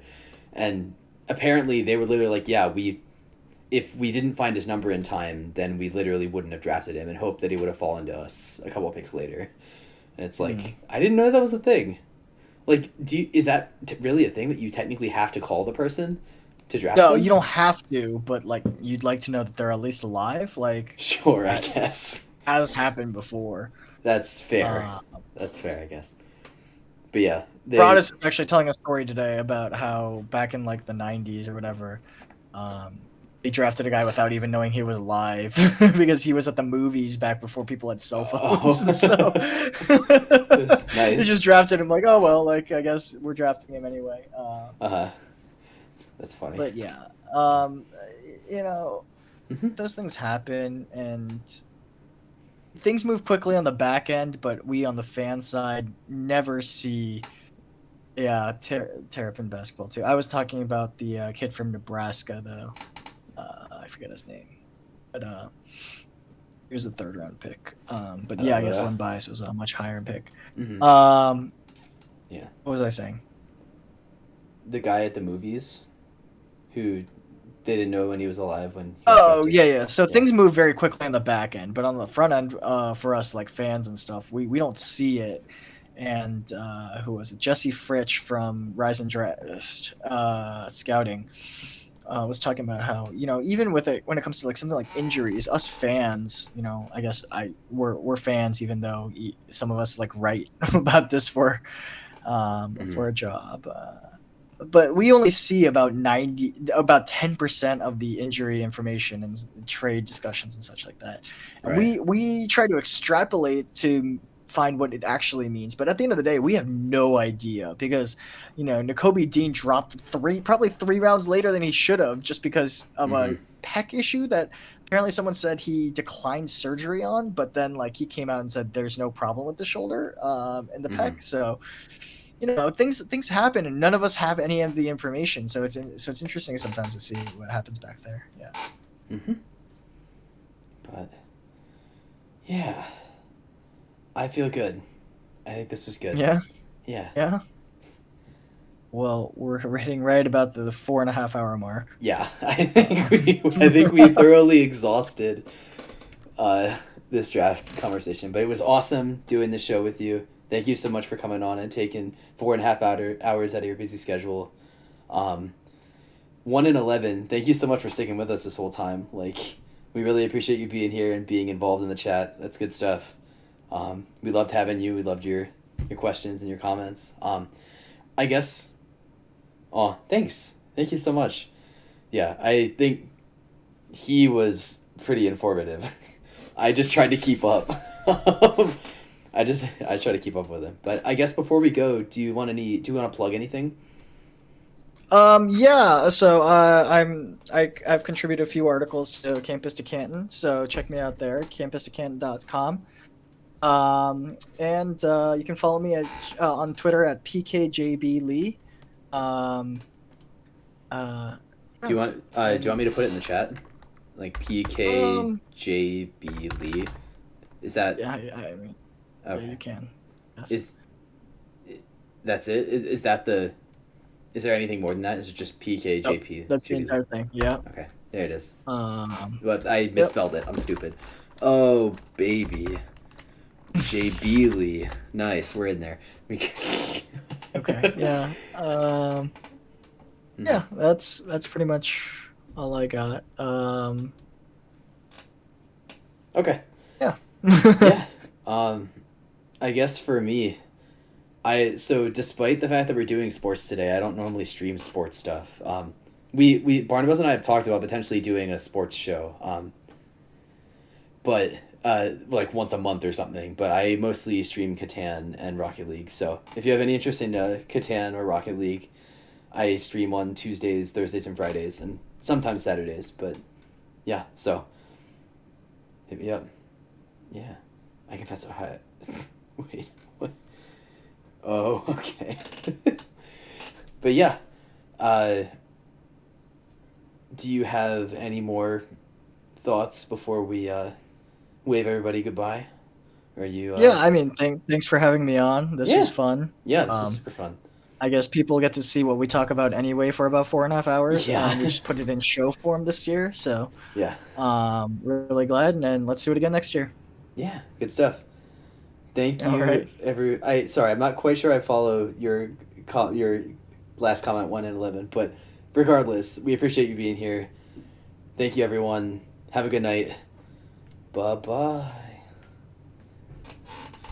Yeah.